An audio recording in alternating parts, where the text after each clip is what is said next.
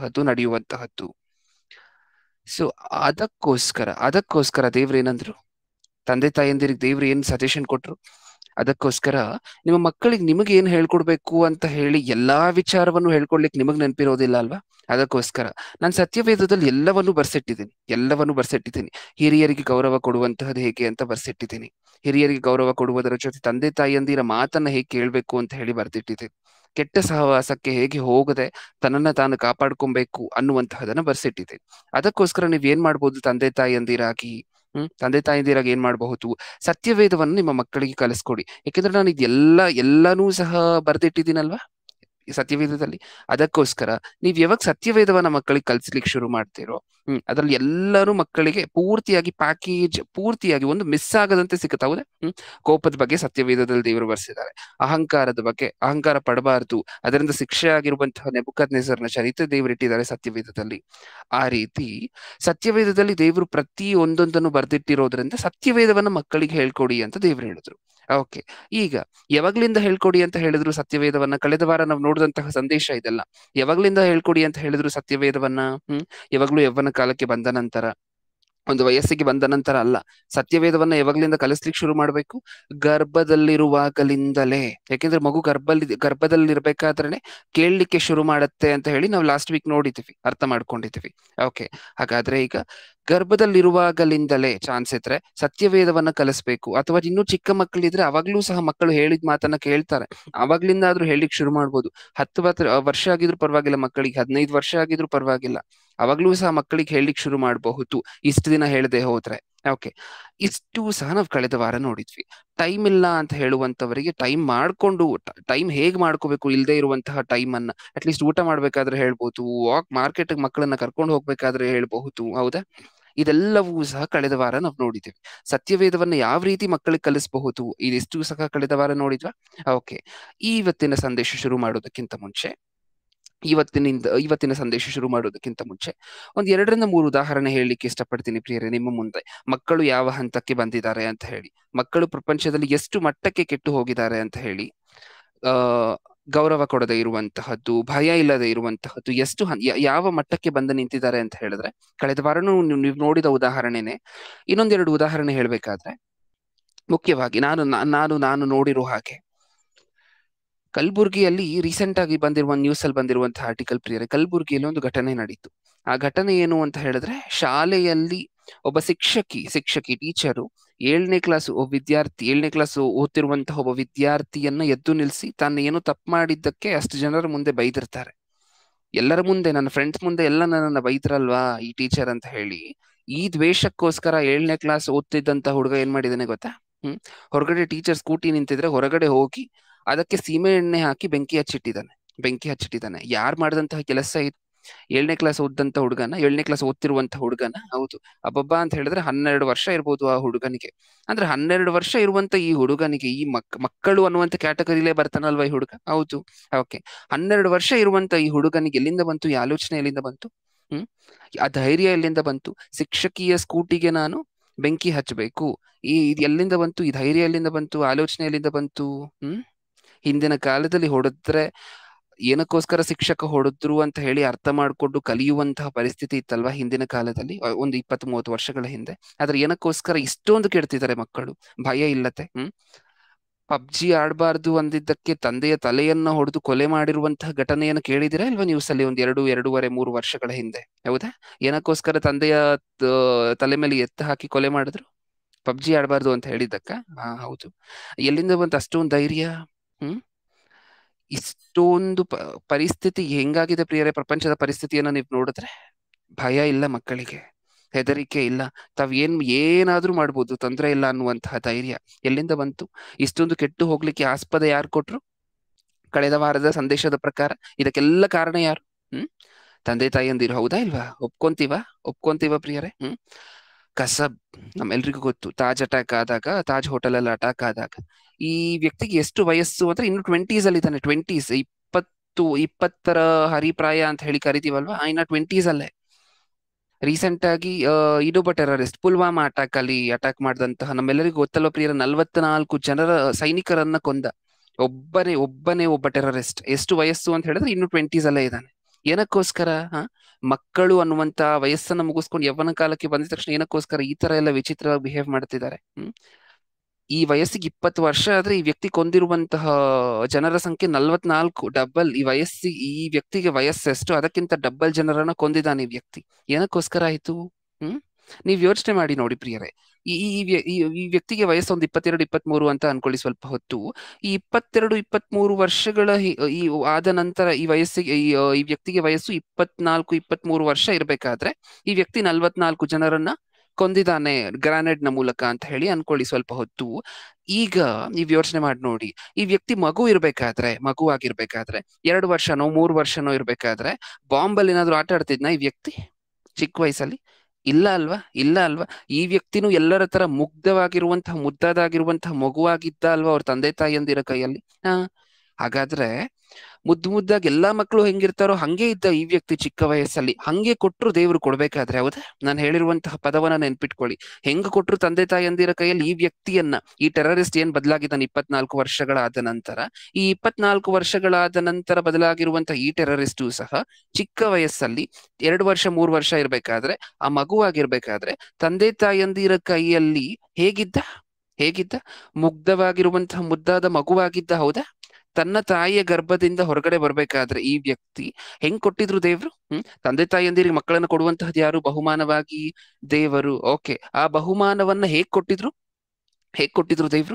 ತಾಯಿಯ ಗರ್ಭದಿಂದ ಹೊರಗಡೆ ಬರಬೇಕಾದ್ರೆ ಈ ಮಗುವಾಗಿರ್ಬೇಕಾದ್ರೆ, ನಾನು ಹೇಳಿದ ಅರ್ಥ ಆಯ್ತಲ್ವಾ? ಒಬ್ಬ ಟೆರರಿಸ್ಟ್ ತನ್ನ ಹಿಂದಿನ ಚರಿತ್ರೆಯನ್ನು ನೀವು ಯೋಚನೆ ಮಾಡಿ. 24 ವರ್ಷ ಇರ್ಬೇಕಾದ್ರೆ ಬಾಂಬ್ ಬ್ಲಾಸ್ಟ್ ಮಾಡಿ 44 ಜನರನ್ನ ಕೊಂದಿದ್ದಾನೆ.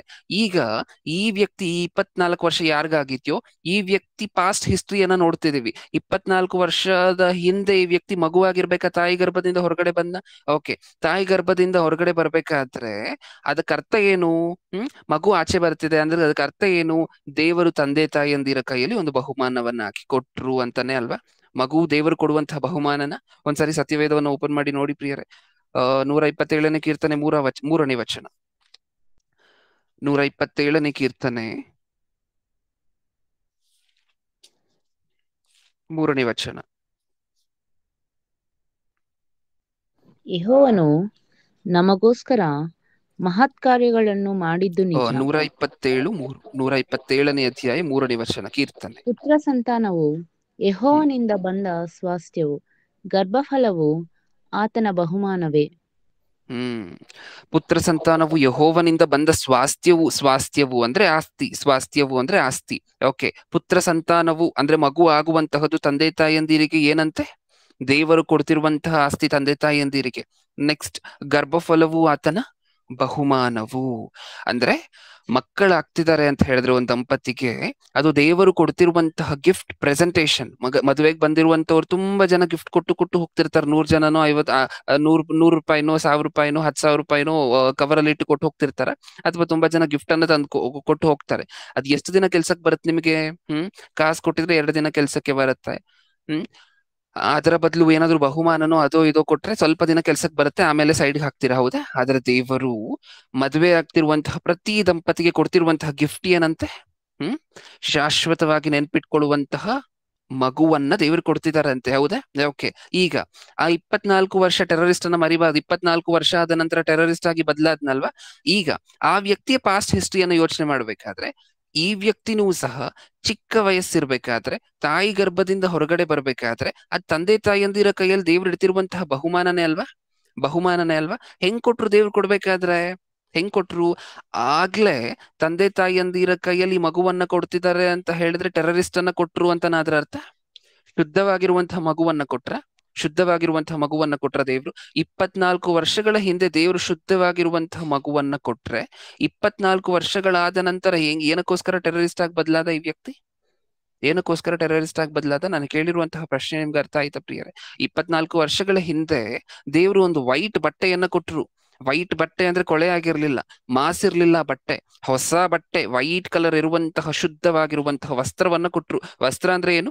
ಶುದ್ಧವಾಗಿರುವಂತಹ ವಸ್ತ್ರ ಅಂದ್ರೆ ಏನು? ಮಗು, ಹೌದಾ? ಶುದ್ಧವಾಗಿರುವಂತಹ ಮಗುವನ್ನ ದೇವ್ರು ಕೊಟ್ರ. ಓಕೆ, ವೈಟ್ ಬಟ್ಟೆಯನ್ನ ಕೊಟ್ರಲ್ವಾ? 24 ವರ್ಷಗಳಾದ ನಂತರ ಏನಕ್ಕೆ ಆ ಬಟ್ಟೆಯನ್ನ ನೀವು ಮಾಸಿ ಕೊಳೆ ಮಾಡಿದ್ರಿ? ಹೌದಾ? ಈ ಪ್ರಶ್ನೆಯನ್ನ ಯಾರು ಕೇಳ್ಬೇಕು? ಟೆರರಿಸ್ಟ್ ನ ತಂದೆ ತಾಯಿಯಂದಿರು ಕೇಳ್ಬೇಕಲ್ವಾ? ಶುದ್ಧವಾಗಿರುವಂತಹ ಬಟ್ಟೆಯನ್ನ ಕೊಟ್ಟಿದ್ರು, ಶುದ್ಧವಾಗಿರುವಂತಹ ಮಗುವನ್ನ ಕೊಟ್ಟಿದ್ರು. ಅದು ಖಾಲಿ ಇತ್ತು ಸ್ಲೇಟು, ಅದ್ರ ಮೇಲೆ ಏನು ಬರ್ತಿರ್ಲಿಲ್ಲ ದೇವ್ರು ಕೊಡ್ಬೇಕಾದ್ರೆ. ಅದ್ರಲ್ಲಿ ತಂದೆ ತಾಯಿಯಂದಿರಿಗೆ ಏನ್ ಇಷ್ಟನೋ ಅದು ಬರ್ಕೊಂಬೋದಿತ್ತು, ಒಳ್ಳೆ ವಿಚಾರ. ಆದ್ರೆ ಬರದ್ರ ಆ ಸ್ಲೇಟ್ ಅಲ್ಲಿ ಏನ್ ಬರೆದ್ರು ಕೊನೆಗೆ? ಸರಿಯಾಗಿ ಬೆಳೆಸ್ತೆ ಬೆಳೆಸ್ತೆ ಬೆಳೆಸ್ತೆ ಅಷ್ಟೊಂದು ಫ್ರೀ ಬಿಟ್ಟಿದ್ ಏನಕ್ಕೋಸ್ಕರ? ಒಬ್ಬ ವ್ಯಕ್ತಿ, ನೆನ್ಪಿಟ್ಕೊಳ್ಳಿ ಪ್ರಿಯರೇ, ಒಬ್ಬ ವ್ಯಕ್ತಿ ಟೆರರಿಸ್ಟ್ ಆಗಿ ಬದಲಾಗ್ತಿದ್ದಾನೆ ಅಂತ ಹೇಳಿದ್ರೆ ಈ ವ್ಯಕ್ತಿ ಒಂದಿನದಲ್ಲಿ 2 ದಿನದಲ್ಲಿ ಬದಲಾಗೋದಿಲ್ಲ, ಸುಮಾರು ವರ್ಷಗಳಾಗತ್ತೆ ಅದಕ್ಕೆ. ಅದರ ಟ್ರೈನಿಂಗ್ ನಿಮಿತ್ತವಾಗಿ ಈ ವ್ಯಕ್ತಿ ಹೊರಗಡೆ ಹೋದ್ರೆ ಮನೆಗ್ ಬರ್ತಿರೋದಿಲ್ಲ ರೆಗ್ಯುಲರ್ ಆಗಿ. ಆಗ ಏನ್ ಮಾಡಿರೋದಿಲ್ಲ ಈ ತಂದೆ ತಾಯಿಯಂದಿರು? ಹ್ಮ್ ಕೇಳ್ತಿರೋದಿಲ್ಲ ಎಲ್ಲಿಗೆ ಹೋಗ್ತಿದ್ಯಾ ಅಂತ ಕೇಳ್ತಿರೋದಿಲ್ಲ, ಎಲ್ಲಿಂದ ಬರ್ತಿದ್ಯಾ ಅಂತ ಕೇಳ್ತಿರೋದು, ಇದೆಲ್ಲ ಕೇಳ್ತಿರ್ತಾರ? ಇಲ್ಲ. ಯಾರ್ ಕಾರಣ ಆಗೋಗ್ತಿದಾರೆ ಹೇಳಿ? ಹ್ಮ್ ಯಾರ್ ಕಾರಣ ಆಗೋಗ್ತಿದ್ದಾರೆ? ತಂದೆ ತಾಯಿಯಂದಿರೇನಾ? ತಂದೆ ತಾಯಿಯಂದಿರೇನಾ? ಎಲ್ಲರ ತರ ಮಗುನು ನಿಮ್ಗೂ ಕೊಟ್ರಲ್ವಾ? ಎಲ್ಲರ ತರ ಮಗುನು ಪ್ರತಿ ತಂದೆ ತಾಯಿಯಂದಿರ್ಗೂ ಮುಗ್ಧವಾಗಿರುವಂತಹ ಮಗುವನ್ನೇ ದೇವ್ರು ಕೊಡ್ತಾರಲ್ವಾ? ಹಾಗಾದ್ರೆ ಯಾಕೆ ಮಿಸ್ ಮಾಡ್ತಿದಾರೆ? ಏನಕ್ಕೋಸ್ಕರ? ಇಷ್ಟ ಬಂದಂತೆ ಬೆಳಿಲಿಕ್ ಬಿಡ್ತಿದಾರೆ? ಏನಕ್ಕೋಸ್ಕರ? ಆದಮ್ ಹವ್ವರಿಗೆ ದೇವ್ರು, ಆದಮ್ ಹವ್ವ ಯಾರು? ಪ್ರಾರಂಭದಲ್ಲಿ ನಾವೆಲ್ಲರೂ ಸಹ ಭೂಮಿ ಮೇಲೆ ಇರುವಂತಹ ದೇವರ ಮಕ್ಕಳೇ. ಆದ್ರೆ ಪ್ರಾರಂಭದಲ್ಲಿ ಎಷ್ಟು ಜನ ಮಕ್ಕಳಿದ್ರು ದೇವರಿಗೆ? ಆದಮ್ ಹವ್ವರನ್ನ ಸೃಷ್ಟಿ ಮಾಡಿದ ನಂತರ ಎಷ್ಟು ಜನ ಮಕ್ಕಳಿದ್ರು? ಆದಮ್ ಹವ್ವರು ಮಾತ್ರ. ಇನ್ನೂ ನಾವ್ ಯಾರು ಸೃಷ್ಟಿಯಾಗಿರ್ಲಿಲ್ಲ ಅಲ್ವಾ ಪ್ರಿಯರೇ? ಓಕೆ.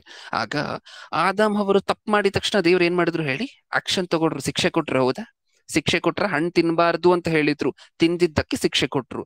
ತಪ್ಪು ಮಾಡಿದ ತಕ್ಷಣ ಆಕ್ಷನ್ ತಗೊಂಡ್ರು. ಏನ್ ಕಾಣಿಸ್ತಿದೆ ನಮ್ಗೆ ದೇವ್ರಲ್ಲಿ? ಏನ್ ಕಾಣಿಸ್ತಿದೆ?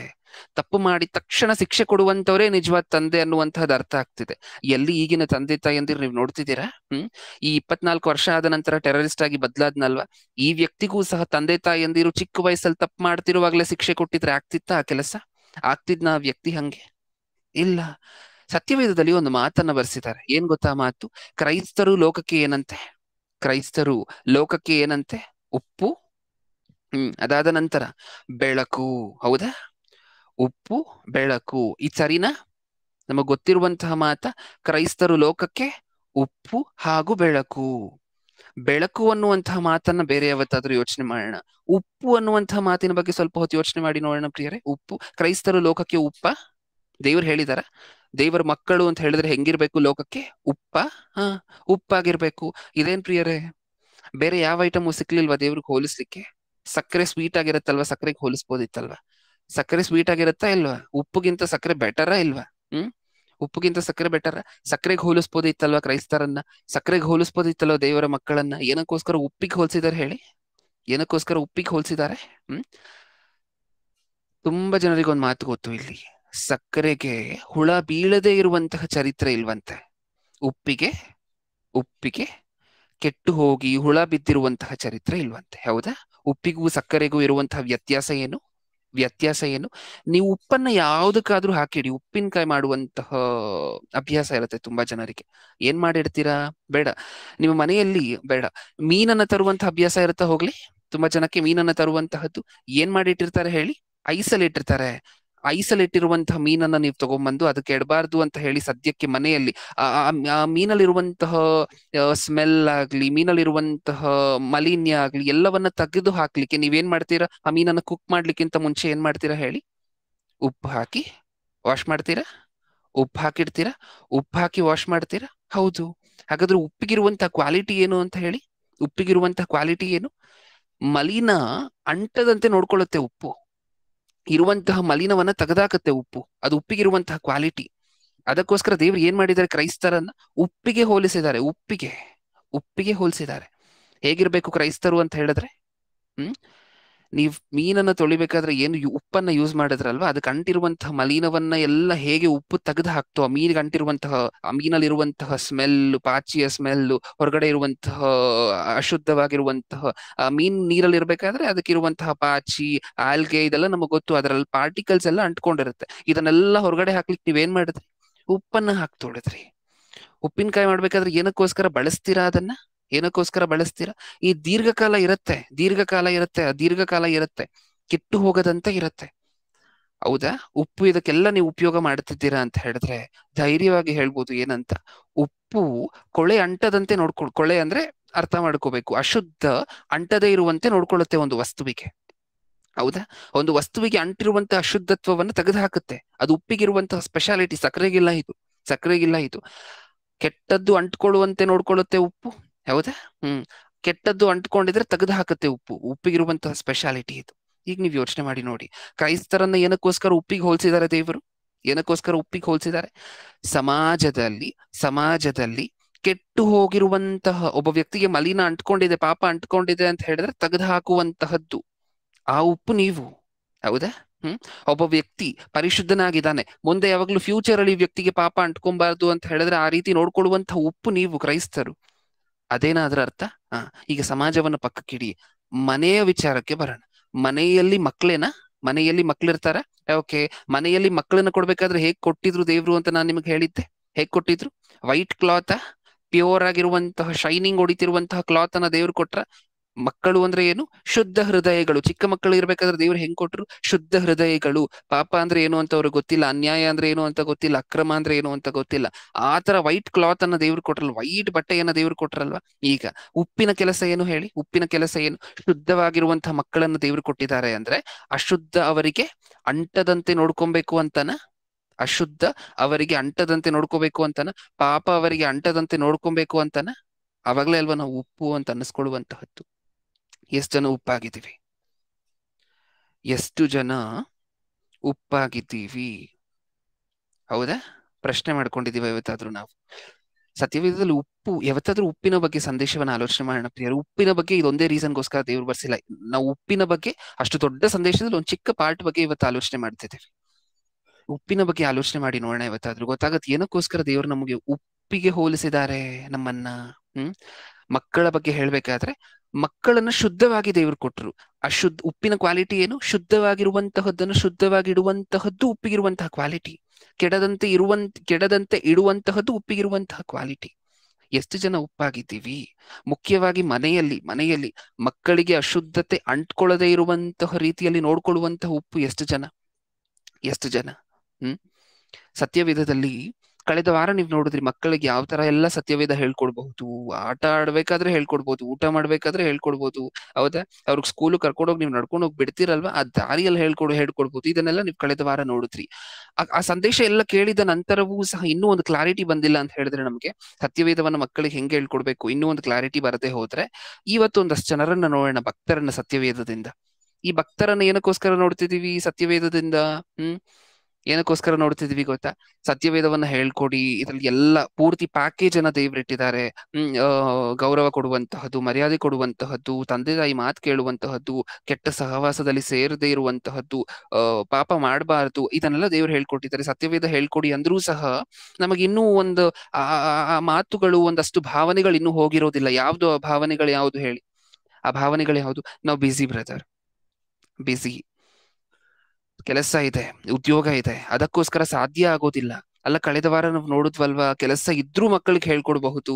ಹೌದಾ ಪ್ರಿಯರೇ? ಕೆಲಸ ಇದ್ರೂ ಮಕ್ಕಳಿಗೆ ಹೇಳ್ಕೊಡ್ಬಹುದು. ಇದನ್ನೆಲ್ಲ ಕಳೆದ ವಾರ ನೋಡಿದೀವಿ. ಆದ್ರೂ ಬಿಸಿ ಬ್ರದರ್ ಅನ್ನುವಂಥವ್ರು ಯಾರಾದ್ರೂ ಇದ್ರೆ, ಈಗ ಭಕ್ತರ ಒಂದಷ್ಟು ಚರಿತ್ರೆಯನ್ನು ನೋಡ್ತೀವಿ. ಒಂದು 3 ಜನರ ಬಗ್ಗೆ ನೋಡ್ತಿದೀವಿ ಸತ್ಯವೇದದಲ್ಲಿ. ಇವ್ರು ಹೆಂಗ್ ಹೇಳ್ಕೊಟ್ರು ಸತ್ಯವೇದವನ್ನ ಮಕ್ಕಳಿಗೆ? ಇವ್ರು ಎಷ್ಟು ಬಿಸಿ ಗೊತ್ತಾ? ಈಗ ನಾವ್ ನೋಡುವಂತಹ ಭಕ್ತರು ಎಷ್ಟು ಬಿಸಿ ಗೊತ್ತಾ? ಫಸ್ಟ್ ಆಫ್ ಆಲ್ ಹೇಳಿ ಪ್ರಿಯರೇ, ಮಕ್ಕಳಿಗೆ ಸತ್ಯವೇದ ಕಲಿಸ್ಕೊಡ್ರಿ ಅಂದ್ರೆ ಬಿಸಿ ಅಂತಿದೀವಿ. ಆಗೋದಿಲ್ಲ ಬ್ರದರ್, ತುಂಬಾ ಸುಸ್ತಾಗಿರತ್ತೆ, ಕೆಲಸಕ್ಕೆ ಹೋಗಿ ಬಂದಿರ್ತೀವಲ್ವಾ, ಅದಕ್ಕೋಸ್ಕರ ಆಗೋದಿಲ್ಲ ಬ್ರದರ್ ಅಂತಿದೀವಿ ಅಂತ ಹೇಳಿದ್ರೆ, ನಾವ್ ಯಾವುದರ ನಿಮಿತ್ತ ಬಿಸಿ ಅಂತಿದೀವಿ ಹೇಳಿ? ಯಾವುದರ ನಿಮಿತ್ತ ಬಿಸಿ ಅಂತಿದೀವಿ? ಸುಮ್ನೆ ಕೂತಿರುವಂತಹ ವ್ಯಕ್ತಿ, ಏನು ಕೆಲಸ ಇಲ್ಲದೆ ಇರುವಂತಹ ವ್ಯಕ್ತಿ ಬಿಸಿ ಅಂದ್ರೆ ಚೆನ್ನಾಗಿರತ್ತೆ? ಬಿಸಿ ಅಂತಿದ್ದಾನೆ ಅಂತ ಹೇಳಿದ್ರೆ ಒಬ್ಬ ವ್ಯಕ್ತಿ, ನನ್ ಮಕ್ಕಳಿಗೆ ಹೇಳ್ಕೊಳ್ಲಿಕ್ಕೆ ಟೈಮ್ ಆಗ್ತಿಲ್ಲ ಅಂತಿದ್ದಾನೆ ಅಂತ ಹೇಳಿದ್ರೆ ಒಬ್ಬ ವ್ಯಕ್ತಿ, ಈ ವ್ಯಕ್ತಿ ಏನೋ ಇರ್ಬೇಕು, ಮಾಡ್ಲಿಕ್ಕೆ ಕೆಲಸ ಆದ್ರೂ ಇರ್ಬೇಕು, ಹೌದಾ? ಉದ್ಯೋಗಕ್ಕೆ ಹೋಗ್ತಿರ್ಬೇಕು ಈ ವ್ಯಕ್ತಿ, ಅಥವಾ ಏನೋ ಬಿಸ್ನೆಸ್ ಏನೋ ಮಾಡ್ಕೊಂಡಿರ್ಬೇಕು. ಸರಿ, ಈಗ ಉದ್ಯೋಗಕ್ಕೆ ಹೋಗ್ತಿರುವಂತಹ ವ್ಯಕ್ತಿ ನನಗೆ ಟೈಮ್ ಇಲ್ಲ ಬ್ರದರ್ ಅಂತಿದ್ದಾನೆ ಅಂದ್ರೆ, ಈ ವ್ಯಕ್ತಿ ಮಾಡುವಂತ ಉದ್ಯೋಗ ಏನಾಗಿರುತ್ತೆ ಹೇಳಿ ಪ್ರಿಯರೇ? ಈ ವ್ಯಕ್ತಿ ಮಾಡುವಂತ ಉದ್ಯೋಗ ಏನಾಗಿರುತ್ತೆ? ಪ್ರಪಂಚದಲ್ಲಿ ಯಾವ ತರ ಕೆಲಸ ಮಾಡ್ಕೊಂಡು ಜನ ಬದುಕ್ತಿದಾರೆ ಹೇಳಿ, ಹೊಟ್ಟೆ ತುಂಬಿಸ್ಕೊಳ್ಲಿಕ್ಕೆ? ಯಾವ್ಯಾವ್ದು? ಒಂದು 4 ಕೆಲಸದ ಹೆಸರು ಹೇಳ್ಬೇಕಂದ್ರೆ, ಒಂದು, ಆಟೋ ಇರುವಂತವ್ರು ಏನ್ ಮಾಡ್ತಾರೆ? ಆಟೋ ಓಡಿಸ್ಕೊಂಡು ಜೀವನ ಮಾಡುತ್ತಿದಾರ? ಹೌದು. ಹಣ್ಣು ವ್ಯಾಪಾರ, ತರಕಾರಿ ವ್ಯಾಪಾರ ಮಾಡುವಂತವ್ರು ಏನ್ ಮಾಡುತ್ತಿದ್ದಾರೆ? ಅದನ್ನ ಮಾಡ್ಕೊಂಡು ಜೀವನ ಮಾಡುತ್ತಿದ್ದಾರೆ. ಆಫೀಸ್ ಕೆಲಸಕ್ಕೆ ಹೋಗುವಂತವ್ರು, ಓದ್ಕೊಂಡಿರುವಂತವ್ರು ಆಫೀಸ್ಗೆ ಹೋಗಿ ಸಂಜೆ ಬರ್ತಾರೆ. ಇದೇನಾ ನಾವು ಮಾಡುವಂತ ಕೆಲಸಗಳಿದೇನಾ? ಬಿಸ್ನೆಸ್ ಮಾಡುವಂತವ್ರು ಏನ್ ಮಾಡ್ತಿರ್ತಾರೆ? ಬಿಸ್ನೆಸ್ ಮಾಡ್ಕೊಂಡು ಜೀವನ ಮಾಡ್ತಿರ್ತಾರೆ. ನಾವು ಮಾಡುವಂತ ಕೆಲಸಗಳಿದೇನಾ? ಇದೆ. ಓಕೆ, ಈ ಕೆಲಸಗಳನ್ನ ಮಾಡಿನೇ ಅಲ್ವಾ ನಾವ್ ಅಂದಿದ್ದು ಬಿಸಿ ಅಂತ? ಹ್ಮ್ ಒಬ್ಬ ರೈತನಿಗೆ ಹೋಗಿ ನೀವ್ ಹೇಳಿದ್ರು ಆ ರೈತ ತುಂಬಾ ಚೆನ್ನಾಗಿ ದೇವರ ವಾಕ್ಯವನ್ನ ಕೇಳ್ತಿರ್ತಾನೆ. ನೀನ್ ಕೇಳಿದ್ದನ್ನ ನಿನ್ ಮಗನಿಗೂ ಹೇಳ್ಕೊಡಯ್ಯ, ಅವನು ಚೆನ್ನಾಗಿ ಈ ದೇವರಲ್ಲಿ ಬೆಳೀಲಿ, ಒಳ್ಳೆ ಹುಡುಗನಾಗ್ತಾನೆ, ದೊಡ್ಡವನಾದ ನಂತರ ಜನರ ಹತ್ರ ಹೆಸರು ತಗೋತಾನೆ, ದೇವ್ರ ಹತ್ರ ಹೆಸರು ತಗೋತಾನೆ, ಯೇಸು ಕ್ರಿಸ್ತರ ತರ ಅಂತ ರೈತನ ಹತ್ರ ನೀವ್ ಹೇಳಿದ್ರು ಕೆಲಸನೇ ಆಗ್ತಿಲ್ಲ ರೀ ಈ ನಡುವೆ ಅಂತ, ಅಂದ್ರೆ ಕೆಲಸ ಜಾಸ್ತಿ ಆಗೋಗಿದೆ ಈ ನಡುವೆ, ಟೈಮ್ ಆಗ್ತಿಲ್ಲ ಮಕ್ಕಳಿಗೆ ಹೇಳ್ಕೊಡ್ಲಿಕ್ಕೆ. ಅಂದ್ರೆ ನೀನ್ ರೈತ, ಓಕೆ, ನೀನ್ ರೈತನಾಗಿದ್ರು ನೀನು ಸಹ ಬ್ಯುಸಿ ಆಗಿದ್ಯಾ? ಹೌದು. ನೀನ್ ಮಾಡುವಂತ ಕೆಲಸ ಏನ್ ಇಷ್ಟಕ್ಕೂನು ನನಗೊಂದ್ 2 ಎಕರೆ ಹೊಲ ಇದೆ, ಇದ್ರಲ್ಲಿ ಪೂರ್ತಿ ವ್ಯವಸಾಯ ಮಾಡ್ಕೊಳ್ಳುವಂತಹ ಜವಾಬ್ದಾರಿ ನಂದೆ. ನನಗೆ 2 ಎತ್ತಿದೆ, ಈ ಎತ್ತುಗಳನ್ನು ಉಪಯೋಗಿಸಿ ಹೊಲವನ್ನ ಪೂರ್ತಿ ಉಳುವಂತಹ ಕೆಲಸ ನಂದೆ. ಅದಕ್ಕೋಸ್ಕರ ನಾನು ಬಿಸಿ, ಅದಕ್ಕೋಸ್ಕರ ಸತ್ಯವೇದವನ್ನ ಮಕ್ಕಳಿಗೆ ಹೇಳ್ಕೊಡ್ಲಿಕ್ಕೆ ಆಗಲ್ಲ. ಹೌದಾ? ಸಿಟಿಲ್ ಕೆಲಸ ಮಾಡುವಂತವ್ರನ್ನ ಕೇಳಿ ಏನಂದ್ರು ಆಟೋ ಇದೆ, ನನ್ನ ಸ್ವಂತ 2 ಆಟೋ ಇದೆ. ಈ ಒಂದ್ ಆಟೋ ನಾನು ಓಡಿಸ್ತೀನಿ, ಒಂದ್ ಆಟೋ ಡ್ರೈವರ್ ಓಡಿಸ್ತಾರೆ. ಈಗ 2 ಆಟೋ ಜವಾಬ್ದಾರಿ ಯಾರ್ದು? ನಂದು. ಇಷ್ಟೊಂದ್ ಕೆಲಸ ಇದೆ, ಮಕ್ಳಿಗೆ ಸತ್ಯವೇದ ಹೇಳ್ಕೊಡೋಷ್ಟು ಟೈಮ್ ಇರುತ್ತೆ ಬ್ರದರ್ ಹೇಳಿ ಅಂತ ಸಿಟಿಲಿ ಇರುವಂತವ್ರು. ಹೌದಾ? ಕಂಪನಿ ಕೆಲಸ ಹೋಗುವಂತವ್ರು, ಬ್ರದರ್ ನಾನು ಬರುವಂತಹದ್ದೇ ಲೇಟ್ ಆಗೋಗುತ್ತೆ, ಅದಕ್ಕೋಸ್ಕರ ಹೇಳ್ಕೊಡ್ಲಿಕ್ಕೆ ಆಗೋದಿಲ್ಲ ಅಂತ ಕಂಪನಿಗೆ ಹೋಗುವಂತವ್ರು. ಹಳ್ಳಿ ಕಡೆ ಇರುವಂತವ್ರನ್ನ ಕೇಳಿದ್ರೆ ನನಗೆ ಹೊಲ ಇದೆ ಬ್ರದರ್, ಎತ್ತುಗಳಿದೆ ಬ್ರದರ್, ಅದಕ್ಕೋಸ್ಕರ ನಾನು ಬಿಸಿ, ಅದರ ನಿಮಿತ್ತ ನಾನು ಬಿಸಿ ಅಂದ್ವಾ? ಓಕೆ. ಈಗ ಸತ್ಯವೇದದ ಹತ್ರ ಹಾಗೆ ಬರೋಣ ಪ್ರಿಯರೇ, ಸತ್ಯವೇದದ ಹತ್ರ ಹಾಗೆ ಬರೋಣ. ನಮಗಿಂತ ದೊಡ್ಡ ಉದ್ಯೋಗದಲ್ಲಿ ಇರುವಂತವ್ರು ಯಾರಾದ್ರೂ ಇದಾರ ಸತ್ಯವೇದದಲ್ಲಿ? ನಮಗಿಂತ ದೊಡ್ಡ ಉದ್ಯೋಗದಲ್ಲಿರುವಂತವ್ರು ಯಾರಾದ್ರೂ ಇದಾರ ಸತ್ಯವೇದದಲ್ಲಿ? ಕಂಪನಿಗೆ ಹೋಗುವಂತವ್ರು ನಾರ್ಮಲ್ ಆಗಿ ಮ್ಯಾಕ್ಸಿಮಮ್ ಅಂದ್ರೆ ಎಷ್ಟು ತಗೋಬಹುದು ಸಂಬಳವನ್ನ? 1 ಕೋಟಿನ 2 ಕೋಟಿನ ವರ್ಷಕ್ಕೆ ಮ್ಯಾಕ್ಸಿಮಮ್? 2 ಕೋಟಿ ಪ್ಯಾಕೇಜ್ ತಗೊಂಡಿರುವಂತವ್ರು ನೀವು ಬಿಸಿ ಅಂತಿದ್ದೀರಾ. ಓಕೆ. ಈಗ ಎತ್ತುಗಳಿರ್ಬೇಕಾದ್ರೆ ಎಷ್ಟು ಜೊತೆ ಎತ್ತಿರ್ಬೋದು ನಿಮಗೆ? ಮ್ಯಾಕ್ಸಿಮಮ್ ಎಷ್ಟು ಜೊತೆ ಎತ್ತಿರಬಹುದು? 2ರಿಂದ 4? ಹೌದಾ? ಓಕೆ. ಇದನ್ನ ಇಟ್ಕೊಂಡು ಬಿಸಿ ಅಂದ್ರಿ, ಹೌದಾ? ಓಕೆ. ಈಗ ಆಟೋ ಇರುವಂತವ್ರು ಬಿಸಿ ಅಂದ್ವಲ್ವಾ? ಈಗ ಆಟೋ ಮ್ಯಾಕ್ಸಿಮಮ್ ಎಷ್ಟು ಆಟೋಗಳಿರಬಹುದು? 2, 3, 4, 5? ಓಕೆ. ಒಂದು ಆಟೋ ರೇಟ್ ಎಷ್ಟು ಹೇಳಿ ಪ್ರಸ್ತುತ? ಒಂದು ಆಟೋ ರೇಟ್ ಎಷ್ಟು? 4 ಲಕ್ಷ ರೂಪಾಯಿ ಪ್ರಸ್ತುತ ಆನ್ ರೋಡ್ ಪ್ರೈಸ್, 4 ರಿಂದ 4.25 ಲಕ್ಷ ಅಂತ ಅನ್ಸುತ್ತೆ. ಓಕೆ. ಹಾಗಾದ್ರೆ 4 ಲಕ್ಷ ರೂಪಾಯಿ ಪ್ರಾಪರ್ಟಿ ಇಟ್ಕೊಂಡು ಏನಂದ್ವಿ ನಾವು? ಬಿಸಿ ಬ್ರದರ್ ಮಕ್ಕಳಿಗೆ ಹೇಳ್ಕೊಡ್ಲಿಕ್ಕೆ ಅಂದ್ವಾ? ಹಾ, ಓಕೆ. 4 ಲಕ್ಷ ರೂಪಾಯಿ ಪ್ರಾಪರ್ಟಿ ಇಟ್ಕೊಂಡು ಬಿಸಿ ಅಂದ್ವಲ್ವಾ? 2 ಜೊತೆ ಎತ್ತಿಟ್ಕೊಂಡು ಒಂದ್ 5 ಲಕ್ಷ ರೂಪಾಯಿ ಬೆಲೆ ಬಾಳುವಂತಹ 2 ಜೊತೆ ಎತ್ತಿಟ್ಕೊಂಡು ನಾವು ಬಿಸಿ ಮಕ್ಕಳಿಗೆ ಹೇಳ್ಕೊಡ್ಲಿಕ್ಕೆ ಸತ್ಯವೇದವನ್ನ ಅಂತ ಹೇಳಿದ್ವಾ? ಆ ಈಗ ಸತ್ಯವೇದದಲ್ಲಿ ಒಬ್ಬ ಶ್ರೀಮಂತನನ್ನ ನೋಡೋಣ ಪ್ರಿಯರೇ. ಶ್ರೀಮಂತನ ಚರಿತ್ರೆ ನೆನ್ಪಿಟ್ಕೊಳ್ಳಿ. Business man. ಈ ವ್ಯಕ್ತಿ ನಮ್ಮ ತರ 4 ಜೊತೆ ಎತ್ತಿಟ್ಕೊಂಡು ನಾನು ಬಿಸ್ನೆಸ್ ಮ್ಯಾನ್ ಅಂದಿಲ್ಲ. ಎಷ್ಟು ಗೊತ್ತಾ ಈ ವ್ಯಕ್ತಿಗಿದ್ದಂತ ಆಸ್ತಿ ಎಷ್ಟು? ಎಷ್ಟು ದೊಡ್ಡ ಬಿಸ್ನೆಸ್ ಮ್ಯಾನ್ ಗೊತ್ತಾ? ಪ್ರಸ್ತುತ ಮುಖೇಶ್ ಅಂಬಾನಿ ನಮ್ಮೆಲ್ಲರಿಗೂ ಗೊತ್ತು. ನಮ್ಮ ಭಾರತ ದೇಶದಲ್ಲಿ ಅತ್ಯಂತ ದೊಡ್ಡ ಶ್ರೀಮಂತ ಮುಖೇಶ್ ಅಂಬಾನಿ. ಈಗ ಮುಖೇಶ್ ಅಂಬಾನಿಯ ಅಂತಸ್ತೇನ್ ಗೊತ್ತಾ? ಪ್ರೈಮ್ ಮಿನಿಸ್ಟರು ಸಹ ಒಂದೊಂದ್ಸಾರಿ ಮುಖೇಶ್ ಅಂಬಾನಿಯನ್ನ ಭೇಟಿ ಮಾಡ್ಬೇಕಾದ್ರೆ ವೆಯ್ಟ್ ಮಾಡ್ಬೇಕಾಗತ್ತೆ. ಚೀಫ್ ಮಿನಿಸ್ಟರು ಸಹ ಮುಖೇಶ್ ಅಂಬಾನಿಯನ್ನ ಭೇಟಿ ಮಾಡ್ಬೇಕಾದ್ರೆ ಕಷ್ಟ, ಒಂದು ದಿನ ಪೂರ್ತಿ ವೆಯ್ಟ್ ಮಾಡ್ಬೇಕಾಗತ್ತೆ ಅಪಾಯಿಂಟ್ಮೆಂಟ್ಗೋಸ್ಕರ. ಹೌದಾ? ಇದು ಮುಖೇಶ್ ಅಂಬಾನಿಯ ಸ್ಟೇಟಸ್ ಪ್ರಸ್ತುತ ಭಾರತ ದೇಶದಲ್ಲಿ. ಮುಖೇಶ್ ಅಂಬಾನಿಗಿಂತ ಶ್ರೀಮಂತ ಸತ್ಯವೇದದಲ್ಲಿ ಒಬ್ಬ ಇದ್ದಾರೆ ಗೊತ್ತಾ? ಮುಖೇಶ್ ಅಂಬಾನಿ ಇಷ್ಟೊಂದು ಬಿಸಿನ? ಅದಕ್ಕಿಂತ ಬಿಸಿ ಇರುವಂತ ಶ್ರೀಮಂತ ಸತ್ಯವೇದದಲ್ಲಿ ಒಬ್ಬ ಇದ್ದಾರೆ ಗೊತ್ತಾ? ಆ ಕಾಲದಲ್ಲೇ ಈತನ ಹೆಸರು ಯೋಬನು. ಬನ್ನಿ, ಯೋಬನ ಗ್ರಂಥ 1ನೇ ಅಧ್ಯಾಯ, 3ನೇ ವಚನ. ಅವನಿಗೆ 7,000 ಕುರಿಗಳು, 3,000 ಒಂಟೆಗಳು, 500 ಜೋಡಿ ಎತ್ತುಗಳು, 500 ಹೆಣ್ಣು ಕತ್ತೆಗಳು, ಅನೇಕ ಸೇವಕರು ಇದ್ದುದರಿಂದ ಅವನು ಮೋಡನ ದೇಶದವರಲ್ಲೆಲ್ಲ ಹೆಚ್ಚು ಸ್ವಾಸ್ಥ್ಯವುಳ್ಳವನಾಗಿದ್ದನು. ಅವನ ಕುಮಾರರು ಸಾಕು ಪ್ರಿಯರೇ. ಓದಿರುವಂತಹ ವಚನ ಭಾಗವನ್ನ ಇನ್ನೊಂದ್ಸರಿ ಹೇಳ್ತಿದ್ದೀನಿ. ಯೋಬನ ಗ್ರಂಥ 1ನೇ ಅಧ್ಯಾಯ 3ನೇ ವಚನ.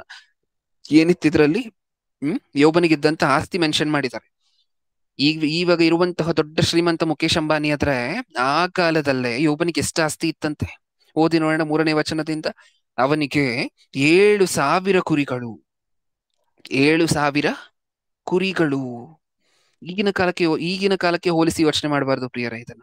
ಆಗಿನ ಕಾಲದಲ್ಲಿ ಆಸ್ತಿ ಐಶ್ವರ್ಯವನ್ನ ಹೇಗೆ ಅಳಿತಿದ್ರು ಹೇಳಿ? ಕುರಿಗಳು ಎಷ್ಟಿತ್ತೋ, ಒಂಟೆಗಳು ಎಷ್ಟಿತ್ತೋ ಇದರ ಮೂಲಕನೇ ಅಲ್ವಾ? ಯಾರ ಹತ್ರ ಹೆಚ್ಚು ಕುರಿ ಇದೆಯೋ, ಯಾರ ಹತ್ರ ಹೆಚ್ಚು ಒಂಟೆ ಇದೆಯೋ ಇವರೇ ಶ್ರೀಮಂತರು. ಈಗ ನೀವ್ ಯೋಚನೆ ಮಾಡಿ ನೋಡಿ, 7,000 ಕುರಿಗಳ 7,000 ಕುರಿಗಳ 7,000 ಕುರಿ ಪ್ರಸ್ತುತ ಎಷ್ಟಿದೆ? ಕುರಿಯ ರೇಟ್ ಎಷ್ಟಿದೆ ಗೊತ್ತಿರ್ಬೇಕು ನಾನ್ ವೆಜ್ ತಿನ್ನುವಂತವ್ರಿಗೆ. ಎಷ್ಟಿದೆ ಪ್ರಸ್ತುತ ಕುರಿಯ ರೇಟು? 7,000 ರೂಪಾಯಿನ 8,000 ರೂಪಾಯಿನ 10,000 ರೂಪಾಯಿ ಇದೆ ಹತ್ತತ್ರ. ನಾವು 7,000 ರೂಪಾಯಿ ಹಾಕೊಳ್ಳೋಣ ಪ್ರಿಯರೇ, ಕಮ್ಮಿ ಅಂತ ಹೇಳಿದ್ರು. 7,000 ರೂಪಾಯಿ ಒಂದು ಕುರಿಗೆ, 7,000 ಕುರಿ ತಂತೆ ಈ ಯೋಬನ ಹತ್ರ. ಎಷ್ಟಾಯ್ತು? 7 ಸ್ಕ್ವೇರ್ 49, 4,90,00,000, 5 ಕೋಟಿ ರೂಪಾಯಿ. 5 ಕೋಟಿ ರೂಪಾಯಿಯನ್ನ ಈಗಿನ ಕಾಲಕ್ಕೆ ಯೋಚನೆ ಮಾಡಬಾರ್ದು. ಯಾವಾಗಿನ ಕಾಲಕ್ಕೆ ಯೋಚನೆ ಮಾಡಬೇಕು? 5 ಕೋಟಿ ರೂಪಾಯಿ ಇತ್ತು ಈ ವ್ಯಕ್ತಿ ಹತ್ರ, 5 ಕೋಟಿ ರೂಪಾಯಿ ಬೆಲೆ ಬಾಳುವಂತ ಆಸ್ತಿ ಇತ್ತು ಅಂತ ಯಾವಾಗಿನ ಕಾಲಕ್ಕೆ ಯೋಚನೆ ಮಾಡಬೇಕು? ಯೋಬನ ಕಾಲಕ್ಕೆ. ಯೋಬನ ಕಾಲಕ್ಕೆ ಕ್ರಿಸ್ತ ಪೂರ್ವ ಸುಮಾರು 1,500 ವರ್ಷ. ಅಂದ್ರೆ ಇವಾಗೆ 3,500 ವರ್ಷಗಳ ಹಿಂದೆ ಯೋಬನು ಅನ್ನುವಂತಹ ಒಬ್ಬ ವ್ಯಕ್ತಿ ಎಸ್ಟಿಮೇಷನ್ ಪ್ರಕಾರ ಯೋಬನ ಚರಿತ್ರೆ ಯಾವ ಕಾಲಕ್ಕೆ ಸಂಬಂಧಪಟ್ಟಿದ್ದು ಅಂತ ಕಾಂಕ್ರೀಟ್ ಆಗಿ ಎವಿಡೆನ್ಸ್ ನಮ್ಮ ಹತ್ರ ಇಲ್ಲದೆ ಹೋದ್ರು ಸುಮಾರು 1,500 ವರ್ಷ ಅಂತ ಅನ್ಕೋಬಹುದು. ಕ್ರಿಸ್ತ ಪೂರ್ವ 1,500 ವರ್ಷ ಅಂದ್ರೆ ಈಗ್ಗೆ ಸುಮಾರು 3,500 ವರ್ಷಗಳ ಹಿಂದೆ 5 ಕೋಟಿ ರೂಪಾಯಿನ ವ್ಯಾಲ್ಯೂ ಎಷ್ಟು ಅಂತ ಯೋಚನೆ ಮಾಡಿ ನೋಡಿ. ನಾನು ಹೇಳಿದ್ ನಿಮ್ಗೆ ಅರ್ಥ ಆಯ್ತಾ? 3,500 ವರ್ಷಗಳ ಹಿಂದೆ 5 ಕೋಟಿ ರೂಪಾಯಿನ ವ್ಯಾಲ್ಯೂ ಎಷ್ಟು? ನೀವೇ ಕೂತ್ಕೊಂಡು ನಿಮ್ ಮಕ್ಳಿಗೆ ಹೇಳ್ತಿರ್ತಾರ ಇಲ್ವಾ? ನಾನು ಆಗಿನ ಕಾಲದಲ್ಲಿ ಮಗನೇ ₹1 ತಗೊಂಡು ಹೋದ್ರೆ ಅಂಗಡಿಗೆ ಇದನ್ನ ತಗೊಂಡು ಅದನ್ನ ತಗೊಂಡು ಇನ್ನೂ ಮತ್ತೆ ಚಿಲ್ಡ್ರೆಯನ್ನ ಉಳಿಸ್ಕೊಂಡು ಮನೆಗೆ ಬರ್ತಿದ್ದೆ ಅಂತ ನೀವ್ ಹೇಳ್ತಿರ್ತೀರಾ, ಹೌದಾ ಇಲ್ವಾ? ಅಂದ್ರೆ ನಿಮ್ಮ ಕಾಲಕ್ಕೆ, ನಿಮ್ಮ ಮಕ್ಕಳ ಕಾಲ ಇದು, ನಿಮ್ಮ ಕಾಲಕ್ಕೆ ಹಿಂದಿನ ಕಾಲಕ್ಕೆ ₹1 ಅಷ್ಟೊಂದು ಐಟಮ್ ತಗೊಂತಿದ್ರಿ ಅಂತ ಹೇಳಿದ್ರೆ ಯೋಬನ ಕಾಲಕ್ಕೆ 5 ಕೋಟಿ ರೂಪಾಯಿ ಅಂದ್ರೆ ಸುಮ್ನೆನ ಪ್ರಿಯರೇ? ಎಷ್ಟು ಆಸ್ತಿ ಇತ್ತು ವ್ಯಕ್ತಿ ಹತ್ರ, ಹೌದಾ? ಓಕೆ, 7,000 ಕುರಿ ನೆನ್ಪಿಟ್ಕೊಳ್ಳಿ. ನೆಕ್ಸ್ಟ್, ಅವನಿಗೆ 7,000 ಕುರಿಗಳು, 3,000 ಒಂಟೆಗಳು. 3,000 ಒಂಟೆನ? 3,000 ಒಂಟೆ. ಒಂದು ಒಂಟೆಯ ಬೆಲೆ 3.5 ಇಂದ 4 ಲಕ್ಷ ರೂಪಾಯಿ ಈಗ ಅರಬ್ ಕಂಟ್ರೀಸ್ ಅಲ್ಲಿ. ಈಗ ಯೋಚನೆ ಮಾಡಿ ನೋಡಿ, ನಾವು ಆಟೋ ರೇಟ್ ಎಷ್ಟು ಅಂತ ಹೇಳಿದ್ದೆ ನಾನು ಆಗ್ಲೇ ನಿಮ್ಗೆ? ಆಟೋ ರೇಟು ಎಷ್ಟು ಅಂತ ಹೇಳಿದ್ದೆ? 4 ಲಕ್ಷ ರೂಪಾಯಿನ. 4 ಲಕ್ಷ ರೂಪಾಯಿ ಬೆಲೆ ಬಾಳುವಂತಹ ಪ್ರಾಪರ್ಟಿ ಇಟ್ಕೊಂಡು 4 ಲಕ್ಷ ರೂಪಾಯಿ ಬೆಲೆ ಬಾಳುವಂತಹ ಒಂದೇ ಒಂದು ಆಟೋ ಇಟ್ಕೊಂಡು ನಮ್ಮ ಬಾಯಲ್ಲಿ ಬಂದಿದ್ ಮಾತಿ ಏನು? ನಾನ್ ಬಿಸಿ ಬ್ರದರ್ ಮಗನಿಗೆ ಕಲಿಸ್ಲಿಕ್ಕೆ ಸತ್ಯವೇದವನ್ನ ಅಂದ್ವಾ ಇಲ್ವಾ? ಒಂದು ಆಟೋ 4 ಲಕ್ಷ ರೂಪಾಯಿ ಬೆಲೆ ಬಾಳುವಂತ ಒಂದು ಆಟೋ ಇಟ್ಕೊಂಡು ನಾನು ಬಿಸಿ ಮಕ್ಕಳಿಗೆ ಕಲಿಸ್ಲಿಕ್ಕೆ ಅಂತ ಹೇಳಿದ್ವಿ. ಈಗ ಯೋಚನೆ ಮಾಡಿ ನೋಡಿ, ಯೋಬನ ಹತ್ರ 3,000 ಒಂಟೆ ಇತ್ತಂತೆ. 3,000 ಒಂಟೆ. ಒಂದು ಒಂಟೆಯ ಬೆಲೆ ಎಷ್ಟು? 4 ಲಕ್ಷ ರೂಪಾಯಿ. ಈಗ ಯೋಚನೆ ಮಾಡಿ ನೋಡಿ, ನಿಮ್ಮ ಆಟೋ ಬೆಲೆ ಒಂದು ಆಟೋ ಬೆಲೆ 4 ಲಕ್ಷ ಆದ್ರೆ ಒಂದು ಒಂಟೆಯ ಬೆಲೆ 4 ಲಕ್ಷ. ಯೋಬನ ಹತ್ರ ಈ ತರ ಆಟೋ ಬೆಲೆ ಬಾಳುವಂತಹ ಒಂಟೆಗಳು ಎಷ್ಟಿತ್ತು? 3,000ನ? ಸರಿಯಾಗಿ ಹೇಳ್ಬೇಕಂದ್ರೆ ಯೋಬನು ಮನೆ ಮುಂದೆ 3,000 ಆಟೋಗಳನ್ನ ನಿಲ್ಲಿಸ್ಕೊಂಡಿದ್ರು, ನಮ್ಮ ಭಾಷೆಯಲ್ಲಿ ಹೇಳ್ಬೇಕಾದ್ರೆ. ಹೌದಾ? ಒಂಟೆಯ ಬೆಲೆ ಆಟೋ ಬೆಲೆಗೆ ಸಂಬಂಧಪಟ್ಟ ಸೇರಿದ್ದೇನಾ? ಯೋಚನೆ ಮಾಡಿ ನೋಡಿ, ಈಗ ಕನ್ವರ್ಟ್ ಮಾಡಿ ನೋಡಿ ನೀವು. ಎಷ್ಟು ಆಟೋಗೆ ಓನರು ಇಷ್ಟಕ್ಕೂ ಯೋಬನು? ಎಷ್ಟು ಆಟೋ ಬೆಲೆ ಬಾಳುವಂತಹ ಒಂಟೆಗಳಿಗೆ ಓನರು ಹೇಳಿ ಯೋಬನು ಇಷ್ಟಕ್ಕೂ? 3,000ನ? ಒಂದು ಆಟೋ ಇಟ್ಕೊಂಡು ಬಿಸಿ ಅಂದ್ವಿ. ಯೋಬನು 3,000 ಆಟೋಗಳಿಗೆ ಓನರ್, 7,000 ಕುರಿಗಳು, 3,000 ಒಂಟೆಗಳು. ನೆಕ್ಸ್ಟ್ ಮುಂದೆ 3,000 ಒಂಟೆಗಳು, 500 ಜೋಡಿ ಎತ್ತುಗಳು. 500 ಜೋಡಿ ಎತ್ತುಗಳು ಅಂದ್ರೆ 1,000 ಎತ್ತುಗಳು. ಹೌದಾ? ಒಂದು ಜೋಡಿ ಅಂದ್ರೆ 2, 500 ಜೋಡಿ ಎತ್ತುಗಳು ಅಂದ್ರೆ 1,000 ಎತ್ತುಗಳನ್ನು ಕೊಂಡ್ಕೊಳ್ಲಿಕ್ಕೆ ಒಬ್ಬ ರೈತ ಎಷ್ಟು ಕಷ್ಟಪಡ್ತಿದ್ದಾನೆ. ಒಂದು ಜೊತೆ ಎತ್ತನ್ನ ಕೊಂಡ್ಕೊಳ್ಲಿಕ್ಕೆ ರೈತ ಎಷ್ಟು ಕಷ್ಟಪಡ್ತಿದ್ದಾನೆ ಅಂತ ಹೇಳಿದ್ರೆ ರೈತನ ಕಷ್ಟ ಗೊತ್ತಾದ್ರೆ ನಮಗೆ ಗೊತ್ತಾಗುತ್ತೆ, ಓ ಇಷ್ಟೊಂದು ಕಾಸ್ಟ್ಲಿನ ಎತ್ತಿನ ಬೆಲೆ ಅಂತ ಹೇಳಿ. ಎಷ್ಟು ಎತ್ತಿತ್ತಂತೆ ಯೋಬನ ಹತ್ರ? 1,000 ಎತ್ತು. ನೆಕ್ಸ್ಟ್ ಮುಂದೆ 500 ಹೆಣ್ಣು ಕತ್ತೆಗಳು. ಆಮೇಲೆ ಮುಂದೆ ಕೊನೆ ಪಾಯಿಂಟ್, ಮುಂದೆ ತುಂಬಾ ಮುಖ್ಯವಾಗಿರುವಂತಹದನ್ನು ಹೇಳಿದ್ದಾರೆ. ಅನೇಕ ಸೇವಕರು. ಆಸ್ತಿಯಲ್ಲಿ ಏನೇನು ಇನ್ಕ್ಲೂಡ್ ಆಗಿತ್ತು? 7,000 ಕುರಿಗಳು, 3,000 ಒಂಟೆಗಳು, 500 ಜೋಡಿ ಎತ್ತುಗಳು, 500 ಹೆಣ್ಣು ಕತ್ತೆಗಳು, ಅದರ ಜೊತೆ ಅನೇಕ ಸೇವಕರು ಅಂದ್ರೆ ನಮ್ಗೆ ಏನ್ ಅರ್ಥ ಆಗ್ತದೆ? ಎಷ್ಟು ಜನ ಕೈ ಕೆಲಸದವರು ಇದ್ರಂತೆ ಯೋಬನ ಕೈ ಕೆಳಗೆ ಕೆಲಸ ಮಾಡುವಂತವ್ರು? ಎಷ್ಟು ಜನ ಕೆಲಸದವರಿದ್ರು? ಸದ್ಯಕ್ಕಂತೂ ಲೆಕ್ಕ ಮಾಡ್ಲಿಕ್ಕೆ ಆಗೋದಿಲ್ಲ. ತುಂಬಾ ಜನ ಡೈಲಿ ಅಪಾಯಿಂಟ್ಮೆಂಟ್ ತಗೊಂಡಿರ್ತಾರೆ, ತುಂಬಾ ಜನ ಡೈಲಿ ರಿಟೈರ್ ಆಗ್ತಿರ್ತಾರೆ. ಸದ್ಯಕ್ಕಂತೂ ಕೌಂಟ್ ಮಾಡ್ಲಿಕ್ಕೆ ಆಗೋದಿಲ್ಲ. ಅಷ್ಟು ಫೋರ್ಸ್ ಇತ್ತು, ಅಷ್ಟು ವರ್ಕ್ ಫೋರ್ಸ್ ಇತ್ತು ಯೋಬನ ಕೈ ಕೆಳಗೆ. ಇಷ್ಟಕ್ಕೆಲ್ಲ ಓನರ್ ಯಾರು? ಯೋಬನು. ಇಷ್ಟು ಜನ ಕೆಲಸದವ್ರ ಕೈ ಕೆಳಗೆ ಯೋಬನ ಕೈ ಕೆಳಗಿದ್ದಾರೆ ಅಂತ ಹೇಳಿದ್ರೆ ನೀವ್ ಯೋಬನನ್ನ ಭೇಟಿ ಮಾಡ್ಲಿಕ್ಕೆ ಆಗತ್ತ ಪ್ರಿಯ? ನಾವ್ ಯೋಬನ ಕಾಲದಲ್ಲಿ ಇದ್ವಿ ಅಂತ ಅನ್ಕೊಳ್ಳಿ. ಯೋಬನ ಕಾಲದಲ್ಲಿ ನಾವಿದ್ವಿ. ಓಕೆ, ಯೋಬನ ಕಾಲದಲ್ಲಿ ನಾವಿದ್ದು ಇಮಿಡಿಯೇಟ್ ನಾನು ಯೋಬನನ್ನ ಭೇಟಿ ಮಾಡ್ಬೇಕು ಅಂತ ಹೇಳಿದ್ರೆ ಆಗ್ತಿತ್ತ? ಆಗುವಂತಹ ಕೆಲಸನೇನಾದ್ರು ಆಗ್ತಿತ್ತ? ಈ ಕೆಲಸ ಆಗ್ತಿತ್ತ? ಏನಾದ್ರೂ ಯೋಬನಿಗೆ ಹೇಳ್ಬೇಕಂತ ಹೇಳಿದ್ರೆ ಅವನ ಕೈ ಕೆಳಗಡೆ ಯೋಬನ ಕೈ ಕೆಳಗೆ ಸಾವಿರಾರು ಜನ ಕೆಲಸದವ್ರು ಇರ್ತಾರೆ. ಅವರಿಗೆ ಫಸ್ಟ್ ಮುಟ್ಸಿ ಸುದ್ದಿಯನ್ನ. ಹೌದಾ? ಅದಾದ ನಂತರ ಯೋಬನಿಗೆ ತಲುಪುತ್ತೆ. ಹೇಗೆ ಮುಖೇಶ್ ಅಂಬಾನಿಯನ್ನ ಭೇಟಿ ಮಾಡ್ಬೇಕಾದ್ರೆ ಈ ಕಾಲದಲ್ಲಿ ಆಗೋದಿಲ್ವೋ, ಯೋಬನನ್ನ ಭೇಟಿ ಮಾಡ್ಲಿಕ್ಕೆ ಆ ಕಾಲದಲ್ಲಿ ಅಷ್ಟೊಂದು ಕಷ್ಟ. ಯಾಕೆಂದ್ರೆ ಯೋಬನು ಅಷ್ಟೊಂದು ದೊಡ್ಡ ಬಿಸಿ ಪರ್ಸನ್, ಅಷ್ಟೊಂದು ದೊಡ್ಡ ಬಿಸ್ನೆಸ್ ಮ್ಯಾನ್, ಅಷ್ಟೊಂದು ದೊಡ್ಡ ಶ್ರೀಮಂತ. ಇದಿಷ್ಟು ನಮ್ಗೆ ಅರ್ಥ ಆಯ್ತಾ? ಇಷ್ಟು ನಮ್ಗೆ ಅರ್ಥ ಆಯ್ತಾ? ಒಂದ್ ಆಟೋ ಇಟ್ಕೊಂಡೆ ಬಿಸಿ ಅಂದ್ವಲ್ವಾ? ಯೋಬನ ಹತ್ರ ಆಟೋ ಬೆಲೆ ಬಾಳುವಂತ ಒಂಟೆಗಳು 3,000 ಇತ್ತು. ಕೋಟ್ಯಾಧಿಪತಿ ಯೋಬನು. ನಮ್ ಕೈ ಕೆಳಗೆ 2-3 ಜನನೂ ಕೆಲ್ಸದವ್ರು ಇರೋದಿಲ್ಲ ಪ್ರಿಯರೇ, ಸರಿಯಾಗಿ ಹೇಳ್ಬೇಕಂದ್ರೆ. ಹೌದಾ? ಓಪನ್ ಆಗಿ ಹೇಳ್ಬೇಕಂದ್ರೆ 2-3 ಜನ ಕೆಲ್ಸದವ್ರು ಇದಾರ ನಿಮ್ ಕೈ ಕೆಳಗೆ? ನೋಡಿ, ಯೋಚನೆ ಮಾಡ್ಕೊಂಡು ನೋಡ್ಕೊಳ್ಳಿ. ಯೋಬನ ಕೈ ಕೆಳಗೆ ಸಾವಿರಾರು ಜನ ಕೈ ಕೆಲಸದವರು, ಯೋಬನ ಕೈ ಕೆಳಗಡೆ ಕೆಲಸ ಮಾಡ್ತಿರುವಂತ. ಇಷ್ಟೊಂದು ಬಿಸಿ ಪರ್ಸನ್ ಯೋಬನು. ಇಷ್ಟು ಬಿಸಿ ಇದ್ರು ಯಾವತ್ತೂ ಏನ್ ತಪ್ಪಿಸಿಲ್ಲ ಗೊತ್ತಾ? ಇನ್ನ ಇನ್ನ ಇನ್ನ ಎಷ್ಟು ದೊಡ್ಡ ಶ್ರೀಮಂತ ಅಂದ್ರೆ ಇನ್ನೊಂದೇ ಒಂದು ಪಾಯಿಂಟ್ ಇದೆ ಕೆಳಗಡೆ. 3ನೇ ವಚನ ಕೊನೆಯಲ್ಲಿ 4ನೇ ವಚನದ ಸ್ಟಾರ್ಟಿಂಗ್ ಅಲ್ಲಿ ಅದನ್ನು ನೋಡ್ಕೊಂಡು ಮುಂದೆ ಹೋಗೋಣ. ಇದ್ದದ್ದರಿಂದ ಅವನು ಮೂಡಣ ದೇಶದವರಲ್ಲೆಲ್ಲ ಹೆಚ್ಚು ಸ್ವಾಸ್ಥ್ಯವುಳ್ಳವನಾಗಿದ್ದನು. ಅವನು ಮೂಡಣ ದೇಶದವರಲ್ಲಿದ್ದ ಎಲ್ಲಾ ಜನರಲ್ಲೂ ಸಹ ಹೆಚ್ಚು ಸ್ವಾಸ್ಥ್ಯವುಳ್ಳವನಾಗಿದ್ದನು. ಮೂಡಣ ದೇಶ ಅಂತ ಹೇಳಿದ್ರೆ, ಮೂಡಣ ದೇಶಗಳು ಅಂತ ಅವಾಗ ಹೆಂಗ್ ಕರಿತಿದ್ರು ಗೊತ್ತಾ? ಭಾರತ ದೇಶ ಅಂದ್ರೆ ಒಂದು ದೇಶವನ್ನ ಕರಿತಿರ್ಲಿಲ್ಲ. ಹೆಂಗ್ ಕರಿತಿದ್ರು? ಮೂಡಣ ದೇಶ ಅಂತ ಹೇಳಿದ್ರೆ ಒಂದು ಗ್ರೂಪ್ ಆಫ್ ಕಂಟ್ರೀಸ್, ಒಂದಷ್ಟು ದೇಶಗಳನ್ನ ಸೇರಿದ್ರೆ ಮೂಡಣ ದೇಶ ಅಂತ ಹೇಳಿ ಕರಿಬಹುದು. ಡಿವಿಷನ್ ಇರ್ಲಿಲ್ಲ ಪ್ರಿಯರೇ ಆಗ. ನಮ್ ಚಿಕ್ಕ ದೇಶವನ್ನ ತಗೊಂಡು ನಾವು ಇಂಡಿಯಾ ಅಂತ ಕರ್ಕೊಂತೀವಿ, ಪಕ್ಕದಲ್ಲಿ ಇನ್ನೂ ಚಿಕ್ಕ ದೇಶವನ್ನ ಅವ್ರು ನಮ್ಮ ದೇಶ ಇದು ಚೈನಾ ಅಂತ ಕರ್ಕೊಂತಾರೆ. ಈ ತರ ಡಿವಿಷನ್ ಇರ್ಲಿಲ್ಲ. ಒಂದಷ್ಟು ದೊಡ್ಡ ಗ್ರೂಪ್ ಆಫ್ ಕಂಟ್ರೀಸ್ಗೆ ಅತ್ಯಂತ ದೊಡ್ಡ ಶ್ರೀಮಂತ ಯಾರು ಅಂತ ಹೇಳಿದ್ರೆ ಯೋಬನ ಹೆಸರು ಹೇಳ್ತಿದ್ರು ಜನ. ಈಗಿನ ಕಾಲದಲ್ಲಿ ಮುಖೇಶ್ ಅಂಬಾನಿ ಅಂತ ಹೆಂಗ್ ಹೇಳ್ಕೊಂತೀವೋ ಸೌತ್ ಏಷ್ಯಾಗೆ ಭಾರತ ದೇಶಕ್ಕೆ, ಆಗಿನ ಕಾಲದಲ್ಲಿ ಯಾರು ದೊಡ್ಡ ಶ್ರೀಮಂತ ಅಷ್ಟೂ ದೇಶಗಳಿಗೆ ಅಂತ ಹೇಳಿದ್ರೆ ಯಾರನ್ನ ಹೇಳ್ಬೋದಿತ್ತು? ಯೋಬನನ್ನ ಹೇಳ್ಬೋದಿತ್ತು. ಹೌದಾ? ಈಗ ಇಂಥ ಯೋಬನು ಮಕ್ಕಳನ್ನ ಹೇಗ್ ಬೆಳೆಸ್ತಿದ್ರು ಗೊತ್ತಾ? ಇಷ್ಟೆಲ್ಲ ಏನಕ್ಕೋಸ್ಕರ ಹೇಳ್ಬೇಕಾಯ್ತು? ಯೋಬನ ಆಸ್ತಿಯ ಬಗ್ಗೆ ಇಷ್ಟೊಂದೆಲ್ಲ ವಿವರಿಸಿ ಏನಕ್ಕೋಸ್ಕರ ಹೇಳ್ಬೇಕಾಯ್ತು ಹೇಳಿ? ಇಷ್ಟೆಲ್ಲ ಇದೆ ಬ್ರದರ್ ಸತ್ಯವೇದದಲ್ಲಿ. ಮಕ್ಕಳಿಗೆ ಕಲಿಸಿ ಅವ್ರು ಉನ್ನತರಾಗ್ತಾರೆ, ಉತ್ತಮರಾಗ್ತಾರೆ, ಜನರ ಹತ್ರ ಹೆಸರು ತಗೋತಾರೆ, ದೇವರ ಹತ್ರ ಹೆಸರು ತಗೋತಾರೆ ಅಂತ ಜನರಿಗೆ ಹೇಳಿದ್ರು ಅವ್ರ ಬಾಯಿಂದ ಬರುವಂತಹ ಪ್ರಶ್ನೆ ಒಂದೇ, ಬ್ರದರ್ ನೀವ್ ಹೇಳಿದ್ದೆಲ್ಲ ಚೆನ್ನಾಗಿದೆ, ಆದ್ರೆ ನಾವು ಬಿಸಿ ಅಲ್ವಾ? ಒಂದು ಆಟೋ ಇದೆ, ಬಿಸಿ ಅಲ್ವಾ? ಇದೆಲ್ಲ ಹೇಳೋದಕ್ಕೆ, ಈ ರೀಸನ್ ಗಳನ್ನ ಕೊಡೋದಕ್ಕೆ ಈ ಚರಿತ್ರೆಯನ್ನ ಹೇಳ್ಬೇಕಾಯ್ತು. ಈಗ ಇಷ್ಟೊಂದು ಬಿಸಿ ಇರುವಂತಹ ಯೋಬನು ಮಕ್ಕಳನ್ನ ಹೇಗ್ ಬೆಳೆಸ್ತಿದ್ರು ಗೊತ್ತಾ? 4ನೇ ವಚನ. ಅವನ ಕುಮಾರರು ಒಂದೊಂದು ದಿನ 5ನೇ ವಚನವನ್ನು ಮನೆಯಲ್ಲಿ, ಒಂದೇ ಸರಿ 1ನೇ ಅಧ್ಯಾಯ 5ನೇ ವಚನ. ಔತಣ ಸರದಿ ತೀರಿದ ನಂತರ ಯೋಬನು ತನ್ನ ಮಕ್ಕಳು ಒಂದು ವೇಳೆ ಹೃದಯದಲ್ಲಿ ದೇವರನ್ನು ದೂಷಿಸಿ ಪಾಪ ಮಾಡಿರಬಹುದು ಎಂದು ಅವರನ್ನು ಕರೆಸಿ ಶುದ್ಧಿಪಡಿಸಿ ಬೆಳಗ್ಗೆ ಎದ್ದು ಅವರ ಸಂಖ್ಯೆಗೆ ತಕ್ಕಂತೆ ಹೋಮಗಳನ್ನು ಅರ್ಪಿಸುತ್ತಿದ್ದನು. ಹೀಗೆ ಯೋಬನು ಕ್ರಮವಾಗಿ ಮಾಡುತ್ತಿದ್ದನು. ಸಾಕು. ಏನ್ ಓದ್ಕೊಂಡ್ವಿ 5ನೇ ವಚನದಲ್ಲಿ? ಹೆಂಗ್ ಬೆಳೆಸ್ತಿದ್ರಂತೆ ಮಕ್ಕಳನ್ನ? ಔತಣ ಸರದಿ ತೀರಿದ ನಂತರ ಯೋಬನು ತನ್ನ ಮಕ್ಕಳು ಒಂದು ವೇಳೆ ಹೃದಯದಲ್ಲಿ ದೇವರನ್ನು ದೂಷಿಸಿ ಪಾಪ ಮಾಡಿರಬಹುದು ಎಂದು. ಏನ್ ಓದ್ಕೊಂಡ್ವಿ? ಆ ಸೆಂಟೆನ್ಸ್ ಹಂಗೆ ನೆನ್ಪಿಟ್ಕೊಳ್ಳಿ. ಯೋಬನು ಒಂದು ವೇಳೆ ನನ್ನ ಮಕ್ಕಳು ಹೃದಯದಲ್ಲಿ ಪಾಪ ಮಾಡಿರಬಹುದು ಎಂದು. ಏನರ್ಥ ಆಯ್ತು ನಮ್ಗೆ? ಒಂದು ವೇಳೆ ತನ್ನ ಮಕ್ಕಳು ಹೃದಯದಲ್ಲಿ ಪಾಪ ಮಾಡಿರಬಹುದು ಎಂದು. ಹೆಂಗಿದೆ ಸಿಚುವೇಶನ್? ಹೆಂಗಿದೆ? ಯೋಬನ ಮಕ್ಕಳು ಪಾಪ ಮಾಡಿದಾರ? ಆಲ್ರೆಡಿ ಪಾಪ ಮಾಡಿದಾರ? ಇನ್ನ ಕನ್ಫರ್ಮ್ ಆಗಿಲ್ಲ ಅದು. ಯೋಬನ್ ಏನಂತ ಅನ್ಕೊಂತಿದಾರೆ ಗೊತ್ತಾ? ನನ್ನ ಮಕ್ಕಳು ಒಂದು ವೇಳೆ ಪಾಪ ಮಾಡಿರಬಹುದು. ಇನ್ನು ಡೌಟ್ ಬಂದಿದೆ ಅಷ್ಟೇ. ಮಕ್ಕಳು ಪಾಪ ಮಾಡಿದಾರ ಇಲ್ವಾ ಅಂತ ಕನ್ಫರ್ಮ್ ಆಗಿಲ್ಲ, ಇನ್ನು ಡೌಟ್ ಬಂದಿದೆ ಅಷ್ಟೇ. ಅದು ಎಲ್ಲಿ? ಹೊರಗಡೆ ಮಾಡಿರುವಂತಹ ಪಾಪ ಅಲ್ಲ ಇದು. ಹೃದಯದಲ್ಲಿ ದೇವರ ವಿರುದ್ಧವಾಗಿ ಏನಾದ್ರು ತಪ್ಪು ಮಾಡಿದಾರ? ಹೃದಯದಲ್ಲಿ, ಹೊರಗಡೆ ಇನ್ನು ಕ್ರಿಯೆಯಿಂದ ಮಾಡಿರುವಂತಹ ಪಾಪ ಅಲ್ಲ. ನನ್ನ ಮಕ್ಕಳು ಒಂದು ವೇಳೆ, ಇನ್ನು ಕನ್ಫರ್ಮ್ ಆಗಿಲ್ಲ ಪಾಪ ಮಾಡಿದ್ದಾರೆ ಅಂತ, ಒಂದು ವೇಳೆ ತನ್ನ ಹೃದಯದಲ್ಲಿ, ಹೊರಗಡೆ ಮಾಡಿರುವಂತಹದಲ್ಲ, ಹೃದಯದಲ್ಲಿ ಏನಾದ್ರೂ ದೇವರ ವಿರುದ್ಧವಾಗಿರುವಂತಹ ಆಲೋಚನೆ ಮಾಡಿದಾರ?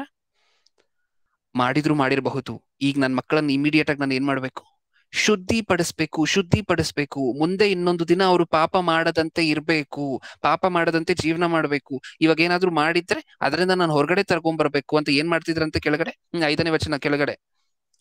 ದೂಷಿಸಿ ಪಾಪ ಮಾಡಿರಬಹುದು ಎಂದು ಅವರನ್ನು ಕರೆಸಿ ಶುದ್ಧಿಪಡಿಸಿ ಬೆಳಿಗ್ಗೆ ಎದ್ದು ಅವರ ಸಂಖ್ಯೆಗೆ ತಕ್ಕಂತೆ ಹೋಮಗಳನ್ನು ಅರ್ಪಿಸುತ್ತಿದ್ದನು. ಹೀಗೆ ಯೋಬನು ಕ್ರಮವಾಗಿ ಮಾಡುತ್ತಿದ್ದನು. ರೆಗ್ಯುಲರ್ ಆಗಿ ಮಾಡ್ತಿದ್ರಂತೆ ಯೋಬನು ಕೆಲಸವನ್ನ. ಏನ್ ಮಾಡ್ತಿದ್ರಂತೆ? ಮಕ್ಕಳನ್ನ ಕರೆಸಿ. ಹೌದಾ? ಮಕ್ಕಳನ್ನ ಕರೆಸಿ ಅಂದ್ರೆ ಏನು ಪ್ರಿಯರೇ? ಅಂದ್ರೆ ಒಬ್ಬ ಕೆಲಸದವ್ರನ್ನ ಕಳಿಸಿ ಅಥವಾ ಇನ್ನೊಬ್ಬರ ಮೂಲಕ ಮಕ್ಕಳೆಲ್ಲರೂ ದೂರ ಹೋಗಿದ್ರೆ ಫಸ್ಟ್ ನೀವು ಮನೆಗೆ ಬನ್ನಿ. ಏನಕ್ಕೋಸ್ಕರ ಮನೆಗೆ ಬರ್ಬೇಕು? ನೀವು ದೇವರ ವಿರುದ್ಧವಾಗಿ ನಿಮ್ಮ ಮನಸ್ಸಲ್ಲಿ ಒಂದು ವೇಳೆ ತಪ್ಪು ಮಾಡಿರಬಹುದು, ನನಗೆ ಡೌಟ್ ಬಂದಿದೆ, ಈಗ ನಿಮ್ಮನ್ನ ಏನ್ ಮಾಡ್ಬೇಕು? ನಾನು ಇಮಿಡಿಯೇಟ್ ಆಗಿ ಶುದ್ಧಿಪಡಿಸ್ಬೇಕು. ಶುದ್ಧಿಪಡಿಸುವಂತಹದ್ದು ಅಂದ್ರೆ ನೀರು ಚುಮ್ಕೋಸುವಂತಹದ್ದು ಅಥವಾ ಸ್ನಾನ ಮಾಡಿಸುವಂತಹದ್ದು ಅಲ್ಲ ಪ್ರಿಯರೇ. ದೇವರ ವಾಕ್ಯದಿಂದ ದೇವರೇ ಶುದ್ಧಿಪಡಿಸಿದ್ರು ಯೋಬನು ತನ್ನ ಮಕ್ಕಳನ್ನ ಅಂತ ಬರ್ಸಿದ್ದಾರೆ. ಅಂದ್ರೆ ಅದಕ್ಕೆ ಅರ್ಥ ಏನು? ವಾಕ್ಯದ ಮೂಲಕ ಯೋಬನು ತನ್ನ ಮಕ್ಕಳನ್ನ ಶುದ್ಧಿಪಡಿಸ್ತಿದ್ರು. ಯಾವ ರೀತಿ? ಈ ಸರಿ ನಿಮ್ಮಿಂದ ತಪ್ಪಾಗಿದ್ರೆ ನಾನು ಅದರ ನಿಮಿತ್ತ ಒಂದು ಬಲಿಯನ್ನ ಯಜ್ಞವನ್ನ ಸಮರ್ಪಿಸ್ತಿದ್ದೀನಿ, ಮರೆತು ಬಿಡಿ. ಈ ಸರಿ ತಪ್ಪಾಗಿದ್ರೆ ಅದರ ನಿಮಿತ್ತ ಪಶ್ಚಾತ್ತಾಪ ಪಟ್ಟು ಅದನ್ನ ಬಿಡಿ. ಆದರೆ ಈ ತಪ್ಪು ಇನ್ನೊಂದು ಸರಿ ಮುಂದೆ ಯಾವತ್ತೂ ಆಗಬಾರದು. ಈ ಸರಿ ನೀವು ಮಾಡಿರುವಂತಹ ತಪ್ಪಿನ ನಿಮಿತ್ತ ದೇವ್ರ ಮುಂದೆ ಕ್ಷಮೆ ಕೇಳ್ಕೊಳ್ಳಿ. ಮುಂದೆ ಇನ್ನೊಂದು ಸರಿ ಇದೇ ತಪ್ಪನ್ನ ಮಾಡಬಾರದು. ಇದೇ ಅಲ್ವಾ ಶುದ್ಧಿಪಡಿಸುವಂತಹದ್ದು ಅಂದ್ರೆ? ಇದೇ ಅಲ್ವಾ ಸತ್ಯವೇದ ಪ್ರಕಾರ ಶುದ್ಧಿಪಡಿಸುವಂತಹದ್ದು ಅಂದ್ರೆ? ಯೇಸು ಕ್ರಿಸ್ತರು ತನ್ನ ರಕ್ತದ ಮೂಲಕ ನಮ್ಮನ್ನು ಶುದ್ಧಿಪಡಿಸಿದ್ರಂತೆ. ಹೇಗ್ ಶುದ್ಧಿಪಡಿಸಿದ್ರು ಅಂದ್ರೆ ಅದಕ್ಕೆ ಅರ್ಥ ಏನು? ನಮ್ಮ ಯೇಸು ಕ್ರಿಸ್ತರ ರಕ್ತ ನಮ್ಗೆ ಏನಾದ್ರು ಟಚ್ ಆಯ್ತಾ? ಬಯೋಲಾಜಿಕಲ್ ಆಗಿ ನಿಜವಾಗ್ಲೂ ತನ್ನ ರಕ್ತ ಏನಾದ್ರು ಟಚ್ ಆಯ್ತಾ? ಇಲ್ಲ. ಹಾಗಾದ್ರೆ ಶುದ್ಧಿಪಡಿಸಿದ್ರು ಅಂದ್ರೆ ಅದಕ್ಕೆ ಅರ್ಥ ಏನು? ಮಕ್ಕಳ, ಇನ್ ಮುಂದೆ ನೀವು ಮಾಡಿರುವಂತಹ ತಪ್ಪನ್ನ, ಇಷ್ಟು ದಿನ ಮಾಡಿರುವಂತಹ ತಪ್ಪನ್ನ ನಾನು ಕ್ಷಮಿಸಿದ್ದೀನಿ, ಇನ್ ಮುಂದೆ ನೀವು ತಪ್ಪನ್ನ ಮಾಡಬಾರ್ದು. ಇದೆ ಅಲ್ವಾ ಅದಕ್ಕೆ ಅರ್ಥ? ಶುದ್ಧಿಪಡಿಸುವಂತಹದ್ದು ಅಂದ್ರೆ ಅದಕ್ಕೆ ಅರ್ಥ ಇದೆ ಅಲ್ವಾ? ಯೋಬನೂ ಸಹ ತನ್ನ ಮಕ್ಕಳನ್ನು ಶುದ್ಧಿಪಡಿಸ್ತಿದ್ರಂತೆ. ಹೇಗೆ? ಇದನ್ನ ಹೇಳಿ, ಹೌದಾ? ವಾಕ್ಯವನ್ನ ತನ್ನ ಮಕ್ಕಳಿಗೆ ಹೇಳ್ಕೊಟ್ಟು, ಯೋಬನೇ ನಿಮಗೆ ಟೈಮ್ ಎಲ್ಲಿರ್ತಿತ್ತು? ನೀವು ಇಷ್ಟೊಂದು ಬಿಸಿ ಅಲ್ವಾ? ನೀವು ಶ್ರೀಮಂತ ಅಲ್ವಾ? ಟಾಪ್ 10 ಅಲ್ಲ, ಟಾಪ್ 3 ಅಲ್ಲಿ ಫಸ್ಟ್ ರ್ಯಾಂಕ್ ನಿಮ್ದೇ ಅಲ್ವಾ? ಶ್ರೀಮಂತಿಕೆಯಲ್ಲಿ ಫಸ್ಟ್ ಬಿಸ್ನೆಸ್ ಮ್ಯಾನ್ ನೀವೇ ಅಲ್ವಾ? ನಿಮಗೆ ಟೈಮ್ ಎಲ್ಲಿ ಸಿಕ್ತಿತ್ತು ಅಂತ ಹೇಳಿದ್ರೆ ಟೈಮ್ ಮಾಡ್ಕೊಂತಿದ್ರು. ಹೌದಾ? ಏನೇನ್ ಅರ್ಥ ಆಯ್ತು ಪ್ರಿಯರೇ ನಮ್ಗೆ ಇಷ್ಟೊತ್ತು? ಏನರ್ಥ ಆಯ್ತು?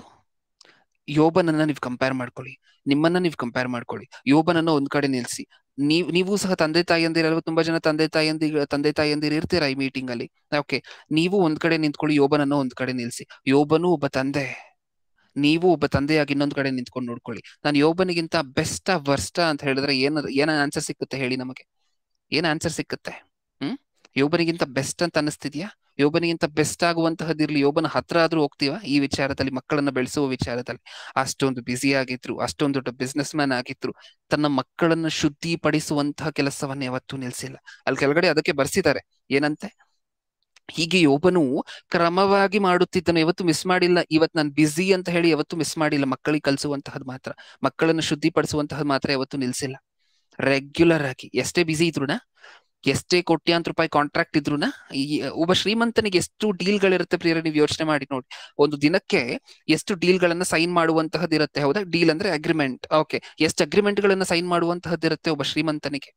ಕೆಲಸ ಏನು? ದೊಡ್ಡ ಬಿಸ್ನೆಸ್ ಮ್ಯಾನ್ ಅಂತ ಅನ್ಕೊಳ್ಳಿ. ಈ ಬಿಸ್ನೆಸ್ ಮ್ಯಾನ್ ಕೆಲಸ ಏನಿರುತ್ತೆ?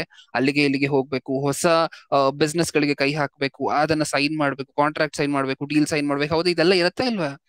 ಇದೆಲ್ಲ ಇದ್ರೂ ಸಹ ತನ್ನ ಮಕ್ಕಳ ವಿಚಾರಕ್ಕೆ ಬಂದ್ರೆ ಮಾತ್ರ, ತನ್ನ ಮಕ್ಕಳ ವಿಚಾರಕ್ಕೆ, ತನ್ನ ಮಕ್ಕಳಿಗೆ ದೇವರ ಬಗ್ಗೆ ಕಲಿಸುವಂತಹ ವಿಚಾರಕ್ಕೆ ಬಂದ್ರೆ, ಇರುವಂತಹ ಅಷ್ಟು ಡೀಲ್ಗಳನ್ನ ಕ್ಲೋಸ್ ಮಾಡಿ, ಇರುವಂತಹ ಅಷ್ಟು ಕಾಂಟ್ರಾಕ್ಟ್ ಗಳನ್ನ ವೈಂಡ್ ಆಫ್ ಮಾಡಿ, ಇವತ್ತು ನಾನು ನನ್ನ ಮನೆಗೆ ಹೋಗ್ಬೇಕು. ಯಾಕೆ? ನನ್ನ ಮಕ್ಕಳು ಒಂದು ವೇಳೆ ತನ್ನ ಮನಸ್ಸಿನಲ್ಲಿ ತಪ್ಪು ಮಾಡಿರಬಹುದು ಅಂತ ಹೇಳಿ ಡೌಟ್ ಬಂದಿದೆ, ಅದಕ್ಕೋಸ್ಕರ ಫಸ್ಟ್ ಹೋಗಿ ಅವ್ರಿಗೆ ಬುದ್ಧಿ ಹೇಳ್ಬೇಕು, ಅವ್ರನ್ನ ಶುದ್ಧಿಪಡಿಸ್ಬೇಕು. ಇದೆ ಅಲ್ವಾ ತಂದೆ ಅಂದ್ರೆ? ತಂದೆ ಅಂದ್ರೆ ಇದೆ ಅಲ್ವಾ? ಹಿಂಗಿರ್ಬೇಕು ತಂದೆ ಅಂತ ಹೇಳಿದ್ರೆ. ಇದ್ದೀರಾ? ಹೌದಾ? ಯೋಬನ ಚರಿತ್ರೆ ನಮ್ಗೆಲ್ಲ ಏನ್ ಕಲಿಸ್ತು ಹೇಳಿ? ಏನ್ ಕಲಿಸ್ತು? ಯೋಬನನ್ನ ಸ್ಫೂರ್ತಿಯಾಗಿ ಇಟ್ಕೋಬೋದಾ ಪ್ರಿಯರೇ? ಇನ್ನೊಂದ್ಸರಿ ಬಿಸಿ ಅನ್ನುವಂಥ ಮಾತು ನಮ್ಮ ಬಾಯಲ್ಲಿ ಬರುತ್ತಾ? ಇನ್ನೊಂದು ಸಾರಿ ಮಕ್ಕಳಿಗೆ ಏನಕ್ಕೆ ಹೇಳ್ಕೊಟ್ಟಿಲ್ಲ? ಈಗಿನ ಕಾಲದಲ್ಲಿ ಹೆಂಗಿದ್ದಾರೆ ಅಂತ ಹೇಳಿದ್ರೆ ಪ್ರಿಯರ ತಂದೆ ತಾಯಿಯಂದಿರು, ಇವ್ರು ಕನ್ಫರ್ಮ್ ಆಗಿರುತ್ತೆ ನನ್ ಮಗನೇ ತಪ್ಪು ಮಾಡಿರುವಂತಹದ್ದು ಅಂತ ಹೇಳಿ, ಇವ್ರು ಕನ್ಫರ್ಮ್ ಆಗಿರುತ್ತೆ ನನ್ ಮಗನೇ ಪಾಪದಲ್ಲಿ ಬಿದ್ದಿರುವಂತಹದ್ದು ಅಂತ ಹೇಳಿ, ಆದ್ರೂ ಸಹ ರೆಸ್ಪಾಂಡ್ ಮಾಡೋದಿಲ್ಲ. ಆಗ್ಲೂ ಸಹ ಬುದ್ಧಿ ಕಲಿಸ್ಲಿಕ್ಕೆ ಮನಸ್ಸು ಮಾಡೋದಿಲ್ಲ. ಹೌದಾ? ಯೋಬನಿಗೆ ಇನ್ನು ಡೌಟ್ ಬಂದಿದೆ ಅಷ್ಟೇ, ನನ್ನ ಮಕ್ಕಳು ತಪ್ಪು ಮಾಡಿರಬಹುದೇನೋ ಮನಸ್ಸಿನಲ್ಲಿ, ಅದೂನು ಡೌಟ್ ಬಂದಿದೆ ಅಷ್ಟೇ. ಡೌಟ್ ಬಂದ್ರೆ ಎಷ್ಟೊಂದು ಆಕ್ಷನ್ ತಗೊಂತಿದ್ದಾರೆ ಈ ವ್ಯಕ್ತಿ, ಹೌದಾ? ಈಗಿನ ಕಾಲದ ತಂದೆ ತಾಯಿಯಂದಿರು ಕನ್ಫರ್ಮ್ ಆಗಿ 20 ಸಾರಿ ಇವ್ರ ಕಿವಿಗೆ ಕಂಪ್ಲೇಂಟ್ಸ್ ಗಳು ಬಿದ್ದಿದ್ರು ಸಹ ಮಕ್ಕಳ ನಿಮಿತ್ತ ಏನು ಆಕ್ಷನ್ ತಗೊಂಡಿರೋದು. ಸತ್ಯವೇದದಲ್ಲಿ ಏನಿದೆ? ಅದಕ್ಕೋಸ್ಕರ ಮಕ್ಕಳನ್ನ ದಂಡಿಸ್ಬೇಕು ಅಂತ ಇದೆ. ಇದೆಯಾ ಸತ್ಯವೇದದಲ್ಲಿ? ಮಕ್ಕಳನ್ನ ಶಿಕ್ಷಿಸ್ಬೇಕು ಅಂತ ಇದೆ, ಶಿಕ್ಷಣ ಕೊಡ್ಬೇಕು ಅಂತ ಇದೆ. ಹೊಡಿದೆ ಬಡದೆ ಹಂಗೆ ಬೆಳೆಸಿದ್ರೆ ಏನಾಗತ್ತಂತೆ? ಮೂರ್ಖರಾಗಿ ತಯಾರಾಗ್ತಾರಂತೆ ಮಕ್ಕಳು. ಸತ್ಯವೇದ ಹೇಳಿರುವಂತಹ ಮಾತುಗಳು ಇದೆಲ್ಲ. ಓಕೆ, ಯೋಬನ ಚರಿತ್ರೆಯನ್ನ ನೀವು ನೋಡಿದ್ರಿ. ಯೋಬನನ್ನ ನೋಡಿ ಏನ್ ಕಲ್ತ್ಕೊಂಡ್ವಿ? ತಂದೆ ಅಂತ ಹೇಳಿದ್ರೆ ಯಾವ ತರ ಇರ್ಬೇಕು ಅಂತ ಹೇಳಿ ನೀವು ಕಲ್ತ್ಕೊಂಡಿದ್ದೀರಾ. ತಂದೆ ತಾಯಂದಿರು ಅಂದ್ರೆ ಈ ತರ ಇರ್ಬೇಕು ಅಂತ ಯೋಬನನ್ನ ನೋಡಿ ಕಲ್ತ್ಕೊಂಡ್ವಿ. ಈಗ ಸತ್ಯವೇದದಲ್ಲಿ ಇನ್ನೊಬ್ಬ ತಂದೆ, ಸತ್ಯವೇದದಲ್ಲಿ ಇನ್ನೊಬ್ಬ ವ್ಯಕ್ತಿಯನ್ನ ನಾವು ನೋಡ್ತಿದ್ದೀವಿ. ಇಷ್ಟಕ್ಕೂ ಈ ವ್ಯಕ್ತಿಯನ್ನ ಏನಕ್ಕೋಸ್ಕರ ನೋಡ್ತಿದೀವಿ ಗೊತ್ತಾ? ಈ ತರ ತಂದೆ ತಾಯಿ ಮಾತ್ರ ಆಗಿರಬಾರದು ಯಾವುದೇ ಕಾರಣಕ್ಕೂ, ಅದಕ್ಕೋಸ್ಕರ ಈ ನೆಕ್ಸ್ಟ್ ಚರಿತ್ರೆಯನ್ನ ನೋಡ್ತಿದ್ವಿ. ಯೋಬನ ಚರಿತ್ರೆಯಿಂದ ಏನ್ ಕಲ್ತ್ಕೊಂಡ್ವಿ? ತಂದೆ ತಾಯಂದಿರಾಗಿದ್ರೆ ಈ ತರ ಇರ್ಬೇಕು ಅನ್ನೋದಕ್ಕೋಸ್ಕರ ಯೋಬನ ಚರಿತ್ರೆಯನ್ನ ನೋಡಿದ್ವಿ. ಇನ್ನೊಬ್ಬ ವ್ಯಕ್ತಿಯನ್ನ ಚರಿತ್ರೆ ನೋಡ್ತಿದೀವಿ, ಏನಕ್ಕೋಸ್ಕರ ನೋಡ್ತಿದೀವಿ? ಯಾವತ್ತು ಯಾವ ತಂದೆ ತಾಯಂದಿರು ಈ ತರ ಇರಬಾರ್ದು ತನ್ನ ಮಕ್ಕಳನ್ನ ಬೆಳೆಸುವ ವಿಚಾರದಲ್ಲಿ ಅನ್ನೋದಕ್ಕೋಸ್ಕರ ಈ ವಿಚಾರವನ್ನ ನೋಡ್ತಿದೀವಿ. ಯಾರ ಚರಿತ್ರೆ ಇಷ್ಟಕ್ಕೂ? ಸಮುವೇಲನ ಮೊದಲನೇ ಗ್ರಂಥ, ಸಮುವೇಲನ ಮೊದಲನೇ ಗ್ರಂಥ 3ನೇ ಅಧ್ಯಾಯ 13ನೇ ವಚನ. ಸಮುವೇಲನ ಮೊದಲನೇ ಗ್ರಂಥ. ತನ್ನ ಮಕ್ಕಳು ಹ್ಮ್ ದೇವದೂಷಕರೆಂದು ಅವನಿಗೆ ತಿಳಿದು ಬಂದರೂ ಅವನು ಅವರನ್ನು ಗದರಿಸಲಿಲ್ಲ. ಈ ಪಾಪದ ನಿಮಿತ್ತವಾಗಿ ಅವನ ಮನೆಯನ್ನು ನಿತ್ಯ ದಂಡನೆಗೆ ಗುರಿ ಮಾಡಿದ್ದೇನೆಂದು ಅವನಿಗೆ ಮೊದಲೇ ತಿಳಿಸಿದನು. ಏಲಿಯ ಮನೆಯವರ ಸಾಕು ಪ್ರಿಯರೇ, ಸಾಕು, ಅಪರಾಧಕ್ಕೆ ಸಾಕು. ಯಾರ ಚರಿತ್ರೆಯನ್ನು ನೋಡ್ತಿದ್ವಿ? ಏಲಿ. ಹೌದಾ? ಹಾ. ಇಷ್ಟಕ್ಕೂ ಈ ವ್ಯಕ್ತಿ ಮಾಡಿರುವಂತಹ ಅತ್ಯಂತ ದೊಡ್ಡ ತಪ್ಪು ಏನಂತೆ? ದೇವರು ಏನಂತ ಬರ್ಸಿದ್ದಾರೆ? ತನ್ನ ಮಕ್ಕಳು ದೇವದೂಷಕರೆಂದು ಅವನಿಗೆ ತಿಳಿದು ಬಂದರೂ ಅವನು ಅವರನ್ನು ಗದರಿಸಲಿಲ್ಲ. ಇಷ್ಟೇ ವ್ಯಕ್ತಿ ಮಾಡಿದಂತಹ ತಪ್ಪೇನು?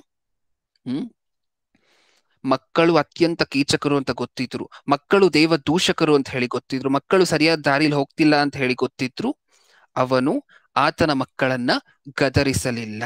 ಅಂದ್ರೆ ಈ ಕಾಂಟೆಕ್ಸ್ಟ್ ಅಲ್ಲಿ ಈ ವ್ಯಕ್ತಿ ಮಾಡಿದಂತಹ ತಪ್ಪು ಇದು. ಏನರ್ಥ ಆಯ್ತು ನಮ್ಗೆ? ಯೋಬನನ್ನ ನೋಡಿದ್ರೆ ಏನನ್ನಿಸ್ತು? ಇನ್ನೂ ಕನ್ಫರ್ಮ್ ಆಗಿಲ್ಲ ಮಕ್ಕಳು ತಪ್ಪು ಮಾಡಿದಾರ ಅಂತ. ಆಗ್ಲೇ ಬುದ್ಧಿ ಹೇಳಕ್ಕೆ ಬರ್ತಿದ್ದಾರೆ ಮಕ್ಕಳಿಗೆ. ಹೌದಾ?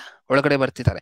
ಕನ್ಫರ್ಮ್ ಆಗಿಲ್ಲ, ಮಕ್ಕಳು ತಪ್ಪು ಮಾಡಿರುವಂತಹದ್ದು ಕನ್ಫರ್ಮ್ ಆಗಿಲ್ಲ, ಆದ್ರೂ ಸಹ ಯೋಬನು ಎಂಟ್ರಿ ಕೊಡ್ತಿದ್ದಾರೆ ಮಕ್ಕಳಿಗೆ ಬುದ್ಧಿ ಕಲಿಸ್ಲಿಕ್ಕೆ. ಈ ತಂದೆ ಹೆಂಗೆ? ಇವಾಗ ನೋಡಿದ್ವಲ್ವಾ ನೀವು ಸಮುವೇಲನ ಮೊದಲನೇ ಗ್ರಂಥದಲ್ಲಿ, ಇವ್ರು ಹೆಂಗೆ? ಇಷ್ಟಕ್ಕೂ ತನ್ನ ಮಕ್ಕಳು ತಪ್ಪು ಮಾಡಿರುವಂತಹದ್ದು ಕನ್ಫರ್ಮ್, ತನ್ನ ಮಕ್ಕಳು ದೊಡ್ಡ ತಪ್ಪಿತಸ್ಥರು ಅನ್ನುವಂಥದ್ದು ಕನ್ಫರ್ಮ್, ಆದ್ರೂ ಏನ್ ಮಾಡ್ಲಿಲ್ವಂತೆ ಮಕ್ಕಳಿಗೆ? ಅವನಿಗೆ ತಿಳಿದು ಬಂದರೂ ಅವನು ಅವರನ್ನ ಗದರಿಸಲಿಲ್ಲ. ಎಷ್ಟು ನೀಟಾಗಿದೆ ಅಲ್ವಾ ಪ್ರಿಯರೇ? ಇವರ ಮಧ್ಯೆ ಕಾಂಟ್ರಾಸ್ಟ್, ಡಿಫ್ರೆನ್ಸ್ ಎಷ್ಟು ನೀಟಾಗಿ ಗೊತ್ತಾಗ್ತಿದೆ. ಯೋಬನಿಗೆ ಇನ್ನೂ ಕನ್ಫರ್ಮ್ ಆಗಿಲ್ಲ ಮಕ್ಕಳು ತಪ್ಪು ಮಾಡಿದಾರ ಅಂತ, ಆದ್ರೂ ಬುದ್ಧಿ ಹೇಳ್ತಿದ್ದಾರೆ, ಆದ್ರೂ ತನ್ನ ಮಕ್ಕಳನ್ನ ಶುದ್ಧಿಪಡಿಸ್ತಿದ್ದಾರೆ. ಈ ತಂದೆ ಮಕ್ಕಳು ಕನ್ಫರ್ಮ್ ತಪ್ಪು ಮಾಡಿರುವಂತಹದ್ದು ಕನ್ಫರ್ಮ್ ಆಗೋಗಿದೆ, ಗ್ಯಾರಂಟಿ ಆಗೋಗಿದೆ, ನನ್ನ ಮಕ್ಕಳು ಎಲ್ರಿಗಿಂತ ದೊಡ್ಡ ತಪ್ಪಿತಸ್ಥರು ಅಂತ ಗೊತ್ತು, ಆದ್ರೂ ಸಹ ಗದರಿಸ್ತಿಲ್ಲ, ಆಕ್ಷನ್ ತಗೊಂತಿಲ್ಲ.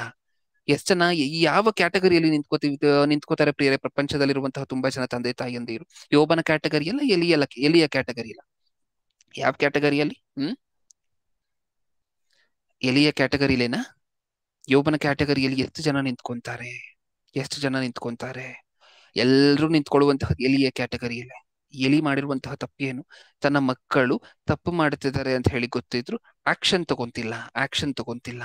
ಒಳ್ಳೆ ತಂದೆನೇನಾ? ಒಳ್ಳೆ ಪೇರೆಂಟೇನಾ? ತುಂಬಾ ಜನ ತಂದೆ ತಾಯಿಯಂದಿರು ಈಗಿನ ಕಾಲದಲ್ಲೂ ಇರ್ತಾರೆ. ನಾರ್ಮಲ್ ಆಗಿ ತಂದೆ ತಾಯಿಯಂದಿರು ಉದ್ಯೋಗವನ್ನು ಮುಗಿಸ್ಕೊಂಡು ಬರುವಂತಹದ್ದು ರಾತ್ರಿ 9 ಗಂಟೆ 8 ಗಂಟೆ ಆದ್ರೆ ಸಾಧಾರಣವಾಗಿ ಮಕ್ಕಳು ಸ್ಕೂಲನ್ನು ಮುಗಿಸ್ಕೊಂಡು 3 ಗಂಟೆ 4 ಗಂಟೆಗೆಲ್ಲ ಬಂದಿರ್ತಾರೆ ಮನೆಗೆ. ಈಗ ಇವ್ರು 3 ಗಂಟೆ 4 ಗಂಟೆಗೆ ಬಂದು ಮಾಡುವಂತಹ ಕೆಲಸಗಳು ಒಂದೊಂದಲ್ಲ. ಮಕ್ಕಳು ತಂದೆ ತಾಯಿಯಂದಿರು ಇರೋದಿಲ್ಲ ಅಲ್ವಾ ಮನೆಯಲ್ಲಿ, ಉದ್ಯೋಗದಲ್ಲಿ ಇರ್ತಾರಲ್ವಾ. ಈಗ ಇವ್ರು 3 ಗಂಟೆ 4 ಗಂಟೆಗೆ ಬಂದು ಏನ್ ಮಾಡ್ತಾರೆ ಹೇಳಿ? ಅಕ್ಕಪಕ್ಕದ ಮನೆಯವ್ರಿಗೆಲ್ಲ ಡಿಸ್ಟರ್ಬ್ ಮಾಡ್ಕೊಂಡು, ಎಲ್ಲ ಫ್ರೆಂಡ್ಸ್ನು ಸೇರಿಸ್ಕೊಂಡು ಜೋರಾಗಿ ಗಲಾಟೆ ಮಾಡ್ಕೊಂಡು, ಮಾತಾಡಬಾರದಾಗಿರುವಂತಹ ಅವಾಚ್ಯ ಶಬ್ದಗಳನ್ನ ಬಳಕೆ ಮಾಡ್ಕೊಂಡು ಈ ಕೆಲಸಗಳನ್ನೆಲ್ಲ ಮಾಡ್ತಿರ್ತಾರೆ ತಂದೆ ತಾಯಿಯಂದಿರು ಮನೆಗೆ ಬರುವವರೆಗೂ. ಈಗ ಒಂದು ದಿನ ತಂದೆ ತಾಯಿಯಂದಿರ ಕಿವಿಗೆ ಕಂಪ್ಲೇಂಟ್ ಬೀಳುತ್ತೆ. ಏನಂತ? ನಿನ್ನ ಮಗ ಬಳಸಬಾರದಾಗಿರುವಂತಹ ಪದಗಳನ್ನೆಲ್ಲ ಬಳಸ್ತಿದ್ದಾನೆ, ಮಾತಾಡಬಾರದಾಗಿರುವಂತಹ ಕೆಟ್ಟ ಭಾಷೆಯಲ್ಲಿ ಮಾತಾಡ್ತಿದ್ದಾನೆ ನಿನ್ನ ಮಗ ಅಂತ ಹೇಳಿ ಕಂಪ್ಲೇಂಟ್ ಬೀಳುತ್ತೆ. ಆಗ ಏನಿರುತ್ತೆ ಹೇಳಿ ಪ್ರಿಯರೇ ತಂದೆ ತಾಯಿಯಂದಿರೋ ರೆಸ್ಪಾನ್ಸ್? ಏನಿರುತ್ತೆ? ಸುಮ್ನೆ ಇರಿ, ನನ್ನ ಮಗ ಅಂತವನಲ್ಲ. ಅವಾಗವರೆಗೂ ಪಕ್ಕದ ಮನೆಯವ್ರ ಜೊತೆ ಚೆನ್ನಾಗಿರುತ್ತೆ ಸಂಬಂಧ. ಆದ್ರೆ ಯಾವಾಗ ಮಗನ ಬಗ್ಗೆ ಕಂಪ್ಲೇಂಟ್ ಹೇಳಿದ್ರು ಅವಾಗ ತಿರುಗ್ಬಿಡ್ತೀವಿ. ಹೌದಾ? ನನ್ನ ಮಗ ಅಂತವನಲ್ಲ, ನಿಮ್ಮ ತಪ್ಪಿ ನೀವು ಸುಳ್ಳಾಗಿ ನನ್ನ ಮಗನ ಬಗ್ಗೆ ಏನೋ ಚಾಡಿ ಹೇಳ್ತಿದ್ದೀರಾ. ಹೌದಾ? ಸರಿ, ಈ ಕಡೆ ಪಕ್ಕದ ಮನೆಯವ್ರು ಹೇಳಿದ್ರೆ ಪರವಾಗಿಲ್ಲ, ಈ ಕಡೆ ಮನೆಯವರು ಅದನ್ನ ಹೇಳ್ತಿರ್ತಾರೆ, ಏರಿಯಾ ಪೂರ್ತಿ ಇದರ ಬಗ್ಗೆನೇ ಮಾತಾಡ್ತಿದ್ದಾರೆ. ಅಂದ್ರೆ ಎಲ್ಲರೂ ಹೇಳ್ತಿದ್ದಾರೆ, ಮಗನು ನಿಮ್ಮ ಮಗ ತಪ್ಪು ಮಾಡ್ತಿದ್ದಾನೆ, ತಪ್ಪು ಮಾಡ್ತಿದ್ದಾನೆ, ತಪ್ಪು ಮಾಡ್ತಿದ್ದಾನೆ. ಸ್ಕೂಲಲ್ಲಿ ಬೇರೆ ಪೇರೆಂಟ್ಸ್ ಟೀಚರ್ಸ್ ಮೀಟಿಂಗ್ ಅಂತ ಇಟ್ಬಿಟ್ಟು ಟೀಚರ್ಸ್ ಬೇರೆ ಇನ್ವೈಟ್ ಮಾಡಿರ್ತಾರೆ ಪೇರೆಂಟ್ಸ್ ನ. ಮಕ್ಕಳು ಮಾಡಿರುವಂತಹ ಸರಿಯಾಗಿ ಓದ್ತಿಲ್ಲ, ಡಿಸ್ಟರ್ಬ್ ಮಾಡ್ತಿದ್ದಾರೆ, ತುಂಬಾ ಗಲಾಟೆ ಮಾಡ್ತಾರೆ, ತುಂಬಾ ಮಾತಾಡ್ತಾರೆ, ಕೆಟ್ಟ ಭಾಷೆಯಿಂದ ಮಾತಾಡ್ತಾರೆ. ಹೌದಾ? ಹೇಳಿರುವಂತಹ ಮಾತನ್ನ ಕೇಳೋದಿಲ್ಲ. ಇದನ್ನ ಹೇಳಿದ್ರು ಟೀಚರ್ನು ನಂಬೋದಿಲ್ಲ ಒಂದೊಂದ್ಸರಿ. ಅಂತ ತಂದೆ ತಾಯಿಯಂದಿರು ಇದಾರೆ ಪ್ರಪಂಚದಲ್ಲಿ, ಅಷ್ಟೊಂದು ಪ್ರೀತಿ ಮಕ್ಕಳು ಅಂದ್ರೆ. ಹೌದಾ? ಟೀಚರ್ ಹೇಳಿರುವಂತಹ ಕಂಪ್ಲೇಂಟ್ ಅನ್ನ ಕೇಳೋದಿಲ್ಲ, ಮನೆ ಪಕ್ಕ ಅಕ್ಕಪಕ್ಕ ಇರುವಂತಹ ಜನ ಹೇಳಿರುವಂತಹ ಕಂಪ್ಲೇಂಟ್ ಅನ್ನ ಕೇಳೋದಿಲ್ಲ. ಎಲ್ಲಕ್ಕೂ ಹಿಂದೆ ಹೋಗಿ ಹಿಂದೆ ಹಾಕೊಂಡ್ ಬಂದಿದ್ ಯಾರನ್ನ? ಮಕ್ಕಳನ್ನ. ಏನ್ ಮಾಡಿಲ್ಲ ಹೇಳಿ ನಾವು? ಏನ್ ಮಾಡಿಲ್ಲ? ಮಗ ತಪ್ಪು ಮಾಡ್ತಿದ್ದಾನೆ ಅಂತ ಹೇಳಿರುವಂತಹ, ತಪ್ಪು ಮಾಡ್ತಿದ್ದಾನೆ ಅನ್ನುವಂತಹದ್ದು ಕನ್ಫರ್ಮ್. ಕನ್ಫರ್ಮ್, ಹೌದಾ? ಕನ್ಫರ್ಮ್. ಯಾಕೆಂದ್ರೆ ಇಷ್ಟೊಂದ್ ಜನ ಕಂಪ್ಲೇಂಟ್ ಮಾಡ್ತಿದ್ದಾರೆ ಅಂತ ಹೇಳಿದ್ರೆ ಕನ್ಫರ್ಮ್ ಆಗಿದೆ ಮಗ ತಪ್ಪು ಮಾಡ್ತಿದ್ದಾನೆ ಅನ್ನುವಂತಹದ್ದು. ಆಕ್ಷನ್ ತಗೊಂಡಿಲ್ಲ ಅಂತ ಹೇಳಿದ್ರೆ ಅದ್ ಯಾರ ಕ್ಯಾಟಗರಿಲಿ ನಿಂತ್ಕೊಂಡಂಗೆ? ನಾವು ಸಹ ಎಲಿಯ ಕ್ಯಾಟಗರಿಲೇನಾ? ಎಲಿಯ ಕ್ಯಾಟಗರಿಯಲ್ಲಿ ನಿಂತ್ಕೊಂಡಂಗೆನಾ? ಹೌದಾ ಇಲ್ವಾ? ಇವ್ರು ಮಾಡಿದಂತಹ ತಪ್ಪೇನು? ತಪ್ಪು ಮಾಡ್ತಿದ್ದಾರೆ ಮಕ್ಕಳು ಅಂತ ಗೊತ್ತಿದ್ರು ಸಹ ಆಕ್ಷನ್ ತಗೊಳ್ದೇ ಇರುವಂತಹದ್ದು.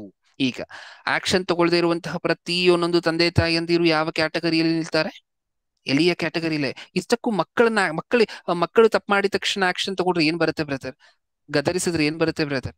ಶಿಕ್ಷಣ ಕೊಟ್ರೆ ಏನ್ ಬರುತ್ತೆ ಬ್ರದರ್? ಶಿಕ್ಷೆ ಕೊಟ್ರೆ ಏನ್ ಬರುತ್ತೆ ಬ್ರದರ್? ತಪ್ಪು ಮಾಡ್ದ ಮಕ್ಕಳನ್ನ ದಂಡಿಸಿದ್ರೆ ಏನ್ ಬರುತ್ತೆ ಬ್ರದರ್? ಬುದ್ಧಿ ಕಲಿತಾರೆ. ಬುದ್ಧಿ ಕಲಿತಾರೆ, ಹೌದಾ ಇಲ್ವಾ? ಶಿಕ್ಷೆ ಕೊಟ್ಟಾಗ ಮಕ್ಕಳು ಬುದ್ಧಿ ಕಲಿತಾರ? ತಪ್ಪು ಮಾಡಿದಾಗ ಶಿಕ್ಷೆ ಕೊಟ್ಟಾಗ ಮಕ್ಕಳು ಬುದ್ಧಿ ಕಲಿತಾರ? ಈಗ ದಂಡಿಸ್ತೆ ನೀನ್ ಮಾಡಿರುವಂತಹದ್ದೆಲ್ಲ ಸರಿನೇ ಅಂತ ಅನ್ಕೊಂಡ್ ಬಂದ್ರೆ ಹಾಳಾಗುವಂತಹದ್ ಯಾರು? ಮಕ್ಕಳೇನ? ತಂದೆ ತಾಯಿಯಂದಿರಿಗೆ ತುಂಬಾ ರೀಸನ್ ಇರುತ್ತೆ ಪ್ರಿಯರೇ. ನಿನ್ ಮಗ ತಪ್ಪು ಮಾಡ್ತಿದ್ದಾನೆ ಅಂತ ಅಕ್ಕಪಕ್ಕದ ಮನೆಯವರು, ಆ ಏರಿಯಾದವ್ರು ಎಲ್ರು ಹೇಳ್ತಿದ್ದಾರೆ ಅಂತ ಹೇಳಿದ್ರೆ, ಈಗ ಆಕ್ಷನ್ ತಗೊಳ್ದೆ ಹೋದ್ರೆ, ಏನಕ್ಕೆ ಆಕ್ಷನ್ ತಗೊಂಡಿಲ್ಲ ನಿನ್ ಮಗ ತಪ್ಪು ಮಾಡಿದ್ರು? ಏನಕ್ಕೆ ಆಕ್ಷನ್ ತಗೊಂಡಿಲ್ಲ ಅಂತ ಹೇಳಿ ಪ್ರಶ್ನೆ ಮಾಡಿದ್ರೆ ತಂದೆ ತಾಯಿಯಂದಿರಿಗೆ ಅವ್ರ ಹತ್ರ ಕೊಡ್ಲಿಕ್ಕೆ ತುಂಬಾ ರೀಸನ್ಗಳಿರುತ್ತೆ. ಅದ್ರಲ್ಲಿ ಒಂದು ರೀಸನ್ ಏನ್ ಗೊತ್ತಾ? ಒಂದು ರೀಸನ್ ಏನ್ ಗೊತ್ತಾ? ಈಗ ಆಕ್ಷನ್ ತಗೊಳ್ಳುವಂತಹದ್ದು ಅಂದ್ರೆ ಏನು? ಇಷ್ಟಕ್ಕೂ ಆಕ್ಷನ್ ತಗೊಳ್ಳುವಂತಹದ್ದು ಅಂದ್ರೆ ಏನು? ತುಂಬಾ ಕೆಟ್ಟದಾಗಿರುವಂತಹ ಏರಿಯಾದಲ್ಲಿ ಮನೆ ಮಾಡಿದೀವಿ ಅಂತ ಅನ್ಕೊಳ್ಳಿ ಪ್ರಿಯರೇ. ಈಗ ತಂದೆ ತಾಯಿಯಂದಿರು ಉದ್ಯೋಗವನ್ನು ಮುಗಿಸ್ಕೊಂಡು ಮನೆಗೆ ಬರುವುದಕ್ಕಿಂತ ಮುಂಚೆ ಅದೇ ಏರಿಯಾದಲ್ಲಲ್ವಾ ನಾರ್ಮಲ್ ಆಗ ಮಗ ಬಂದು ಬೆಳೆಯುವಂತಹದ್ದು, ಅಕ್ಕಪಕ್ಕ ಇರುವಂತಹ ಫ್ರೆಂಡ್ಸ್ ಎಲ್ಲ ಅದೇ ಏರಿಯಾದಲ್ಲಿ ಇರುವಂತವ್ರಲ್ಲ. ಈ ಎಲ್ಲ ದುಸ್ಸಹವಾಸದಿಂದ ಕೆಟ್ಟೋಗ್ತಿದ್ದಾನೆ ಅಂತ ಹೇಳಿದ್ರೆ ತಂದೆ ತಾಯಿಯಂದಿರು ಫಸ್ಟ್ ಆಕ್ಷನ್ ಏನ್ ತಗೋಬೇಕು ಹೇಳಿ? ಫಸ್ಟ್ ಆಕ್ಷನ್ ಏನ್ ತಗೋಬೇಕು? ಮಗನ ನಿಮಿತ್ತ ಆದ್ರೂ, ಇವರಿಗೆ ಕಷ್ಟ ಆದ್ರೂ ಸಹ ಒಳ್ಳೆ ಜಾಗದಲ್ಲಿ ಈ ಮನೆ ಫಸ್ಟ್ ಇಲ್ಲಿರುವಂತಹ ಏರಿಯಾ ತುಂಬಾ ಕೆಟ್ಟು ಹೋಗಿದೆ ಏರಿಯಾ ಅಂತ ಅನ್ಕೊಳ್ಳಿ. ಏನ್ ಮಾಡ್ಬೇಕು? ಫಸ್ಟ್ ಚೇಂಜ್ ಮಾಡ್ಬೇಕಾ? ಅಟ್ಲೀಸ್ಟ್ ಸ್ವಲ್ಪ ದಿನ ಆದ್ರೂ ಮಗನನ್ನ ಸ್ಟ್ರಿಕ್ಟ್ ಆಗಿ ಮಾನಿಟರ್ ಮಾಡ್ಬೇಕಾ? ಇಮಿಡಿಯೇಟ್ ಆಗಿ ಚೇಂಜ್ ಮಾಡ್ಲಿಕ್ಕೆ ಆಗಿಲ್ಲ ಅಂತ ಹೇಳಿದ್ರು. ಈ ಏರಿಯಾಗ್ ಒಳಗಡೆ ಮನೆಗ್ ಬಂದ ನಂತರ ಹೊರಗಡೆ ಫ್ರೆಂಡ್ಸ್ ಜೊತೆ ಹೋಗ್ಬಾರ್ದು, ಯಾಕೆಂದ್ರೆ ಎಲ್ಲೂ ಕೆಟ್ಟ ಹೋಗಿರುವಂತವ್ರೆ, ಕೆಟ್ಟೋಗ್ತಾನೆ. ಇದನ್ನೆಲ್ಲ ಮಾಡ್ಬೇಕಾ ಬೇಡ? ಆಕ್ಷನ್ ತಗೊಳ್ಳುವಂತಹದ್ದು ಅಂದ್ರೆ ಇದೇನಾ? ಆದ್ರೆ ತಂದೆ ತಾಯಿಯಿಂದ ರೀಸನ್ ಏನಿರುತ್ತೆ ಗೊತ್ತಾ? ಈ ಕೆಲಸವನ್ನ ಮಾಡದೇ ಇರೋದಕ್ಕೆ, ಈ ಆಕ್ಷನ್ ಅನ್ನ ತಗೊಳ್ದೇ ಇರೋದಕ್ಕೆ. ಬ್ರದರ್, ನಾನು ಕೆಲಸದ ಚಿಂತೆಯಲ್ಲಿ ಇರ್ತೀನಲ್ವಾ, ಮಗನ ಬಗ್ಗೆ ಆಕ್ಷನ್ ತಗೊಳ್ಲಿಕ್ಕೆ ಆಗೋದಿಲ್ಲ. ಆದ್ರೆ ಮಗ ತಪ್ಪು ಮಾಡ್ತಿದ್ದಾನೆ ಅಂತ ಗೊತ್ತು, ಹಾಳಾಗ್ತಿದ್ದಾನೆ ಅಂತ ಗೊತ್ತು, ಆಕ್ಷನ್ ತಗೊಂಡ್ರೆ ಸರಿ ಹೋಗ್ತಾನೆ ಅಂತ ಗೊತ್ತು. ಆಕ್ಷನ್ ಏನಕ್ಕೋಸ್ಕರ ತಗೊಂಡಿಲ್ಲ ಅಂತ ಹೇಳಿದ್ರೆ ರೀಸನ್ ಏನಿತ್ತು ನಮ್ಮ ಹತ್ರ? ಕೆಲಸದ ಚಿಂತೆಯಲ್ಲಿ ಇರ್ತೀನಿ, ಇದನ್ನೆಲ್ಲ ತಲೆಗೆ ಹಾಕೊಂಡ್ಲಿಕ್ಕೆ ಆಗೋದಿಲ್ಲ. ಹೌದಾ? ಈ ಪ್ರೆಸೆಂಟ್ಲಿ ನಾವ್ ಇದ್ದೀವಲ್ವಾ ಬ್ರದರ್ ಏರಿಯಾ, ಈ ಏರಿಯಾದಿಂದ ನಾನು ಉದ್ಯೋಗಕ್ಕೆ ಹೋಗುವಂತಹ ಕೆಲಸ ತುಂಬಾ ಹತ್ರ, ನಿಂಗೆ ಹೊರಟೋಗ್ಬಿಡ್ಬೋದು. ಬೇರೆ ಕಡೆ ಮನೆ ಮಾಡಿದೆ ಅಂತ ಅನ್ಕೊಳ್ಳಿ, ಹಣದ ಸಹ ಇವ್ರಿಗೆ ಆರ್ಥಿಕ ಬಲ ಚೆನ್ನಾಗಿರುತ್ತೆ ಸ್ವಲ್ಪ ಜನರಿಗೆ. ಏನಕ್ಕೂ ನಿಮಗೆ ಆರ್ಥಿಕ ಬಲ ಚೆನ್ನಾಗಿರುತ್ತೆ, ನೀವು ಬೇರೆ ಒಳ್ಳೆ ಏರಿಯಾದಲ್ಲಿ ಮನೆ ಮಾಡಬಹುದು. ಮಗ ಸರಿ ಹೋಗ್ತಾನೆ, ಈ ತರ ದುಸ್ಸಹವಾಸದಲ್ಲಿ ಸೇರೋದಿಲ್ಲ ಅಂತ ನೀವ್ ಹೇಳಿದ್ರು ಸಹ ಅವ್ರೇನಂತಾರೆ ಗೊತ್ತಾ? ಕೆಲಸ ಇಲ್ಲೇ ಹತ್ರ, 5 ನಿಮಿಷ ಹಿಂಗೆ ನಡ್ಕೊಂಡು ಹೊರಟೋಗ್ಬಿಡ್ಬೋದು, ಅದಕ್ಕೋಸ್ಕರ ಈ ಮನೆಯನ್ನ ನಾನು ಚೇಂಜ್ ಮಾಡೋದಿಲ್ಲ. ಮಗ ಆಳಿದ್ರು ಪರವಾಗಿಲ್ವಾ? ಪರವಾಗಿಲ್ಲ. ಹೌದಾ? ಸ್ಕೂಲ್ ಈಗ ನೀವು ಮಕ್ಕಳು ಹೋಗುವಂತಹ ಸ್ಕೂಲ್ ನಾರ್ಮಲ್ ಆಗಿ ಅಲ್ಲಿ ಸರಿಯಾಗಿ ಪಾಠ ಹೇಳ್ಕೊಡ್ತಿಲ್ಲ, ಅಲ್ಲಿನ ಸಹವಾಸದಿಂದ ಮಗ ಹಾಳಾಗ್ತಿದ್ದಾನೆ ಅಂತ ಹೇಳಿದ್ರೆ ಈಗ ಇಮಿಡಿಯೇಟ್ ಆಗಿ ಏನ್ ಮಾಡ್ಬೇಕು? ಟೀಚರ್ಗಾದ್ರೂ ಬಂದು ಹೇಳ್ಬೇಕು, ಏನಂತ, ಸ್ವಲ್ಪ ಜಾಸ್ತಿ ಮಾನಿಟರ್ ಮಾಡಿ ಸ್ವಲ್ಪ ದಿನ ಅಂತ ಹೇಳಿ. ಅಥವಾ ಇರುವಂತಹ ಶಾಲೆಯನ್ನ ಬದಲು ಮಾಡ್ಕೊಂಡು ನಮ್ಗೆ ಕಷ್ಟ ಆದ್ರೂ ಪರವಾಗಿಲ್ಲ, ಒಂದ್ ಸ್ವಲ್ಪ ಹೆಚ್ಚಾದ್ರೂ ಪರವಾಗಿಲ್ಲ, ಫೀಸ್ ಮಗ ಸರಿ ಹೋದ್ರೆ ಸಾಕು ಅಂತ ಹೇಳಿ ಆಕ್ಷನ್ ತಗೊಳ್ಳುವಂತಹದ್ದು ಅಂದ್ರೆ ಏನು ಅಂತ ನಾನು ಹೇಳ್ತಿದ್ದೀನಿ ಜನರಲ್ ಆಗಿ, ಎಕ್ಸಾಂಪಲ್ ಆಗಿ. ಇಲ್ಲಿಂದ ಸ್ಕೂಲನ್ನ ಬೇರೆ ಸ್ಕೂಲ್ಗಾದ್ರೂ ಶಿಫ್ಟ್ ಮಾಡ್ಬೇಕು. ಇದನ್ನ ಮಾಡೋದಿಲ್ಲ. ಈ ಸ್ಕೂಲು ಬ್ರದರ್ ಪಕ್ಕದಲ್ಲೇ ಇದೆ, ಮನೆಗೆ ಹತ್ತಿರ ಇದೆ, ತುಂಬಾ ಹೊರಟೋಗ್ಬಿಡ್ಬೋದು ಈಸಿಯಾಗಿ. ಇದರ ನಿಮಿತ್ತ ಆ ಆಕ್ಷನ್ ತಗೊಳ್ಳೋದಿಲ್ಲ ತಂದೆ ತಾಯಿಯಿಂದ. ಹೌದಾ? ಇದನ್ನೆಲ್ಲ ಏನಕ್ಕೋಸ್ಕರ ಹೇಳ್ತಿದ್ದೀನಿ ಗೊತ್ತಾ ಪ್ರಿಯರೇ? ತಪ್ಪು ಮಾಡಿದ್ದಾರೆ ಮಕ್ಕಳು ಅಂತ ಹೇಳಿ ಗೊತ್ತಾದ್ರೂ ಸಹ ದಂಡಿಸದೇ ಇರುವಂತಹದ್ದು, ಬುದ್ಧಿ ಕಲಿಸದೇ ಇರುವಂತಹದ್ದು, ಆಕ್ಷನ್ ತಗೊಳ್ಳದೇ ಇರೋದಕ್ಕೆ ನಮ್ಮ ಹತ್ರ ಇರುವಂತಹ ಕಾರಣಗಳು ಇದೆಲ್ಲ. ಏನಕ್ಕೋಸ್ಕರ ಮಕ್ಕಳನ್ನ ಕೇಳ್ತಿಲ್ಲ ನೀವು? ತಪ್ಪು ಮಾಡ್ತಿದ್ರು ಏನಕ್ಕೋಸ್ಕರ ಪ್ರಶ್ನೆ ಮಾಡ್ತಿಲ್ಲ ಅಂತ ಹೇಳಿದ್ರೆ ನಮ್ಮ ಹತ್ರ ಇರುವಂತಹ ರೀಸನ್ಗಳಿದೆಲ್ಲ. ನಾವು ಬಿಸಿ, ಇದು ಪಕ್ಕದಲ್ಲೇ ಇರುವಂತಹದ್ದು, ಹತ್ರ ಇದೆ, ಈಸಿಯಾಗಿ ಹೊರಟೋಗ್ಬಿಡ್ಬೋದು. ಹೌದಾ? ಆಕ್ಷನ್ ತಗೊಳ್ಳದೆ ಹೋದ್ರೆ, ಮಕ್ಕಳು ತಪ್ಪು ಮಾಡಿದಾಗ ಆಕ್ಷನ್ ತಗೊಳ್ಳದೆ ಹೋದ್ರೆ ಯಾರು ಪ್ರಶ್ನೆ ಮಾಡ್ತಾರೆ ಗೊತ್ತಾ ಪ್ರಿಯರೇ? ದೇವರು. ಬ್ರದರ್, ನಮ್ಮ ಮಕ್ಕಳಲ್ವಾ, ನಮ್ಮ ಇಷ್ಟ ಅಲ್ವಾ, ದೇವ್ರು ಏನಕ್ಕೋಸ್ಕರ ಪ್ರಶ್ನೆ ಮಾಡ್ತಾರೆ ಅಂದ್ರೆ, ಮಕ್ಕಳು ನಿಮ್ಮ ಮಕ್ಕಳಲ್ಲ, ನಿಮ್ಮ ಮಕ್ಕಳಾಗಿ ದೇವ್ರು ಕೊಟ್ಟಿದ್ದಾರೆ. ತನ್ನ ಮಕ್ಕಳನ್ನ ನಿಮ್ಮ ಮಕ್ಕಳಾಗಿ ದೇವ್ರು ಕೊಟ್ಟಿದ್ದಾರೆ. ಅವ್ರು ತಪ್ಪು ಮಾಡ್ಬೇಕಾದ್ರೆ ನೀವು ಪ್ರಶ್ನೆ ಮಾಡ್ಬೇಕು. ಅವ್ರು ತಪ್ಪು ಮಾಡ್ಬೇಕಾದ್ರೆ ನೀವು ಬುದ್ಧಿ ಕಲಿಸ್ಬೇಕು. ಅದ್ ದಂಡಿಸಿ ಆದ್ರೂ ಪರವಾಗಿಲ್ಲ, ನೀವ್ ಏನ್ ಮಾಡ್ತಿರೋ ಪರವಾಗಿಲ್ಲ, ನೀವು ಕಠಿಣ ಕ್ರಮಗಳನ್ನ ಕೈಗೊಳ್ತಿರೋ ಪರವಾಗಿಲ್ಲ, ಆದ್ರೆ ಬುದ್ಧಿ ಹೇಳಲೇಬೇಕು. ಇದು ದೇವರು ಮ್ಯಾಂಡೇಟರಿಯಾಗಿ ನೇಮಿಸಿದ್ದಾರೆ. ಅದಕ್ಕೆ ಎಲಿಯ ಹತ್ರನು ಏನಕ್ಕೋಸ್ಕರ ಈ ವ್ಯಕ್ತಿಗೆ ಶಿಕ್ಷೆ? ಮಕ್ಕಳು ತಪ್ಪು ಮಾಡ್ಬೇಕಾದ್ರೆ ನೀನ್ ಗದರಿಸಿಲ್ಲ ಅಲ್ವಾ? ಸತ್ಯವೇದದಲ್ಲಿ 2 ತರ ತಪ್ಪಿದೆ ಪ್ರಿಯರೇ. ಒಂದು ಕ್ಷಮಿಸುವಂತಹ ತಪ್ಪು, ಇನ್ನೊಂದು ಕ್ಷಮಿಸಲಾರದೆ ಇರುವಂತಹ ತಪ್ಪು, ಕ್ಷಮಿಸದೇ ಇರುವಂತಹ ತಪ್ಪು, ಕ್ಷಮೆ ಇಲ್ಲದೆ ಇರುವಂತಹ ತಪ್ಪು. ಇಷ್ಟಕ್ಕೂ ಮಕ್ಕಳನ್ನ ಬೆಳೆಸದೇ ಇರುವಂತಹದ್ದು, ಮಕ್ಕಳು ತಪ್ಪು ಮಾಡಿದ ನಂತರನೂ ಶಿಕ್ಷೆ ಕೊಡದೇ ಇರುವಂತಹದ್ದು ಯಾವ ತಪ್ಪು ಗೊತ್ತಾ? ಕ್ಷಮಿಸುವಂತಹ ತಪ್ಪ, ಕ್ಷಮಿಸದೇ ಇರುವಂತಹ ತಪ್ಪ? 14ನೇ ವಚನ, 3ನೇ ಅಧ್ಯಾಯ 14ನೇ ವಚನ. ಅದೇ ಮೊದಲನೇ ಸಮುವೇಲನ ಗ್ರಂಥ 3ನೇ ಅಧ್ಯಾಯ 14ನೇ ವಚನ. ಎಲಿಯ ಮನೆಯವರ ಅಪರಾಧಕ್ಕೆ ಯಜ್ಞ ನೈವೇದ್ಯಗಳಿಂದಲೂ ಎಂದಿಗೂ ಪ್ರಾಯಶ್ಚಿತ್ತವಾಗುವುದಿಲ್ಲವೆಂಬುದಾಗಿ ಆಣೆ ಇಟ್ಟಿದ್ದೇನೆ ಎಂದು ಹೇಳಿದನು. ಅನಂತರ ಸಮುವೇಲನು, ಏನಂತ ಅರ್ಥ ಆಯ್ತು ನಮ್ಗೆ? ಕ್ಷಮಿಸಲ್ಪಡುವಂತಹ ತಪ್ಪ, ಕ್ಷಮಿಸಲಾರದೇ ಇರುವಂತಹ ತಪ್ಪ? ಎಲಿಯ ಮನೆಯವರ ಅಪರಾಧಕ್ಕೆ ಯಜ್ಞ ನೈವೇದ್ಯಗಳಿಂದಲೂ ಎಂದಿಗೂ ಪ್ರಾಯಶ್ಚಿತ್ತವಾಗುವುದಿಲ್ಲವೆಂಬುದಾಗಿ ಆಣೆ ಇಟ್ಟಿದ್ದೇನೆ ಎಂದು ಹೇಳಿದನು. ಇದನ್ನು ಕ್ಷಮಿಸಕ್ಕಾಗೋದಿಲ್ಲ. ಮಕ್ಕಳನ್ನ ಬೆಳೆಸದೇ ಇರುವಂತಹ ತಂದೆ ತಾಯಂದಿರು, ಮಕ್ಕಳು ತಪ್ಪು ಮಾಡ್ತಿದ್ದಾರೆ ಅಂತ ಹೇಳಿ ಗೊತ್ತು, ಮಕ್ಕಳು ನಿಮ್ಮ ಕಂಟ್ರೋಲಲ್ಲೇ ಇದ್ದಾರೆ, ಕಣ್ಮುಂದೆನೆ ಇದ್ದಾರೆ, ತಪ್ಪು ಮಾಡ್ಬೇಕಾದ್ರೆ ತಡೆಯದೇ ಇರುವಂತಹ ಪ್ರತಿ ತಂದೆ ತಾಯಂದಿರು ಮಾಡ್ತಿರುವಂತಹ ತಪ್ಪು ಎಂತದ್ದಂತೆ? ಕ್ಷಮಿಸಲಾರದೇ ಇರುವಂತಹ ತಪ್ಪು. ದೇವ್ರು ಏನಂದ್ರು ಆ ಕಾಲದಲ್ಲೇ, ನೀವ್ ಎಷ್ಟೇ ಬಲಿ ಕೊಟ್ರು ಈ ತಪ್ಪನ್ನ ಮಾತ್ರ ನಾನು ಕ್ಷಮಿಸೋದಿಲ್ಲ ಅಂದ್ರು. ಹೌದಾ? ಒಂದು ಆತ್ಮದ ಪ್ರಶ್ನೆ ಪ್ರಿಯರೇ, ಯೋಚನೆ ಮಾಡಿ ನೋಡಿ. ನಿಮಗ್ ಒಂದು ಮಕ್ಕಳನ್ನ ಕೊಟ್ಟಿದ್ದಾರೆ ಅಂದ್ರೆ ಆ ಮಕ್ಕಳಿಗೂ ಒಂದು ಆತ್ಮ ಇದೆಯಾ? ಆ ಆತ್ಮ ಇದೆ. ಓಕೆ, ಈಗ ಮಕ್ಕಳನ್ನ ಬೆಳೆಸದೇ ಇರುವಂತಹ ಪ್ರತಿ ತಂದೆ ತಾಯಂದಿರು ಇಷ್ಟ ಬಂದಂತೆ ಮಕ್ಕಳನ್ನ ಬೆಳಿಲಿಕ್ ಬಿಡ್ತಿದ್ದಾರೆ ಅಂತ ಹೇಳಿದ್ರೆ, ಈ ಮಗ ಏನಾಗ್ತಾನೆ? ದೊಡ್ಡವನಾದ ನಂತರ ಫಸ್ಟ್ ಆಫ್ ಆಲ್ ದೇವರಿಗೆ ವಿರೋಧಿ ಆಗ್ತಾನೆ. ಯಾವ ತಪ್ಪು ಮಾಡಿದ್ರು ದೇವರಿಗೆ ವಿರೋಧಿನೇ. ನೆಕ್ಸ್ಟ್ ಸಮಾಜಕ್ಕೆ ವಿರೋಧಿ ಆಗ್ತಾನೆ. ಹೌದಾ ಇಲ್ವಾ? ಸಮಾಜದ ಜನ ಇಷ್ಟಪಡ್ತಾರ? ಇಲ್ಲ, ಎಲ್ರು ಚೀಮಾರಿ ಹಾಕುವಂತವ್ರೆ. ದೇವ್ರು ಇಷ್ಟಪಡ್ತಾರ? ಇಲ್ಲ, ದೇವರು ಸಹ ಚೀಮಾರಿ ಹಾಕ್ತಾರೆ. ಎಲ್ಲಿಗೆ ಹೋಗ್ತಾನೆ ಈ ವ್ಯಕ್ತಿ? ಎಲ್ಲಿಗೆ ಹೋಗ್ತಾನೆ? ಒಬ್ಬ ತಂದೆ ತಾಯಿ ಮಕ್ಕಳನ್ನ ಬೆಳೆಸ್ತಿಲ್ಲ ಅಂತ ಹೇಳಿದ್ರೆ, ತಪ್ಪು ಮಾಡಿದ್ರು ಕೇಳ್ತಿಲ್ಲ ಅಂತ ಹೇಳಿದ್ರೆ, ಆ ತಪ್ಪು ದೊಡ್ಡದಾಗಿ ಎಲ್ಲಿಗೆ ಹೋಗ್ತಾನೆ ಈ ವ್ಯಕ್ತಿ? ನರಕಕ್ಕೆ ಹೋಗುವಂತಹದ್ದು ಕನ್ಫರ್ಮ್. ಈಗ ಆ ಎಳೆ ಚಿಕ್ಕ ಮಗುವನ್ನ ನಿಮ್ಮ ಕೈಯಲ್ಲಿಟ್ರಲ್ವಾ, ಮದುವೆ ಆದಾಗ ಸ್ವಲ್ಪ ದಿನ ಆದ ನಂತರ ದೇವರು ಒಂದು ಚಿಕ್ಕ ಮಗುವನ್ನ ಬಹುಮಾನವಾಗಿ ಗಿಫ್ಟ್ ಆಗಿ ನಿಮ್ಮ ಕೈಯಲ್ಲಿಟ್ರಲ್ವಾ, ತಂದೆ ತಾಯಿಯಂದಿರ ಕೈಯಲ್ಲಿ. ನೀವ್ ಯೋಚನೆ ಮಾಡಿ ನೋಡಿ, ಅಷ್ಟೊಂದು ಪ್ಯೂರ್ ಆಗಿರುವಂತಹ ಮಗುವನ್ನ ದೇವರು ಕೊಟ್ಟಾಗ, ಆ ಮಗುವನ್ನ ಬೆಳೆಸಿ ದೊಡ್ಡವನನ್ನಾಗಿ ಮಾಡಿ ಪಾತಾಳದ ಬಾಗಿಲಲ್ಲಿ ನಿಲ್ಸಿ ನೀವೇ ಬೆನ್ನ ಹಿಂದೆ ಕೈ ಹಾಕಿ ತಳ್ದಂಗೆ ಅಲ್ವಾ ಅದರ ಅರ್ಥ? ಯಾಕಂದ್ರೆ ದೇವ್ರು ಕೊಡ್ಬೇಕಾದ್ರೆ ಆ ಬಟ್ಟೆ ವೈಟ್ ಆಗಿತ್ತಲ್ವಾ, ದೇವ್ರು ಕೊಡ್ಬೇಕಾದ್ರೆ ಆ ಬಟ್ಟೆ ಕೊಳೆಯಾಗಿರ್ಲಿಲ್ಲ ಅಲ್ವಾ? ಆದ್ರೆ ಆ ವ್ಯಕ್ತಿ, ಆ ಮಗು ದೊಡ್ಡವನಾಗೋಷ್ಟ್ರಲ್ಲಿ ನೀವು ಕೊಳೆ ಮಾಡಿ ಗಲೀಜ್ ಮಾಡಿ ಇಟ್ಟಿದ್ದೀರಾ ಅಲ್ವಾ? ಹೌದಾ? ನೀವು ಅಂದ್ರೆ ಸಮಾಜ ಅಂತ ಅರ್ಥ ಮಾಡ್ಕೋಬೇಕು. ಓಕೆ, ಗಲೀಜಾಗೋಗಿದೆ ಅಲ್ವಾ, ಪಾಪ ಅಂತ ಹೇಳಿ ಅಂಟಿಸ್ಕೊಂಡಿದ್ದಾನಲ್ವಾ ಮಗ. ಓಕೆ, ಎಲ್ಲಿಗೆ ಹೋಗ್ತಾನೆ? ನರಕಕ್ಕೆ ಹೋಗೋದಕ್ಕೆ ಕಾರಣ ಯಾರಾದ್ರೂ? ತಂದೆ ತಾಯಂದಿರಲ್ವಾ? ಯಾಕೆಂದ್ರೆ ಮಗುವನ್ನ ದೇವ್ರ ಚಿಕ್ಕ ಮಗುವಾಗಿ ನಿಮ್ಮ ಕೈಯಲ್ಲಿ ಕೊಟ್ಟಾಗ ಆ ಮಗು ನೀವ್ ಏನ್ ಹೇಳಿದ್ರು ಕೇಳುತ್ತೆ. ಹೌದಾ? ಹಂಗೆ ಬೆಳೆಸಿದ್ರೆ ಹಂಗೆ ಬೆಳೆಯುತ್ತೆ. ಆದ್ರೆ ಚೇಂಜ್ ಆಗಿದ್ ಏನಕ್ಕೋಸ್ಕರ? ಎಲ್ಲೋ ಒಂದು ಕಡೆ ತಂದೆ ತಾಯಂದಿರ ಕಂಟ್ರೋಲ್ ಮಗುವಿನ ಮೇಲೆ ಹೋಯ್ತು. ತಂದೆ ತಾಯಂದಿರು ಸತ್ಯವೇದವನ್ನ ಕಲಿಸುವಂತಹದನ್ನ ನಿಲ್ಸಿದ್ರು. ತಂದೆ ತಾಯಂದಿರು ತಪ್ಪು ಮಾಡಿದಾಗ ಕ್ವೆಶನ್ ಮಾಡುವಂತಹದನ್ನ ನಿಲ್ಸಿದ್ರು. ಹೌದಾ? ಅವಾಗಲ್ವಾ ಮಗು ಕಂಟ್ರೋಲಿನಿಂದ ತಪ್ಪೋಗಿತ್ತು. ಹೌದಾ ಇಲ್ವಾ? ಹೌದು. ಈಗ ನರಕಕ್ಕೆ ಹೋಗುವಂತಹದ್ದು ಕನ್ಫರ್ಮ್. ತಂದೆ ತಾಯಂದಿರ ಬಾಧ್ಯತೆ ಏನ್ ಗೊತ್ತಾ? ತಂದೆ ತಾಯಂದಿರು ಪರಲೋಕಕ್ಕೆ ಹೋಗ್ಬೇಕಾದ್ರೆ ಮಗು ಪರಲೋಕಕ್ಕೆ ಹೋಗ್ಬೇಕು. ದೇವರಿಟ್ಟಿರುವಂತಹ ಕನೆಕ್ಷನ್ ಇದು. ಏನಂತೆ? ತಂದೆ ತಾಯಂದಿರು ಪರಲೋಕಕ್ಕೆ ಹೋಗ್ಬೇಕಾದ್ರೆ ಯಾರು ಪರಲೋಕಕ್ಕೆ ಹೋಗ್ಬೇಕು? ಈ ತಂದೆ ತಾಯಂದಿರ್ಗಿರುವಂತಹ ಮಗು ಪರಲೋಕಕ್ಕೆ ಹೋಗ್ಬೇಕು ಫಸ್ಟ್. ಆ ಮಗುವನ್ನ ಸೇರಿಸುವಂತಹದ್ದು ತಂದೆ ತಾಯಂದಿರ ಜವಾಬ್ದಾರಿ ಪರಲೋಕಕ್ಕೆ. ಈಗ ಮಗು ನರಕಕ್ಕೆ ಹೋಗ್ತಿದೆ ಅಂತ ಹೇಳಿದ್ರೆ ಪ್ರಿಯರೇ, ಇನ್ನೊಂದ್ ಸ್ವಲ್ಪ ಜನ ಇರ್ತಾರೆ, ತಪ್ಪಾಗಿ ಅರ್ಥ ಮಾಡ್ಕೋಬಾರ್ದು.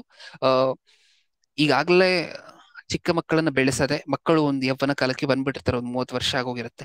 ಈಗ ತಂದೆ ತಾಯಿಯಂದಿರಿಗೆ ಒಂದು 55 ವರ್ಷ ಆಗಿರುತ್ತೆ. 55-60 ವರ್ಷ ಆಗಿರುತ್ತೆ. 60 ವರ್ಷ ಆದ ನಂತರ ಪಾಪ ದೇವರನ್ನು ತಿಳ್ಕೊಂಡಿರುವಂತವ್ರು ತುಂಬಾ ಜನ ತಂದೆ ತಾಯಿಯಂದಿರು ಇರ್ತಾರೆ. ಆದ್ರೆ ಪಾಪ ಇವ್ರು ತಿಳ್ಕೊಂಡ ನಂತರ ಮಕ್ಕಳಿಗೆ ಏನ್ ಹೇಳಲಿಕ್ಕೆ ಹೋದ್ರು ಅವ್ರು ಕೇಳೋದಿಲ್ಲ. ಇಂಥ ತಂದೆ ತಾಯಿಯಂದಿರೂ ಸಹ ನರಕಕ್ಕೆ ಹೋಗ್ತಾರೆ ಅಂತ ನಾನು ಹೇಳ್ತಿಲ್ಲ ಪ್ರಿಯರೇ. ಯಾವ ತಂದೆ ತಾಯಿಯಂದಿರು ಮಕ್ಕಳಿಗೆ ಹೇಳಿದ್ರು ಅವ್ರು ಕೇಳ್ತಿಲ್ವೋ, ಮಕ್ಕಳಿಗೆ ಹೇಳುವಂತ ಅವಕಾಶನೇ ಇಲ್ವೋ, ಮಕ್ಕಳು ವಯಸ್ಸು ಜಾಸ್ತಿಯಾಗಿ ತಂದೆ ತಾಯಿಯಂದಿರು ಹೇಳ್ತಿರುವಂತಹದ್ದು ಹೆಂಗ್ ಕೇಳ್ತಿಲ್ವೋ, ಅವರ ತಂದೆ ತಾಯಿಯಂದಿರ ಬಗ್ಗೆ ನಾನು ಮಾತಾಡ್ತಿಲ್ಲ. ನೀವು ಸಹ ಈ ಕಾಲದಲ್ಲಿ ನೀವು ಲೇಟಾಗಿ ದೇವರನ್ನ ತಿಳ್ಕೊಂಡಿದ್ದೀರಾ, ಆದ್ರೂ ನಿಮ್ಮ ಮಕ್ಕಳು ಪರಲೋಕಕ್ಕೆ ಹೋಗ್ಲೇಬೇಕು. ನೀವು ನಿಮ್ಮ ಮಕ್ಕಳಿಗೆ ಹೇಳಿ ಮಾರ್ಪಡಿಸ್ಲೇಬೇಕು, ಹೇಳ್ಬೇಕು ನಿಜ. ಆದ್ರೆ ಅವ್ರು ಮಾರ್ಪಟ್ರೆ ನಿಮ್ಗೂ ಪರಲೋಕ. ಆ ತಂದೆ ತಾಯಿಯಂದಿರ ಬಗ್ಗೆ ನಾನು ಮಾತಾಡ್ತಿಲ್ಲ. ಯಾರ ಬಗ್ಗೆ ಮಾತಾಡ್ತಿದ್ದೀನಿ ಗೊತ್ತಾ? ಮಕ್ಕಳಿಗಿನ್ನೂ 10 ವರ್ಷ, 15 ವರ್ಷ, 17 ವರ್ಷ ಇರುತ್ತೆ. ಮಕ್ಕಳು ನಿಮ್ಮ ಕಂಟ್ರೋಲ್ ಅಲ್ಲೇ ಇರ್ತಾರೆ, ನಿಮ್ಮ ದುಡಿಮೆಯಿಂದ ಊಟ ಮಾಡ್ತಿರ್ತಾರೆ. ಹೌದಾ? ಈಗ ನಿಮ್ಮ ಕಂಟ್ರೋಲ್ ಅಲ್ಲಿ ಇದಾರ ಮಕ್ಕಳು? ನಿಮ್ಮ ಕಂಟ್ರೋಲ್ ಅಲ್ಲಿ ಇದ್ದಾರೆ. ಓಕೆ, ನಿಮ್ಮ ಕಂಟ್ರೋಲ್ ಅಲ್ಲಿ ಇರುವಂತಹ ಮಕ್ಕಳನ್ನ ಪ್ರಶ್ನೆ ಮಾಡ್ಬೋದಾ ನೀವು? ಅಧಿಕಾರ ಇರುತ್ತಾ ತಪ್ಪು ಮಾಡಿದಾಗ ಪ್ರಶ್ನೆ ಮಾಡ್ಲಿಕ್ಕೆ? ಶಿಕ್ಷೆ ಕೊಡ್ಲಿಕ್ಕೆ ಅಧಿಕಾರ ಇರುತ್ತಾ ತಪ್ಪು ಮಾಡಿದಾಗ? ಇದೆ. ಇದೆಲ್ಲ ಇದ್ರೂ ಸಹ, ಅಧಿಕಾರ ಇದ್ರು, ಅವಕಾಶ ಇದ್ರು ಪ್ರಶ್ನೆ ಮಾಡದೇ ಇರುವಂತಹದ್ದು, ಆಕ್ಷನ್ ತಗೊಳ್ಳದೇ ಇರುವಂತಹದ್ದು, ಇಂತಹ ಪ್ರತಿ ತಂದೆ ತಾಯಿಯಂದಿರಿಗೂ ಶಿಕ್ಷೆ ಏನಂತೆ? ಮಕ್ಕಳ ಜೊತೆ ಇವರು ನರಕಕ್ಕೆ ಹೋಗ್ಬೇಕು. ಅದೇ ಅಲ್ವಾ ತಪ್ಪು ಅಂದ್ರೆ? ಅದೇ ಅಲ್ವಾ ಕ್ಷಮಿಸಲಾರದೇ ಇರುವಂತಹ ತಪ್ಪು. ಏನು ಕ್ಷಮೆ ಕೇಳಿದ್ರು ದೇವ್ರು ಕ್ಷಮಿಸೋದಿಲ್ಲ. ಯಾಕಂದ್ರೆ ಮಕ್ಕಳು ಕಂಟ್ರೋಲ್ ಅಲ್ಲಿ ಇರ್ಬೇಕಾದ್ರೆ ಈ ವಾಕ್ಯ ನಮ್ಮೆಲ್ಲರಿಗೂ ಅರ್ಥ ಆಗ್ತಿದೆ. ಹೌದಾ? ಚಿಕ್ಕ ಮಕ್ಕಳು ಎಷ್ಟು ಜನಕ್ಕಿದ್ದಾರೋ, 15 ವರ್ಷ, 10 ವರ್ಷ, 17 ವರ್ಷ, 18 ವರ್ಷ ದುಡಿಯುವಂತಹ ವಯಸ್ಸಿನವರೆಗೂ ಇರುವಂತಹ ಮಕ್ಕಳು ಎಷ್ಟು ಜನಕ್ಕಿದ್ದಾರೋ ಅವ್ರಿಗೆಲ್ಲ ಅವಕಾಶನೇ ಅಲ್ವಾ? ದುಡಿಯುವಂತಹ ವಯಸ್ಸಿನ ಒಳಗೆ ಮಕ್ಕಳಿರ್ಬೇಕಾದ್ರೆ ಈ ಸಂದೇಶ ಪ್ರತಿ ತಂದೆ ತಾಯಿಯಂದಿರಿಗೂ ದೇವ್ರು ಕೇಳಿಸ್ತಿದ್ದಾರೆ. ಈಗ ಬೆಳೆಸ್ಲೇಬೇಕಲ್ವಾ ಮಕ್ಕಳನ್ನ? ಪ್ರಶ್ನೆ ಮಾಡ್ಬೇಕಲ್ವಾ? ಮಾಡದೆ ಹೋದ್ರೆ, ಇಷ್ಟ ಬಂದಂತೆ ಬೆಳಿಲಿಕ್ ಬಿಟ್ರೆ, ಕ್ಷಮಿಸಲಾರದೆ ಇರುವಂತಹ ತಪ್ಪಿದು ಕನ್ಫರ್ಮ್ ಆಗಿ ಮಕ್ಕಳು ಸಹ ತಂದೆ ತಾಯಿಯಂದಿರೂ ಸಹ ಮಕ್ಕಳ ಜೊತೆ ನರಕಕ್ಕೆ ಹೋಗುವಂತಹದ್ದು ಖಚಿತ. ಹೌದಾ? ಏನ್ ಕಮ್ಮಿ? ದೇವರ ವಾಕ್ಯವನ್ನ ಕಲಿಸ್ಬೇಕು ಮಕ್ಕಳಿಗೆ ಅಂತ ಹೇಳಿದ್ರೆ ಏನ್ ಪ್ರಿಯರೇ ತೊಂದ್ರೆ ತಂದೆ ತಾಯಿಯಂದಿರಿಗೆ? ಹೇಳಿ, ಏನ್ ತೊಂದ್ರೆ? ಸಮಾಜದಲ್ಲಿ ಉತ್ತಮರಾಗ್ತಾರ? 4 ಜನ ನಿಮ್ಮ ಮಕ್ಕಳನ್ನು ನೋಡಿ ಮೆಚ್ಕೊಂತಾರ ಇಲ್ವಾ? ಸತ್ಯವೇದದಲ್ಲಿ ಇರುವಂತಹದ್ದೆಲ್ಲ ಕಲ್ಸಿದ್ರೆ ಏನಂತ ಇದೆ ಸತ್ಯವೇದದಲ್ಲಿ? ಏನ್ ಹೇಳ್ಕೊಡ್ತಿದೆ ಸತ್ಯವೇದ ಮಕ್ಕಳಿಗೆ? ಕಳೆದ ವಾರ ನೀವು ನೋಡಿದೀರ. ತಂದೆ ತಾಯಿಯಂದಿರನ್ನ ಗೌರವಿಸ್ಬೇಕು, ಹಿರಿಯರಿಗೆ ಮರ್ಯಾದೆ ಕೊಡ್ಬೇಕು, ಹಿರಿಯರು ಬಂದ್ರೆ ಎದ್ ನಿಂತ್ಕೋಬೇಕು. ಹೌದಾ? ಕೆಟ್ಟ ಫ್ರೆಂಡ್ಸ್ ಜೊತೆ ಸೇರ್ಬಾರ್ದು, ಕೆಟ್ಟ ಅಭ್ಯಾಸಗಳನ್ನ ಕಲಿಬಾರ್ದು. ಕಂದ ಅಂತ ಬೇರೆ ಹೇಳ್ಕೊಟ್ಟಿದ್ದಾರೆ ಮಕ್ಕಳಿಗೆ ದೇವ್ರು. ಏನ್ ಅರ್ಥ ಆಯ್ತು? ಏನ್ ತೊಂದ್ರೆ ಇದೆ ಸತ್ಯವೇದದಲ್ಲಿ ಮಕ್ಕಳಿಗೆ ಕಲಿಸ್ಲಿಕ್ಕೆ? ಎಲ್ಲ ಅಡ್ವಾಂಟೇಜಸ್ ಏನಾದ್ರೂ ಡಿಸ್ಅಡ್ವಾಂಟೇಜ್ ಇದೆಯಾ? ಬಿಸಿ ಅಂತ ಹೇಳಿದ್ರೆ ಬಿಸಿ ಅನ್ಬಾರ್ದು ಅಂತ ಯೋಬನ ಚರಿತ್ರೆ ನೋಡಿ ಗೊತ್ತಾಯ್ತಾ ಮಕ್ಕಳಿಗೆ ಕಲಿಸುವಂತಹ ವಿಚಾರದಲ್ಲಿ? ಹೌದಾ? ಹೆಂಗಾದ್ರೂ ಮಾಡಿ ಕಲಿಸ್ಬಹುದು. ಅದನ್ನೂ ಸಹ ನೀವು ಕಳೆದ ವಾರ ಕೇಳಿದ್ದೀರಾ. ಕುತ್ಕೊಬೇಕಾದ್ರೆ ಕಲಿಸ್ಬಹುದು, ನಡಿಬೇಕಾದ್ರೆ ಕಲಿಸ್ಬಹುದು, ಮಾರ್ಕೆಟ್ ಹೋಗಿರ್ಬೇಕಾದ್ರೆ, ಶಾಲೆ ಕರ್ಕೊಂಡೋಗಿ ನೀವು ಬಿಡ್ಬೇಕಾದ್ರೆ ಕಲಿಸ್ಬಹುದು, ದಾರಿಯಲ್ಲಿ ಕಲಿಸ್ಬೋದಲ್ವಾ? ಟೈಮ್ ಇಲ್ಲ ಅಂದ್ರು. ಇಷ್ಟೆಲ್ಲ ನೋಡಿದ್ದೀರಾ. ಎಲಿಯ ಚರಿತ್ರೆಯನ್ನ ನೋಡಿದೀವಿ, ಯೋಬನ ಚರಿತ್ರೆಯನ್ನ ನೋಡಿದೀವಿ. ಹೌದಾ? ಯೋಬನನ್ನು ನೋಡಿದಾಗ ಅಬ್ಬಾ, ತಂದೆ ಅಂದ್ರೆ ಈ ತರ ಇರ್ಬೇಕು ಅಂತ ಅನ್ನಿಸ್ತು. ಎಲಿಯ ಚರಿತ್ರೆಯನ್ನ ನೋಡಿದಾಗ ಪೇರೆಂಟ್ ಅಂದ್ರೆ ಈ ತರ ಇರಬಾರ್ದು ಅಂತ ಹೇಳಿ ನಮ್ಗೆ ಅರ್ಥ ಆಯ್ತು. ಹೌದಾ? ಒಂದ್ ವೇಳೆ ಬೆಳೆಸದೇ ಹೋದ್ರೆ ಕ್ಷಮಿಸಲಾರದೇ ಇರುವಂತಹ ತಪ್ಪದು. ದೇವ್ರು ಕ್ಷಮಿಸುವುದಿಲ್ಲ. ಯಾಕೆಂದ್ರೆ ಅನ್ಯಾಯವಾಗಿ ಒಂದು ಆತ್ಮವನ್ನ ನರಕಕ್ಕೆ ಕಳಿಸ್ಬಿಟ್ವಲ್ವಾ? ಆತ್ಮವನ್ನ ಪರಲೋಕಕ್ಕೆ ಸೇರಿಸುವಂತ ಅವಕಾಶ ಇತ್ತು, ಆದ್ರೆ ಅವಕಾಶವನ್ನ ಸದುಪಯೋಗ ಪಡಿಸ್ಕೊಂಡ್ಲಿಲ್ಲ, ನರಕಕ್ಕೆ ಕಳಿಸಿದ್ವಿ. ಇಷ್ಟು ತಪ್ಪಿಗೆ ಯಾರು ಬಾಧ್ಯಸ್ಥರು? ತಂದೆ ತಾಯಿಯಂದಿರೇನ? ಒಂದ್ ವೇಳೆ ಬೆಳೆಸದೆ ಹೋದ್ರೆ ತಂದೆ ತಾಯಿಯಂದಿರನ ಇಷ್ಟಕ್ಕೂ ಜವಾಬ್ದಾರಿ. ಒಬ್ಬ ವ್ಯಕ್ತಿಯ ಚರಿತ್ರೆ ಇದೆ, ಆ ವ್ಯಕ್ತಿಯ ಚರಿತ್ರೆಯನ್ನು ನೋಡ್ಕೊಂಡು ಮುಗಿಸ್ಕೊಂಡ್ಬಿಡೋಣ ಪ್ರಿಯರೇ. ನ್ಯಾಯಸ್ಥಾಪಕರ ಗ್ರಂಥ 13ನೇ ಅಧ್ಯಾಯ 8ನೇ ವಚನ. ನ್ಯಾಯಸ್ಥಾಪಕರ ಗ್ರಂಥ 13ನೇ ಅಧ್ಯಾಯ 8ನೇ ವಚನ. 13:8. ಮಾನೋಹನು ಇದನ್ನು ಕೇಳಿ ಯೆಹೋವನಿಗೆ, ಸ್ವಾಮಿ, ದಯವಿರಲಿ, ನೀನು ಕಳುಹಿಸಿದ ದೇವಪುರುಷನು ಇನ್ನೊಂದು ಸಾರಿ ನಮ್ಮ ಬಳಿಗೆ ಬಂದು ಹುಟ್ಟಲಿಕ್ಕಿರುವ ಮಗುವಿಗೋಸ್ಕರ ಮಾಡಬೇಕಾದದ್ದನ್ನು ನಮಗೆ ಬೋಧಿಸಲಿ ಎಂದು ಬೇಡಿಕೊಳ್ಳಲು ದೇವರು ಅವನ ಮೊರೆಯನ್ನು ಕೇಳಿದನು. ಆ ಸ್ತ್ರೀಯು ಹೊಲದಲ್ಲಿ ಕೂತಿರುವಾಗ. ಸಾಕು ಪ್ರಿಯರೇ, ಏನು ಓದ್ಕೊಂಡ್ವಿ 8ನೇ ವಚನದಲ್ಲಿ? ಫಸ್ಟ್ ಚರಿತ್ರೆ ಯಾರ ಚರಿತ್ರೆ ನೋಡಿದ್ವಿ? ಯೋಬನ ಚರಿತ್ರೆನ. ಯೋಬನನ್ನ ನೋಡಿದಾಗ ಏನರ್ಥ ಆಯ್ತು? ತಂದೆ ಅಂದ್ರೆ ಹಿಂಗಿರ್ಬೇಕು. ಏಲಿಯ ಚರಿತ್ರೆಯನ್ನ ನೋಡಿದಾಗ ಏನರ್ಥ ಆಯ್ತು? ಹಿಂಗಿರ್ಬಾರ್ದು. ಹೌದಾ? ಈಗ ಮನೋಹನು ಅನ್ನುವಂತ ಒಬ್ಬ ತಂದೆಯ ಚರಿತ್ರೆಯನ್ನ ನೋಡ್ತಿದ್ದೀವಿ. ಮನೋಹನು, ಇಷ್ಟಕ್ಕೂ ಮನೋಹನು ಯಾರು? ಸಂಸೋನನ ತಂದೆ. ಮನೋಹನನ್ನ ನೋಡಿದಾಗ ಏನ್ ತಿಳ್ಕೊಬೇಕು? ಯೋಬನನ್ನ ನೋಡಿದಾಗ ಏನ್ ತಿಳ್ಕೊಂಡ್ರು, ಮನೋಹನನ್ನ ನೋಡಿದಾಗ ಅದನ್ನೇ ತಿಳ್ಕೊಬೇಕು. ಯೋಬನನ್ನ ನೋಡಿದಾಗ ಏನ್ ತಿಳ್ಕೊಂಡ್ವಿ, ತಂದೆ ಅಂದ್ರೆ ಹಿಂಗಿರ್ಬೇಕು ಅಂತ ಹೇಳಿ ಅರ್ಥ ಮಾಡ್ಕೊಂಡ್ವಾ. ಮನೋಹನನ್ನು ನೋಡಿದಾಗ ಅದನ್ನೇ ತಿಳ್ಕೊಬೇಕು. ಎಂತ ಒಳ್ಳೆ ತಂದೆ ಅಂತ ಹೇಳಿದ್ರೆ, ಮತ್ತೆ ಓದನ 8ನೇ ವಚನ. ಮನೋಹನು ಇದನ್ನು ಕೇಳಿ ಯೆಹೋವನಿಗೆ, ಸ್ವಾಮಿ, ದೇವರು ಇಷ್ಟಕ್ಕೂ ಮನೋಹನಿಗೆ ಹೇಳಿ, ದೇವರು ಮನೋಹನಿಗೆ ಒಂದು ವಿಚಾರವನ್ನ ಮುಟ್ಸಿರ್ತಾರೆ ಪ್ರಿಯರೇ. ಆ ವಿಚಾರ ಏನ್ ಗೊತ್ತಾ, ನಿನ್ಗೊಂದು ಮಗುವನ್ನ ಕೊಡ್ತೀನಿ ಅನ್ನುವಂತಹ ವಿಚಾರವನ್ನ ಮುಟ್ಸಿರ್ತಾರೆ. ಮಗು ಆಗಿಲ್ಲ, ಇನ್ನು ಮಗು ಆಗಿಲ್ಲ, ದೇವ್ರು ಹೇಳಿದಾರೆ ಅಷ್ಟೇ ಕೊಡ್ತೀನಿ ಅಂತ ದೇವ್ರು ಹೇಳಿದ್ದಾರೆ. ಈಗ ಒಂದು ಮಗುವನ್ನ ದೇವ್ರ ಫ್ಯೂಚರ್ ಅಲ್ಲಿ ಕೊಡ್ತಾರೆ. ಯಾವಾಗ? ಫ್ಯೂಚರ್ ಅಲ್ಲಿ ಕೊಡ್ತಾರೆ. ಪ್ರಪಂಚದಲ್ಲಿ ಯಾವ ತಂದೆ ತಾಯಂದಿರನಾದ್ರೂ ನೋಡಿದ್ದೀರಾ ನೀವು? ಫ್ಯೂಚರ್ ಅಲ್ಲಿ ಹುಟ್ಟುವಂತಹ ಮಗುವಿಗೆ ಏನ್ ಕಲಿಸ್ಬೇಕು ದೇವರ ಬಗ್ಗೆ ಅಂತ ಹೇಳಿ ಯೋಚನೆ ಮಾಡ್ಕೊಂಡು ಕೂತಿರುವಂತವ್ರು? ನಾನು ಹೇಳುವಂತಹದ್ದು ಅರ್ಥ ಆಯ್ತಾ? ಮಗು ಇನ್ನ ಗರ್ಭದಲ್ಲಿದೆ ಅಂತ ಅನ್ಕೊಳ್ಳಿ. ಮಗು ಗರ್ಭದಲ್ಲಿ ಇರ್ಬೇಕಾದ್ರೆ ಇನ್ನು ಮಗು ಹೊರಗಡೆ ಬಂದಿರೋದಿಲ್ಲ. ಡಾಕ್ಟರ್ ಹೇಳಿರ್ತಾರೆ ಓಕೆ ಮಗು ಗರ್ಭದಲ್ಲಿದೆ ಅಂತ ಹೇಳಿ. ಈಗ ಯಾವ ತಂದೆ ತಾಯಂದಿರಾದ್ರೂ ಕೂತ್ಕೊಂಡು ಮಗು ಗರ್ಭದಲ್ಲಿದೆಯಲ್ವಾ, ಹೊರಗಡೆ ಬಂದಿದ ತಕ್ಷಣ ಇದಕ್ಕೆ ಏನ್ ಕಲಿಸ್ಬೇಕು, ಹೆಂಗ್ ಬೆಳೆಸ್ಬೇಕು ಇದನ್ನ ಯೋಚನೆ ಮಾಡ್ತಿದಾರ? ಯಾವ ತಂದೆ ತಾಯಂದಿರಾದ್ರೂ ಯೋಚನೆ ಮಾಡುವಂತಹದನ್ನ ನೀವ್ ನೋಡಿದ್ದೀರಾ? ಪ್ರಪಂಚದಲ್ಲಿ ಸಿಕ್ಕೋದಿಲ್ಲ ಅಂತವ್ರು. ಆದ್ರೆ ಮಾನೋಹನು ಮಾತ್ರ, ದೇವ್ರು ಮಾನೋಹನಿಗೆ ಹೇಳಿದ್ದಾರೆ ಏನಂತ, ಮಗುವನ್ನ ಕೊಡ್ತೀನಿ. ಫ್ಯೂಚರ್ ಅಲ್ಲಿ ಆಗುವಂತಹ ಮಗುವಿಗೋಸ್ಕರ. ಪ್ರಪಂಚದ ಪರಿಸ್ಥಿತಿ ಹೆಂಗಿದೆ ಅಂದ್ರೆ, ಇವ್ರ ಹತ್ರ ಮಗು ಇದೆ ಆಲ್ರೆಡಿ, ಮಗುವನ್ನ ದೇವ್ರು ಕೊಟ್ಬಿಟ್ಟಿದ್ದಾರೆ. ಕೊಟ್ಟಿರುವಂತಹ ಮಗುವಿಗೆ ಕಲ್ಸ್ರಿ ಅಂದ್ರೆ ಇವ್ರು ಕೇಳ್ತಿಲ್ಲ. ಮಾನೋಹನು ಫ್ಯೂಚರ್ ಅಲ್ಲಿ ಹುಟ್ಟುವಂತಹ ಮಗುವಿಗೆ ಏನ್ ಕೇಳಬೇಕು, ಏನ್ ಹೇಳಿ ಕಲಿಸ್ಬೇಕು, ಯಾವ ತರ ಬೆಳೆಸ್ಬೇಕು ಅನ್ನೋದನ್ನ ದೇವ್ರ ಹತ್ರ ರಿಕ್ವೆಸ್ಟ್ ಮಾಡಿ ಕೇಳಿ ಇಸ್ಕೊಂತಿದಾರಂತೆ. ಪ್ರಭು, ನಮಗೊಂದ್ ಮಗು ಕೊಡ್ತೀನಿ ಅಂತ ನೀನ್ ಹೇಳಿದ್ಯಲ್ವಾ, ಅದನ್ನ ಹೆಂಗ್ ಬೆಳೆಸ್ಬೇಕು ಅಂತ ಹೇಳಿ ದೇವ್ರ ಹತ್ರ ಕೇಳ್ತಿದ್ದಾರೆ. ನೋಡಿದೀವ ಈ ತರ ತಂದೆಯನ್ನ? ಇವಾಗ ಓದೋಣ ಆ ವಚನವನ್ನ. ಒಂದು ಕಾಂಟೆಕ್ಸ್ಟ್ ನಮಗ್ ಸಿಕ್ಕಿದೆ. ಆ ವಚನವನ್ನ ಓದಿದಾಗ ಇನ್ನೂ ಸ್ಪಷ್ಟವಾಗಿ ಅರ್ಥ ಆಗತ್ತೆ. ಮಾನೋಹನು ಇದನ್ನು ಕೇಳಿ ಯೆಹೋವನಿಗೆ, ಸ್ವಾಮಿ, ದಯವಿರಲಿ, ನೀನು ಕಳುಹಿಸಿದ ದೇವಪುರುಷನು ಇನ್ನೊಂದು ಸಾರಿ ನಮ್ಮ ಬಳಿಗೆ ಬಂದು ಹುಟ್ಟಲಿಕ್ಕಿರುವ ಮಗುವಿಗೋಸ್ಕರ ಮಾಡಬೇಕಾದದ್ದನ್ನು ನಮಗೆ ಬೋಧಿಸಲಿ ಎಂದು ಬೇಡಿಕೊಳ್ಳಲು, ಹುಟ್ಟಲಿಕ್ಕಿರುವಂತಹ ಮಗುವಿಗೋಸ್ಕರ ಮಾಡಬೇಕಾಗಿರುವಂತಹ ಕೆಲಸವನ್ನ, ಅಂದ್ರೆ ಆ ಮಗು ಹುಟ್ಟಿದ ನಂತರ ಹೆಂಗ್ ಬೆಳೆಸ್ಬೇಕು ಆ ಮಗುವನ್ನ, ಈ ಕೆಲಸಕ್ಕೋಸ್ಕರ ಹೆಂಗ್ ಬೆಳೆಸ್ಬೇಕು ಅಂತ ಹೇಳಿ ನನಗ್ ತಿಳಿಸ್ಕೊಡೋದಕ್ಕೋಸ್ಕರ ನೀನು ಒಬ್ಬ ದೇವದೂತನನ್ನ ಕಳಿಸಿ, ಮತ್ತೆ ಇನ್ನೊಂದ್ಸಾರಿ ಒಬ್ಬ ದೇವದೂತನನ್ನ ದೇವ್ರು ಕಳಿಸಿದ್ದಾರೆ. ಏನಕ್ಕೋಸ್ಕರ? ಮಗು ಹುಟ್ಟುತ್ತೆ ನಿನಗೆ ಮುಂದೆ ಅಂತ ಹೇಳಲಿಕ್ಕೋಸ್ಕರ ಈಗಾಗ್ಲೇ ದೇವದೂತನನ್ನ ಕಳಿಸಿದ್ದಾರೆ. ಅದೇ ದೇವದೂತನನ್ನ ಇನ್ನೊಂದ್ಸಾರಿ ಕಳಿಸ್ಕೊಡಿ. ಏನಕ್ಕೋಸ್ಕರ? ಈ ಸಮಾಚಾರ ಸಾಕಾಗೋದಿಲ್ವಾ? ಹುಟ್ಟುತ್ತೆ ಮಗು, ಇದೇ ಒಂದು ಖುಷಿಯಾದ ವಿಚಾರ ಅಲ್ವಾ? ಈ ಸಮಾಚಾರ ಸಾಕಾಗೋದಿಲ್ವಾ? ಸಾಕಾಗೋದಿಲ್ಲ. ಮಗು ಹುಟ್ಟುಬಿಡುತ್ತೆ ಅಂತ ಹೇಳಿದ್ರೆ ನನಗೂ ಸಾಕಾಗೋದಿಲ್ಲ. ಏನ್ ತಿಳಿಸ್ಕೊಡ್ಬೇಕು ನೀನು? ಅದೇ ದೇವದೂತನನ್ನ ಇನ್ನೊಂದ್ಸರಿ ಕಳಿಸಿ ಏನ್ ತಿಳಿಸ್ಕೊಡ್ಬೇಕು? ಆ ಮಗು ಹುಟ್ಟುತ್ತಲ್ವಾ, ಮಗು ಹುಟ್ಟಿದ ನಂತರ ನಿನ್ ಬಗ್ಗೆ ನಾನು ಏನೇನ್ ಹೇಳ್ಕೊಡ್ಬೇಕು, ಹೆಂಗ್ ಬೆಳೆಸ್ಬೇಕು ಮಗುವನ್ನ, ಇದು ನನಗೆ ಅರ್ಥ ಆಗ್ಬೇಕು. ಹೌದಾ? ಒಂದು ಲೆಕ್ಚರ್ ತಗೊಳ್ಳಿ ಪ್ರಭು, ಮಗುವನ್ನ ಹೆಂಗ್ ಬೆಳೆಸ್ಬೇಕು ಅನ್ನುವಂತಹ ಲೆಕ್ಚರ್ ಅನ್ನ ತಗೊಳ್ಳಿ. ಮಗು ಹುಟ್ಟುವ ಮೊದಲೇ ಒಬ್ಬ ತಂದೆ ದೇವರ ಮುಂದೆ ಮಾಡ್ತಿರುವಂತಹ ಪ್ರಾರ್ಥನೆ ಇದು. ಇವತ್ತಾದ್ರೂ ಮಾಡಿದೀವ ಈ ತರ ಪ್ರಾರ್ಥನೆಯನ್ನ? ಈ ತರ ಪ್ರಾರ್ಥನೆಯನ್ನ ಯಾವ ತಂದೆ ತಾಯಿಯಂದಿರಾದ್ರೂ ಮಾಡಿದ್ದೀರಾ? ದೇವರ ಹತ್ರ ಪ್ರಾರ್ಥನೆ ಮಾಡುವಂತಹದ್ದು, ಪ್ರಭು ನನ್ನ ಮಗುವನ್ನ ಹೆಂಗ್ ಬೆಳೆಸ್ಬೇಕು ನನಗೆ ಅರ್ಥ ಆಗ್ತಿಲ್ಲ. ಸತ್ಯವೇದದ ಮೂಲಕ, ಆ ಕಾಲದಲ್ಲಿ ಸತ್ಯವೇದ ಪೂರ್ತಿಯಾಗಿ ಇವ್ರ ಕೈಯಲ್ಲೆಲ್ಲ ಇರ್ಲಿಲ್ಲ ಪ್ರಿಯರೇ, ಮಾನೋಹನ ಹತ್ರ ಎಲ್ಲ. ಆದ್ರೆ ಈಗ ಪೂರ್ತಿಯಾಗಿ ಸತ್ಯವೇದ ನಮ್ ಕೈಯಲ್ಲಿದೆ. ದೇವ್ರು ಪೂರ್ತಿಯಾಗಿ ಹೇಳ್ಬಿಟ್ಟಿದ್ದಾರೆ ಮಕ್ಕಳನ್ನ ಹೆಂಗ್ ಬೆಳೆಸ್ಬೇಕು. ಪೂರ್ತಿಯಾಗಿ ಮ್ಯಾನ್ಯುವಲ್ ಗೈಡ್ ಅನ್ನ ನಮ್ ಕೈಯಲ್ಲಿ ಇಟ್ಬಿಟ್ಟಿದ್ದಾರೆ. ಇಷ್ಟೆಲ್ಲ ಓದ್ಬೇಕಾದ್ರೆ ಅರ್ಥ ಆಗ್ಲಿಕ್ಕೆ ನಮ್ಗೆ ಏನಾದ್ರು ತೊಂದರೆ ಆದ್ರೆ ಪ್ರಾರ್ಥನೆ ಮಾಡ್ಬೋದು. ಹೌದಾ? ದೇವರಿಗೆ, ಹೌದಾ, ಏನಂತ, ನನ್ನ ಮಗುವನ್ನ ಹೇಗ್ ಬೆಳೆಸ್ಬೇಕು ಅನ್ನುವಂತಹದನ್ನ ತಿಳಿಸ್ಕೊಡಿ ಅಂತ ಹೇಳಿ. ಹೌದಾ? ಆಗ ಒಂದು ಮೆಸೇಜ್ ಅನ್ನ ದೇವ್ರು ಒಂದು ಸಂದೇಶವನ್ನ, ಒಂದು ಪ್ರಸಂಗವನ್ನ ದೇವ್ರು ನಿಮ್ಮ ಮುಂದೆ ಕಳಿಸ್ಕೊಡ್ಬೋದು, ಕೊಡ್ಬೋದು. ಹೌದಾ? ಓಕೆ, ಈ ತರ ಪ್ರಾರ್ಥನೆ ಮಾಡಿದ್ದೀರಾ? ಮಕ್ಕಳನ್ನ ಬೆಳೆಸುವುದರ ಬಗ್ಗೆ ನಿಜವಾಗ್ಲೂ ಆಸಕ್ತಿ ಇದ್ರೆ ಈ ತರ ಪ್ರಾರ್ಥನೆ ಮಾಡ್ತಾರೆ ಪ್ರತಿ ತಂದೆ ತಾಯಿಯಂದಿರು. ನನಗೆ ಹೇಳ್ಕೊಡಿ ದೇವ್ರೆ, ನನ್ನ ಮಗನನ್ನ ಹೇಗ್ ಬೆಳೆಸ್ಬೇಕು ಅಂತ ಹೇಳಿ. ಹೌದಾ? ಓಕೆ, ಹಾಗಾದ್ರೆ 3 ಜನ ಚರಿತ್ರೆಯನ್ನ ನೋಡಿದೀವಿ ಪ್ರಿಯರೇ.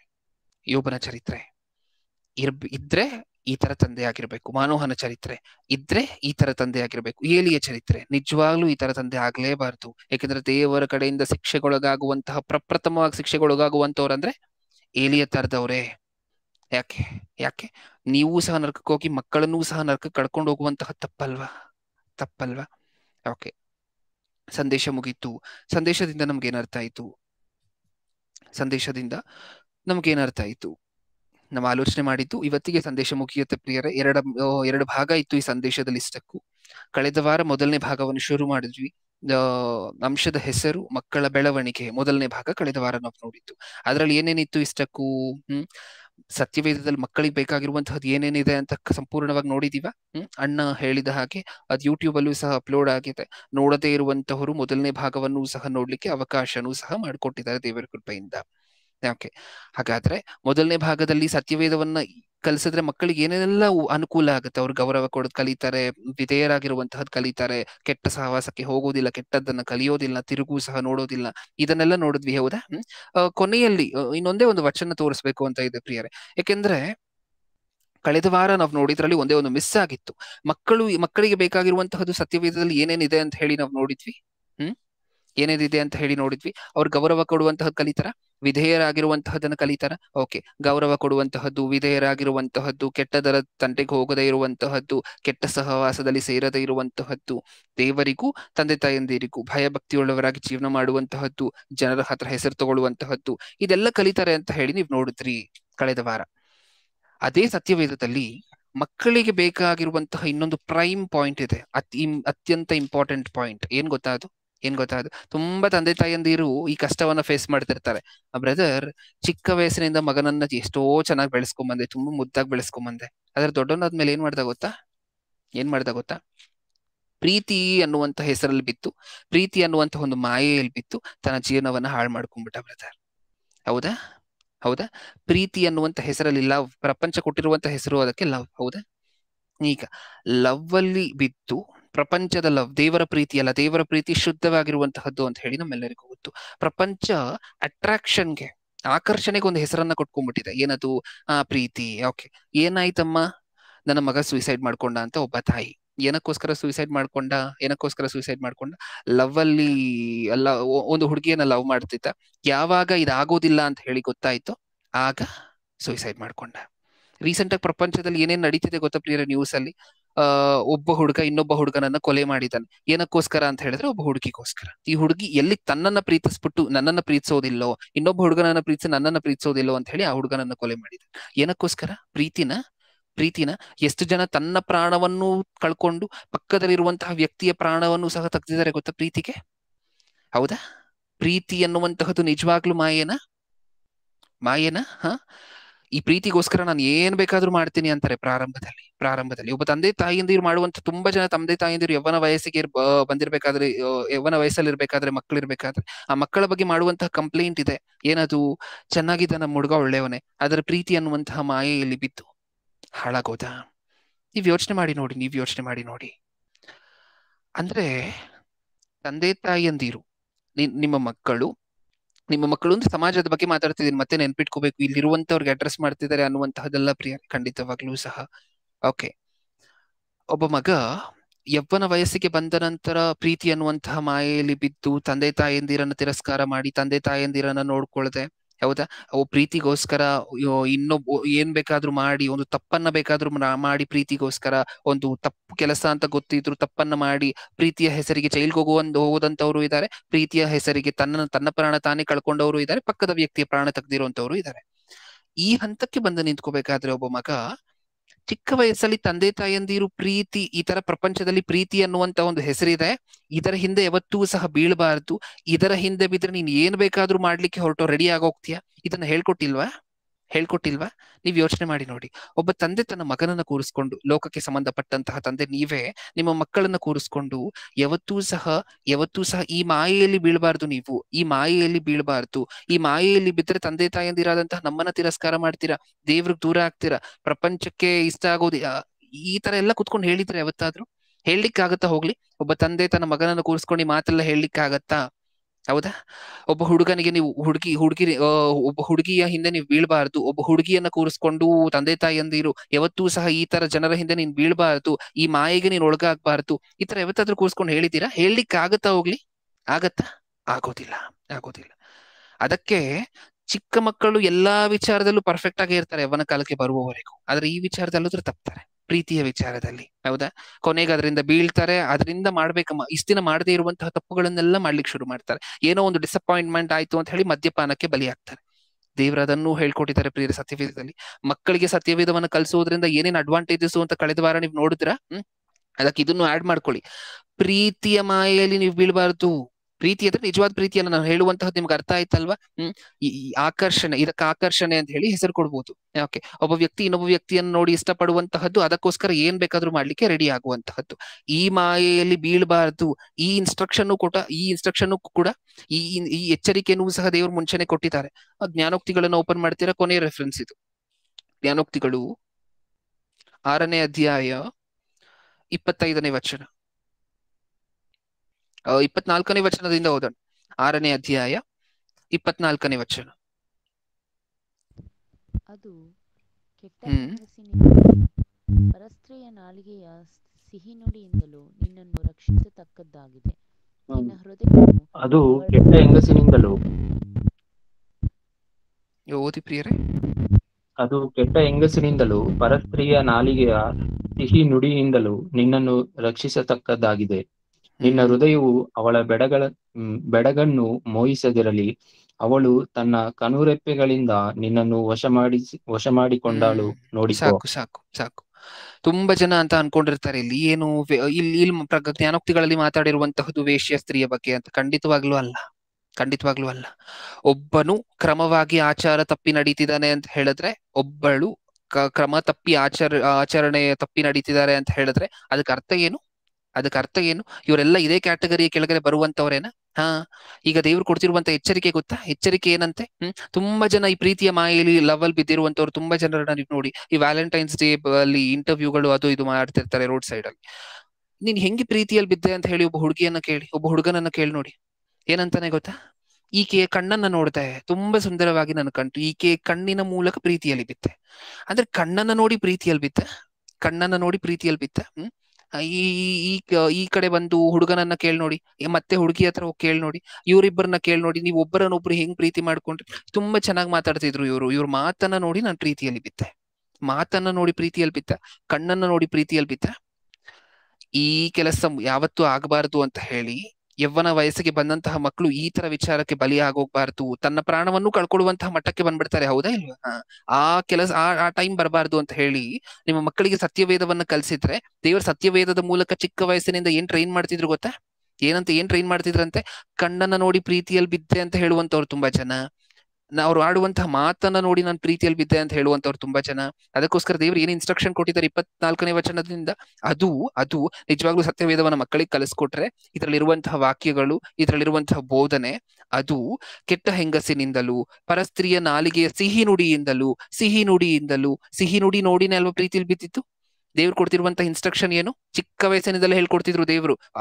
ಯಾವಾಗ ಆಲೋಚನೆ ತಲೆಗೆ ಹೋಗುತ್ತೋ ಆವಾಗ್ಲಿಂದಲೇ ಹೇಳ್ಕೊಡ್ತಿದ್ರು ದೇವ್ರು. ಸತ್ಯವೇದವನ್ನ ಮಕ್ಕಳಿಗೆ ಕಲ್ಸಿದ್ರು ಏನಂತ? ಸಿಹಿ ನುಡಿಯಿಂದಲೂ ನಿನ್ನನ್ನು ರಕ್ಷಿಸತಕ್ಕದ್ದಾಗಿದೆ. ನಿನ್ನ ಹೃದಯವು ಅವಳ ಬೆಡಗನ್ನು ಮೋಹಿಸದಿರಲಿ. ಅವಳು ಕಣ್ಣನ್ನ ನೋಡಿ ಪ್ರೀತಿಯಲ್ಲಿ ಬಿದ್ದೆ ಅಂತ ಹೇಳುವಂತವ್ರು ತುಂಬಾ ಜನ ಇದಾರ ಪ್ರಪಂಚದಲ್ಲಿ. ಇಲ್ಲಿ ಏನಂತ ಹೇಳಿದ್ದಾರೆ ದೇವ್ರು? ಅವಳು ತನ್ನ ಕಣ್ಣು ರೆಪ್ಪೆಗಳಿಂದ ನಿನ್ನನ್ನು ವಶ ಮಾಡಿಕೊಂಡಾಳು, ನೋಡಿಕೋ. ಇನ್ನೇನ್ ಕಲಿಸ್ಕೊಡ್ಬೇಕು ಹೇಳಿ ಪ್ರಿಯರ? ಇದನ್ನ ಹೇಳಿಕ್ಕಾಗತ್ತಾ? ನೀವು ತಂದೆ ತಾಯಂದಿರಾಕಿ ನಿಮ್ಮ ಮಕ್ಕಳಿಗೆ ಕೂತ್ಕೊಂಡು ಆಗತ್ತಾ? ಇದಾಗದೇ ಇರುವಂತಹ ವಿಚಾರ. ನಿಮಗೂ ಮುಜುಗರ ಇರುತ್ತೆ ಇದನ್ನ ಹೆಂಗೆ ಹೇಳುವಂತಹದ್ದು ಮಕ್ಕಳ ಬಗ್ಗೆ, ಮಕ್ಕಳ ಮುಂದೆ ಅವ್ರಿಗೆ ಹೇಳ್ಬೇಕಾದ್ರೆ ಅಂತ ಹೇಳಿ. ಅದೇ ಜಾಗದಲ್ಲಿ ಸತ್ಯವೇದ ಹೇಳ್ಕೊಟ್ಟಿದ್ರೆ ಒಂದು ವಯಸ್ಸು ಬರ್ತಿತ್ತು. ಆಗ ವಯಸ್ಸಾದ ನಂತರ ಕ್ಯೂರಿಯಾಸಿಟಿ ಮೂಲಕ ಸತ್ಯವೇದವನ್ನ ಮಕ್ಕಳೇ ತಗೊಂಡು ಓದ್ಲಿಕ್ಕೆ ಶುರು ಮಾಡ್ತಿದ್ರು. ಈ ವಚನಗಳೆಲ್ಲ ಅವ್ರ ಕಣ್ಣಿಗೆ ಬೀಳ್ತಿತ್ತು. ಅವಾಗ ಅವ್ರು ಎಚ್ಚರಿಕೆ ತಗೊಂತಿದ್ರು. ಯವ್ವನ ಕಾಲಕ್ಕೆ ಬಂದ ನಂತರ ಎಲ್ಲೂ ತಪ್ತಿರ್ಲಿಲ್ಲ. ನಿಜನ ಸುಳ್ಳ? ಹೌದಾ? ಇಷ್ಟೆಲ್ಲ ಸತ್ಯವೇದದಲ್ಲಿ ಅಡಗಿದೆ ಗಣಿ, ಮಕ್ಕಳಿಗೆ ಬೇಕಾಗಿರುವಂತಹ ಗಣಿ ಪ್ಯಾಕೇಜ್ ದೇವ್ರಿಟ್ಟಿದ್ದಾರೆ ಅಂತ ಹೇಳಿದ್ರು ನಾವು ಕಾರಣಗಳನ್ನ ಕೊಡ್ತಿದೀವಿ ಅಂತ ಹೇಳಿದ್ರೆ ತಪ್ಪು. ಎಲ್ಲಿಗೆ ಹೋಗ್ತೀವಿ? ನರಕಕ್ಕೆ. ಈಗ ಈ ಸಂದೇಶದಲ್ಲಿ ನಮ್ಗೆ ಅರ್ಥ ಆಗಿದ್ದಿಷ್ಟೇ. ತಂದೆ ತಾಯಂದಿರಿಗೆ ಪರಲೋಕ ಬೇಕಾ? ದೇವ್ರ ಪರಲೋಕದ ಮುಂದೆ ಒಂದು ಬೋರ್ಡ್ ಹಾಕಿದ್ದಾರೆ ಅಂತ ಅನ್ನಿಸ್ತಾ ಈ ಸಂದೇಶ ಕೇಳಿದಾಗ. ಬೋರ್ಡ್ ಏನು? ಮಕ್ಕಳನ್ನ ಕರೆದುಕೊಂಡು ಪರಲೋಕಕ್ಕೆ ಬರುವಂತಹ ತಂದೆ ತಾಯಂದಿರಿಗೆ ಮಾತ್ರ ಪರಲೋಕದಲ್ಲಿ ಪ್ರವೇಶ. ಹೌದಾ? ತಂದೆ ತಾಯಂದಿರಿಗೆ ಫಸ್ಟ್ ಪರಲೋಕ ಬೇಕಂದ್ರೆ ಯಾರನ್ನೂ ಕರ್ಕೊಂಡ್ ಬರ್ಬೇಕು ಜೊತೆಲಿ ಪರಲೋಕಕ್ಕೆ? ಮಕ್ಕಳನ್ನ ಕರ್ಕೊಂಡು ಬರ್ಬೇಕು. ಅವಾಗ ಮಾತ್ರ ತಂದೆ ತಾಯಂದಿರಿಗೂ ಎಂಟ್ರಿ ಪರಲೋಕಕ್ಕೆ. ಇಲ್ಲದೆ ಹೋದ್ರೆ ತುಂಬಾ ಜನ ವಯಸ್ಸಾದ ನಂತರ ದೇವರನ್ನ ತಿಳ್ಕೊಂಡವ್ರು ರಿಪೆಂಟ್ ಮಾಡಬಾರ್ದು. ಇದನ್ನೆಲ್ಲ ಕೇಳಿ ವಿಶ್ವಾಸವನ್ನ, ನಂಬಿಕೆಯನ್ನ ಕಳ್ಕೋಬಾರ್ದು. ಅವರಿಗೆ ಸಂಬಂಧಪಟ್ಟಿದ್ದಲ್ಲ ಈ ಮಾತು. ವಯಸ್ಸಾಗೋಗಿದೆ, ನನ್ನ ಮಕ್ಕಳಿಗೂ ಯವನ ಕಾಲಕ್ಕೆ ಬಂದ್ಬಿಟ್ಟಿದ್ದಾರೆ, ಇವಾಗ ಕೇಳ್ತಿಲ್ಲ, ನಾನು ಇವಾಗ ದೇವರನ್ನ ತಿಳ್ಕೊಂಡಿದ್ದೀನಿ, ಇವಾಗ ಈ ಸಂದೇಶ ನನ್ ಕಿವಿಗ್ ಬಿತ್ತು, ನಾನು ಪರಲೋಕಕ್ಕೆ ಹೋಗೋದಿಲ್ವಾ, ಹಾಗಾದ್ರೆ ಮಕ್ಕಳಿಗೆ ಹೇಳ್ದೆ ಹೋದ್ರೆ, ಮಕ್ಕಳನ್ನ ಮಾಡ್ಪಡಿಸದೆ ಹೋದ್ರೆ ಅದು ನಿಮಗೆ ಅಪ್ಲೈ ಆಗೋದಿಲ್ಲ. ಯಾರು ಪರಲೋಕಕ್ಕೆ ಬರ್ಬೇಕಾದ್ರೆ ಮಕ್ಕಳನ್ನೂ ಸಹ ಕರ್ಕೊಂಡ್ಬರ್ಬೇಕು. ಇನ್ನೂ ಮಕ್ಕಳು ಕಂಟ್ರೋಲ್ ಅಲ್ಲಿ ಇದಾರಲ್ವಾ? ಯಾವ ತಂದೆ ತಾಯಿಂದಿರಿಗೆ ಇನ್ನು ಮಕ್ಕಳು ಕಂಟ್ರೋಲ್ ಅಲ್ಲಿ ಇದ್ದಾರೋ, ಯಾವ ತಂದೆ ತಾಯಿಂದಿರ ಕಂಟ್ರೋಲ್ ಅಲ್ಲಿ ಇನ್ನು ದುಡಿಯುವಂತಹ ವಯಸ್ಸಿಗೆ ಮಕ್ಕಳು ಬಂದಿಲ್ವೋ? ಹೌದಲ್ವಾ ಪ್ರಿಯರೇ? ದುಡಿಯುವಂತಹ ವಯಸ್ಸಿಗೆ ಬರುವಂತಹವರೆಗೂ ನಿಮ್ಮ ಕಂಟ್ರೋಲ್ ಅಲ್ಲೇ ಇರ್ತಾರಲ್ವಾ? ಹೌದಾ ಇಲ್ವಾ? ಕೆಲಸಕ್ಕೆ ಹೋದ ನಂತರ ಅಲ್ವಾ ಅವ್ರಿಗೆ ಬರುವಂತಹದ್ದು ಸ್ವಾತಂತ್ರ್ಯ ಅನ್ನುವಂಥದ್ದು. ಈ ತರ ತಂದೆ ತಾಯಿಯಂದಿರು ಪರಲೋಕಕ್ಕೆ ಕರ್ಕೊಂಡ್ ಬರ್ಲೇಬೇಕು. ಪರಲೋಕಕ್ಕೆ ಕರ್ಕೊಂಡ್ ಬರ್ಬೇಕಾದ್ರೆ ಸತ್ಯವೇದವನ್ನ ಹೇಳ್ಕೊಡಿ. ಸತ್ಯವೇದವನ್ನ ಮಕ್ಕಳಿಗೆ ಹೇಳ್ಕೊಟ್ರೆ ಈ ಲೋಕದಲ್ಲೂ ಸಹ ಮಕ್ಕಳು ಟಾಪ್ ಅಲ್ಲಿ ಇರ್ತಾರೆ. 4 ಜನದ ಹತ್ರ ಒಳ್ಳೆ ಹೆಸರು ತಗೋತಾರೆ. ಯಾವತ್ತೂ ಸಹ ಕಂಪ್ಲೇಂಟ್ ಬರೋದಿಲ್ಲ ನಿಮ್ಮ ಮಕ್ಕಳ ಬಗ್ಗೆ. ನಿಮ್ಮ ಮಗ ಹಿಂಗ್ ಮಾಡ್ದ ಬರೋದಿಲ್ಲ. ಯಾವಾಗ್ಲೂ ಸಹ ನಿಮ್ಮ ಮಗನನ್ನ ಹೊಗಳಿ ಮಾತಾಡುವಂತವರೇ ಕಾಣಿಸ್ತಾರೆ ಪ್ರಪಂಚದಲ್ಲಿ ನಿಮ್ಗೆ. ದೇವ್ರೂ ಸಹ ನಿಮ್ಮ ಮಗನನ್ನ ಹೊಗಳುವಂತವ್ರು. ಕಣ್ಮುಚ್ಚಿ ಪ್ರಾರ್ಥನೆ ಮಾಡಿ ಮುಗಿಸ್ಕೊಳ್ಳೋಣ. ಪ್ರೀತಿಯುಳ್ಳ ಪರಲೋಕದಲ್ಲಿರುವ ನಮ್ಮ ತಂದೆ, ಒಂದು ಮಹೋನ್ನತವಾದ ದಿನವನ್ನು ಕೊಟ್ಟಿಕ್ಕಾಗಿ ನಿಮಗೆ ಸ್ತೋತ್ರ. ಇನ್ನು ಅಮೂಲ್ಯವಾದ ಸಮಯದಲ್ಲಿ ನಿಮ್ಮ ಅಮೂಲ್ಯವಾದ ಮಾತುಗಳನ್ನ ಆಲೋಚನೆ ಮಾಡಿದೀವಿ ಅಪ್ಪ. ಹೌದು, ಮಕ್ಕಳನ್ನ ಕೊಟ್ಟಿದ್ದೀರಾ, ಮಕ್ಕಳಿಗೆ ಏನ್ ಹೇಳ್ಬೇಕು ಅಂತಾನೂ ಕೊಟ್ಟಿದ್ದೀರಾ, ಎರಡನ್ನೂ ಕೊಟ್ಟಿದ್ದೀರಾ. ನೀವು ಕೊಡ್ಬೇಕಾಗಿರುವಂತಹದ್ದು ನಿಮ್ಮ ಕಡೆಯಿಂದ ಪೂರ್ತಿಯಾಗಿ ಕೊಟ್ಟಿದ್ದೀರಾ ತಂದೆ. ಹಾಗೆ ಮಕ್ಕಳನ್ನ ಬೆಳೆಸಿದಂತಹ ಮಹಾನುಭಾವ ತಂದೆ ತಾಯಂದಿರ ಚರಿತ್ರೆಯನ್ನು ಸತ್ಯವೇದದಲ್ಲಿ ಇಟ್ಟಿದ್ದೀರಾ ತಂದೆ. ಮಕ್ಕಳನ್ನ ಕೊಟ್ಟು ಮಕ್ಕಳಿಗೆ ಏನ್ ಹೇಳ್ಕೊಡ್ಬೇಕು ಅಂತ ಕೊಟ್ಟು, ಮಕ್ಕಳನ್ನ ಹೆಂಗ್ ಬೆಳೆಸ್ತಿದ್ದಾರೆ ನೋಡಿ ಸತ್ಯವೇದದಲ್ಲಿ, ಅವ್ರನ್ನ ನೋಡಿ ಕಲೀರಿ ಅಂತ ಹೇಳಿ ಚರಿತ್ರೆಯನ್ನು ಇಟ್ಟಿದ್ದೀರಾ ಸತ್ಯವೇದದಲ್ಲಿ. ಇಷ್ಟು ದಿನ ನೋಡಿ ಅರ್ಥ ಮಾಡ್ಕೊಳ್ದೇ ಇರುವಂತಹದ್ದು ನಮ್ಮ ತಪ್ಪು. ಇನ್ ಮುಂದೆ ಆದ್ರೂ ಕಣ್ತೆರೆತು ನಾವು ಪರಲೋಕಕ್ಕೆ ಹೋಗ್ಬೇಕಾದ್ರೆ ಮಕ್ಕಳನ್ನ ಕರ್ಕೊಂಡು ಬರ್ಲೇಬೇಕು ಪರಲೋಕಕ್ಕೆ ಅನ್ನುವಂತಹದ್ದು ನಾವು ತಿಳಿದು, ಮಕ್ಕಳಿಗೆ ಸತ್ಯವೇದ ಕಲಿಸಿದಾಗ ಅವರು ಲೋಕದಲ್ಲೂ ಒಳ್ಳೆ ಹೆಸರನ್ನ ತಗೋತಾರೆ, ಲೋಕದಲ್ಲೂ ಉನ್ನತರಾಗ್ತಾರೆ, ಉತ್ತಮರಾಗ್ತಾರೆ, ನಿಮ್ಮ ಹತ್ರನೂ ಒಳ್ಳೆ ಹೆಸರು ತಗೋತಾರೆ. ಇದು ನಮ್ಗೆ ಅರ್ಥ ಆಗಿದೆ. ಅವ್ರು ಹೋಗುವಂತಹ ಸ್ಕೂಲ್ಗಳಲ್ಲಿ, ಕಾಲೇಜಲ್ಲಿ, ಚರ್ಚ್ ಅಲ್ಲಿ ಎಲ್ಲ ಕಡೆ ಒಳ್ಳೆ ಹೆಸರು ತಗೋ ಬರ್ತಾರೆ ಅನ್ನುವಂತಹದ್ದು ನಮ್ಗೆ ಅರ್ಥ ಆಗಿದೆ. ಇದನ್ನಾದ್ರೂ ಮುಂದೆ ಇಟ್ಕೊಂಡು ನಾವು ಮನಸ್ಸನ್ನ ಮಾರ್ಪಡಿಸ್ಕೊಳ್ಳುವಂತೆ ಕೃಪೆ ಕೊಡಿ, ಬಲ ಕೊಡಿ. ಕೇಳಿರುವಂತಹ ಪ್ರತಿಯೊಬ್ಬರನ್ನು ಆತ್ಮಕ್ಕೆ ಸಂಬಂಧಪಟ್ಟ ಆಶೀರ್ವಾದಗಳಿಂದ ಆಶೀರ್ವದಿಸಿ ಅನ್ನುವಂತ ಕೋರಿಕೆ ನಿಮ್ಮ ಮುಂದೆ ಇಡ್ತಾ, ಈ ಕಾರ್ಯಕ್ರಮದ ನೇತೃತ್ವವನ್ನ, ಸಾರಥ್ಯವನ್ನ ವಹಿಸ್ಕೊಂಡು ಪ್ರತಿದಿನವೂ ಸಹ ಕ್ಲಾಸ್ ಯಾವಾಗೆಲ್ಲ ನಡೀತಿದೆ ಆಗ್ಲೆಲ್ಲ ಸಹ ಇಷ್ಟು ಜನರನ್ನ ಕೂಡಿಸುವುದಕ್ಕೆ ಶ್ರಮೆ ಪಡ್ತಿರುವಂತಹ ಸೇವಕರ ಕುಟುಂಬವನ್ನ ಒಂದ್ಸರಿ ನೆನಪಿಸ್ಕೊಳ್ಳಿ ಅನ್ನುವಂತ ಕೋರಿಕೆ ನಿಮ್ಮ ಮುಂದೆ ಇಡ್ತಾ, ನನ್ನ ಪ್ರಾರ್ಥನೆ ಯೇಸು ಕ್ರಿಸ್ತರ ನಾಮದಲ್ಲಿ ಸಮರ್ಪಿಸಿ ಬೇಡಿಕೊಳ್ಳುತ್ತಿದ್ದೇನೆ, ಪರಲೋಕದಲ್ಲಿರುವ ನಮ್ಮ ತಂದೆಯೇ. ಆಮೆನ್.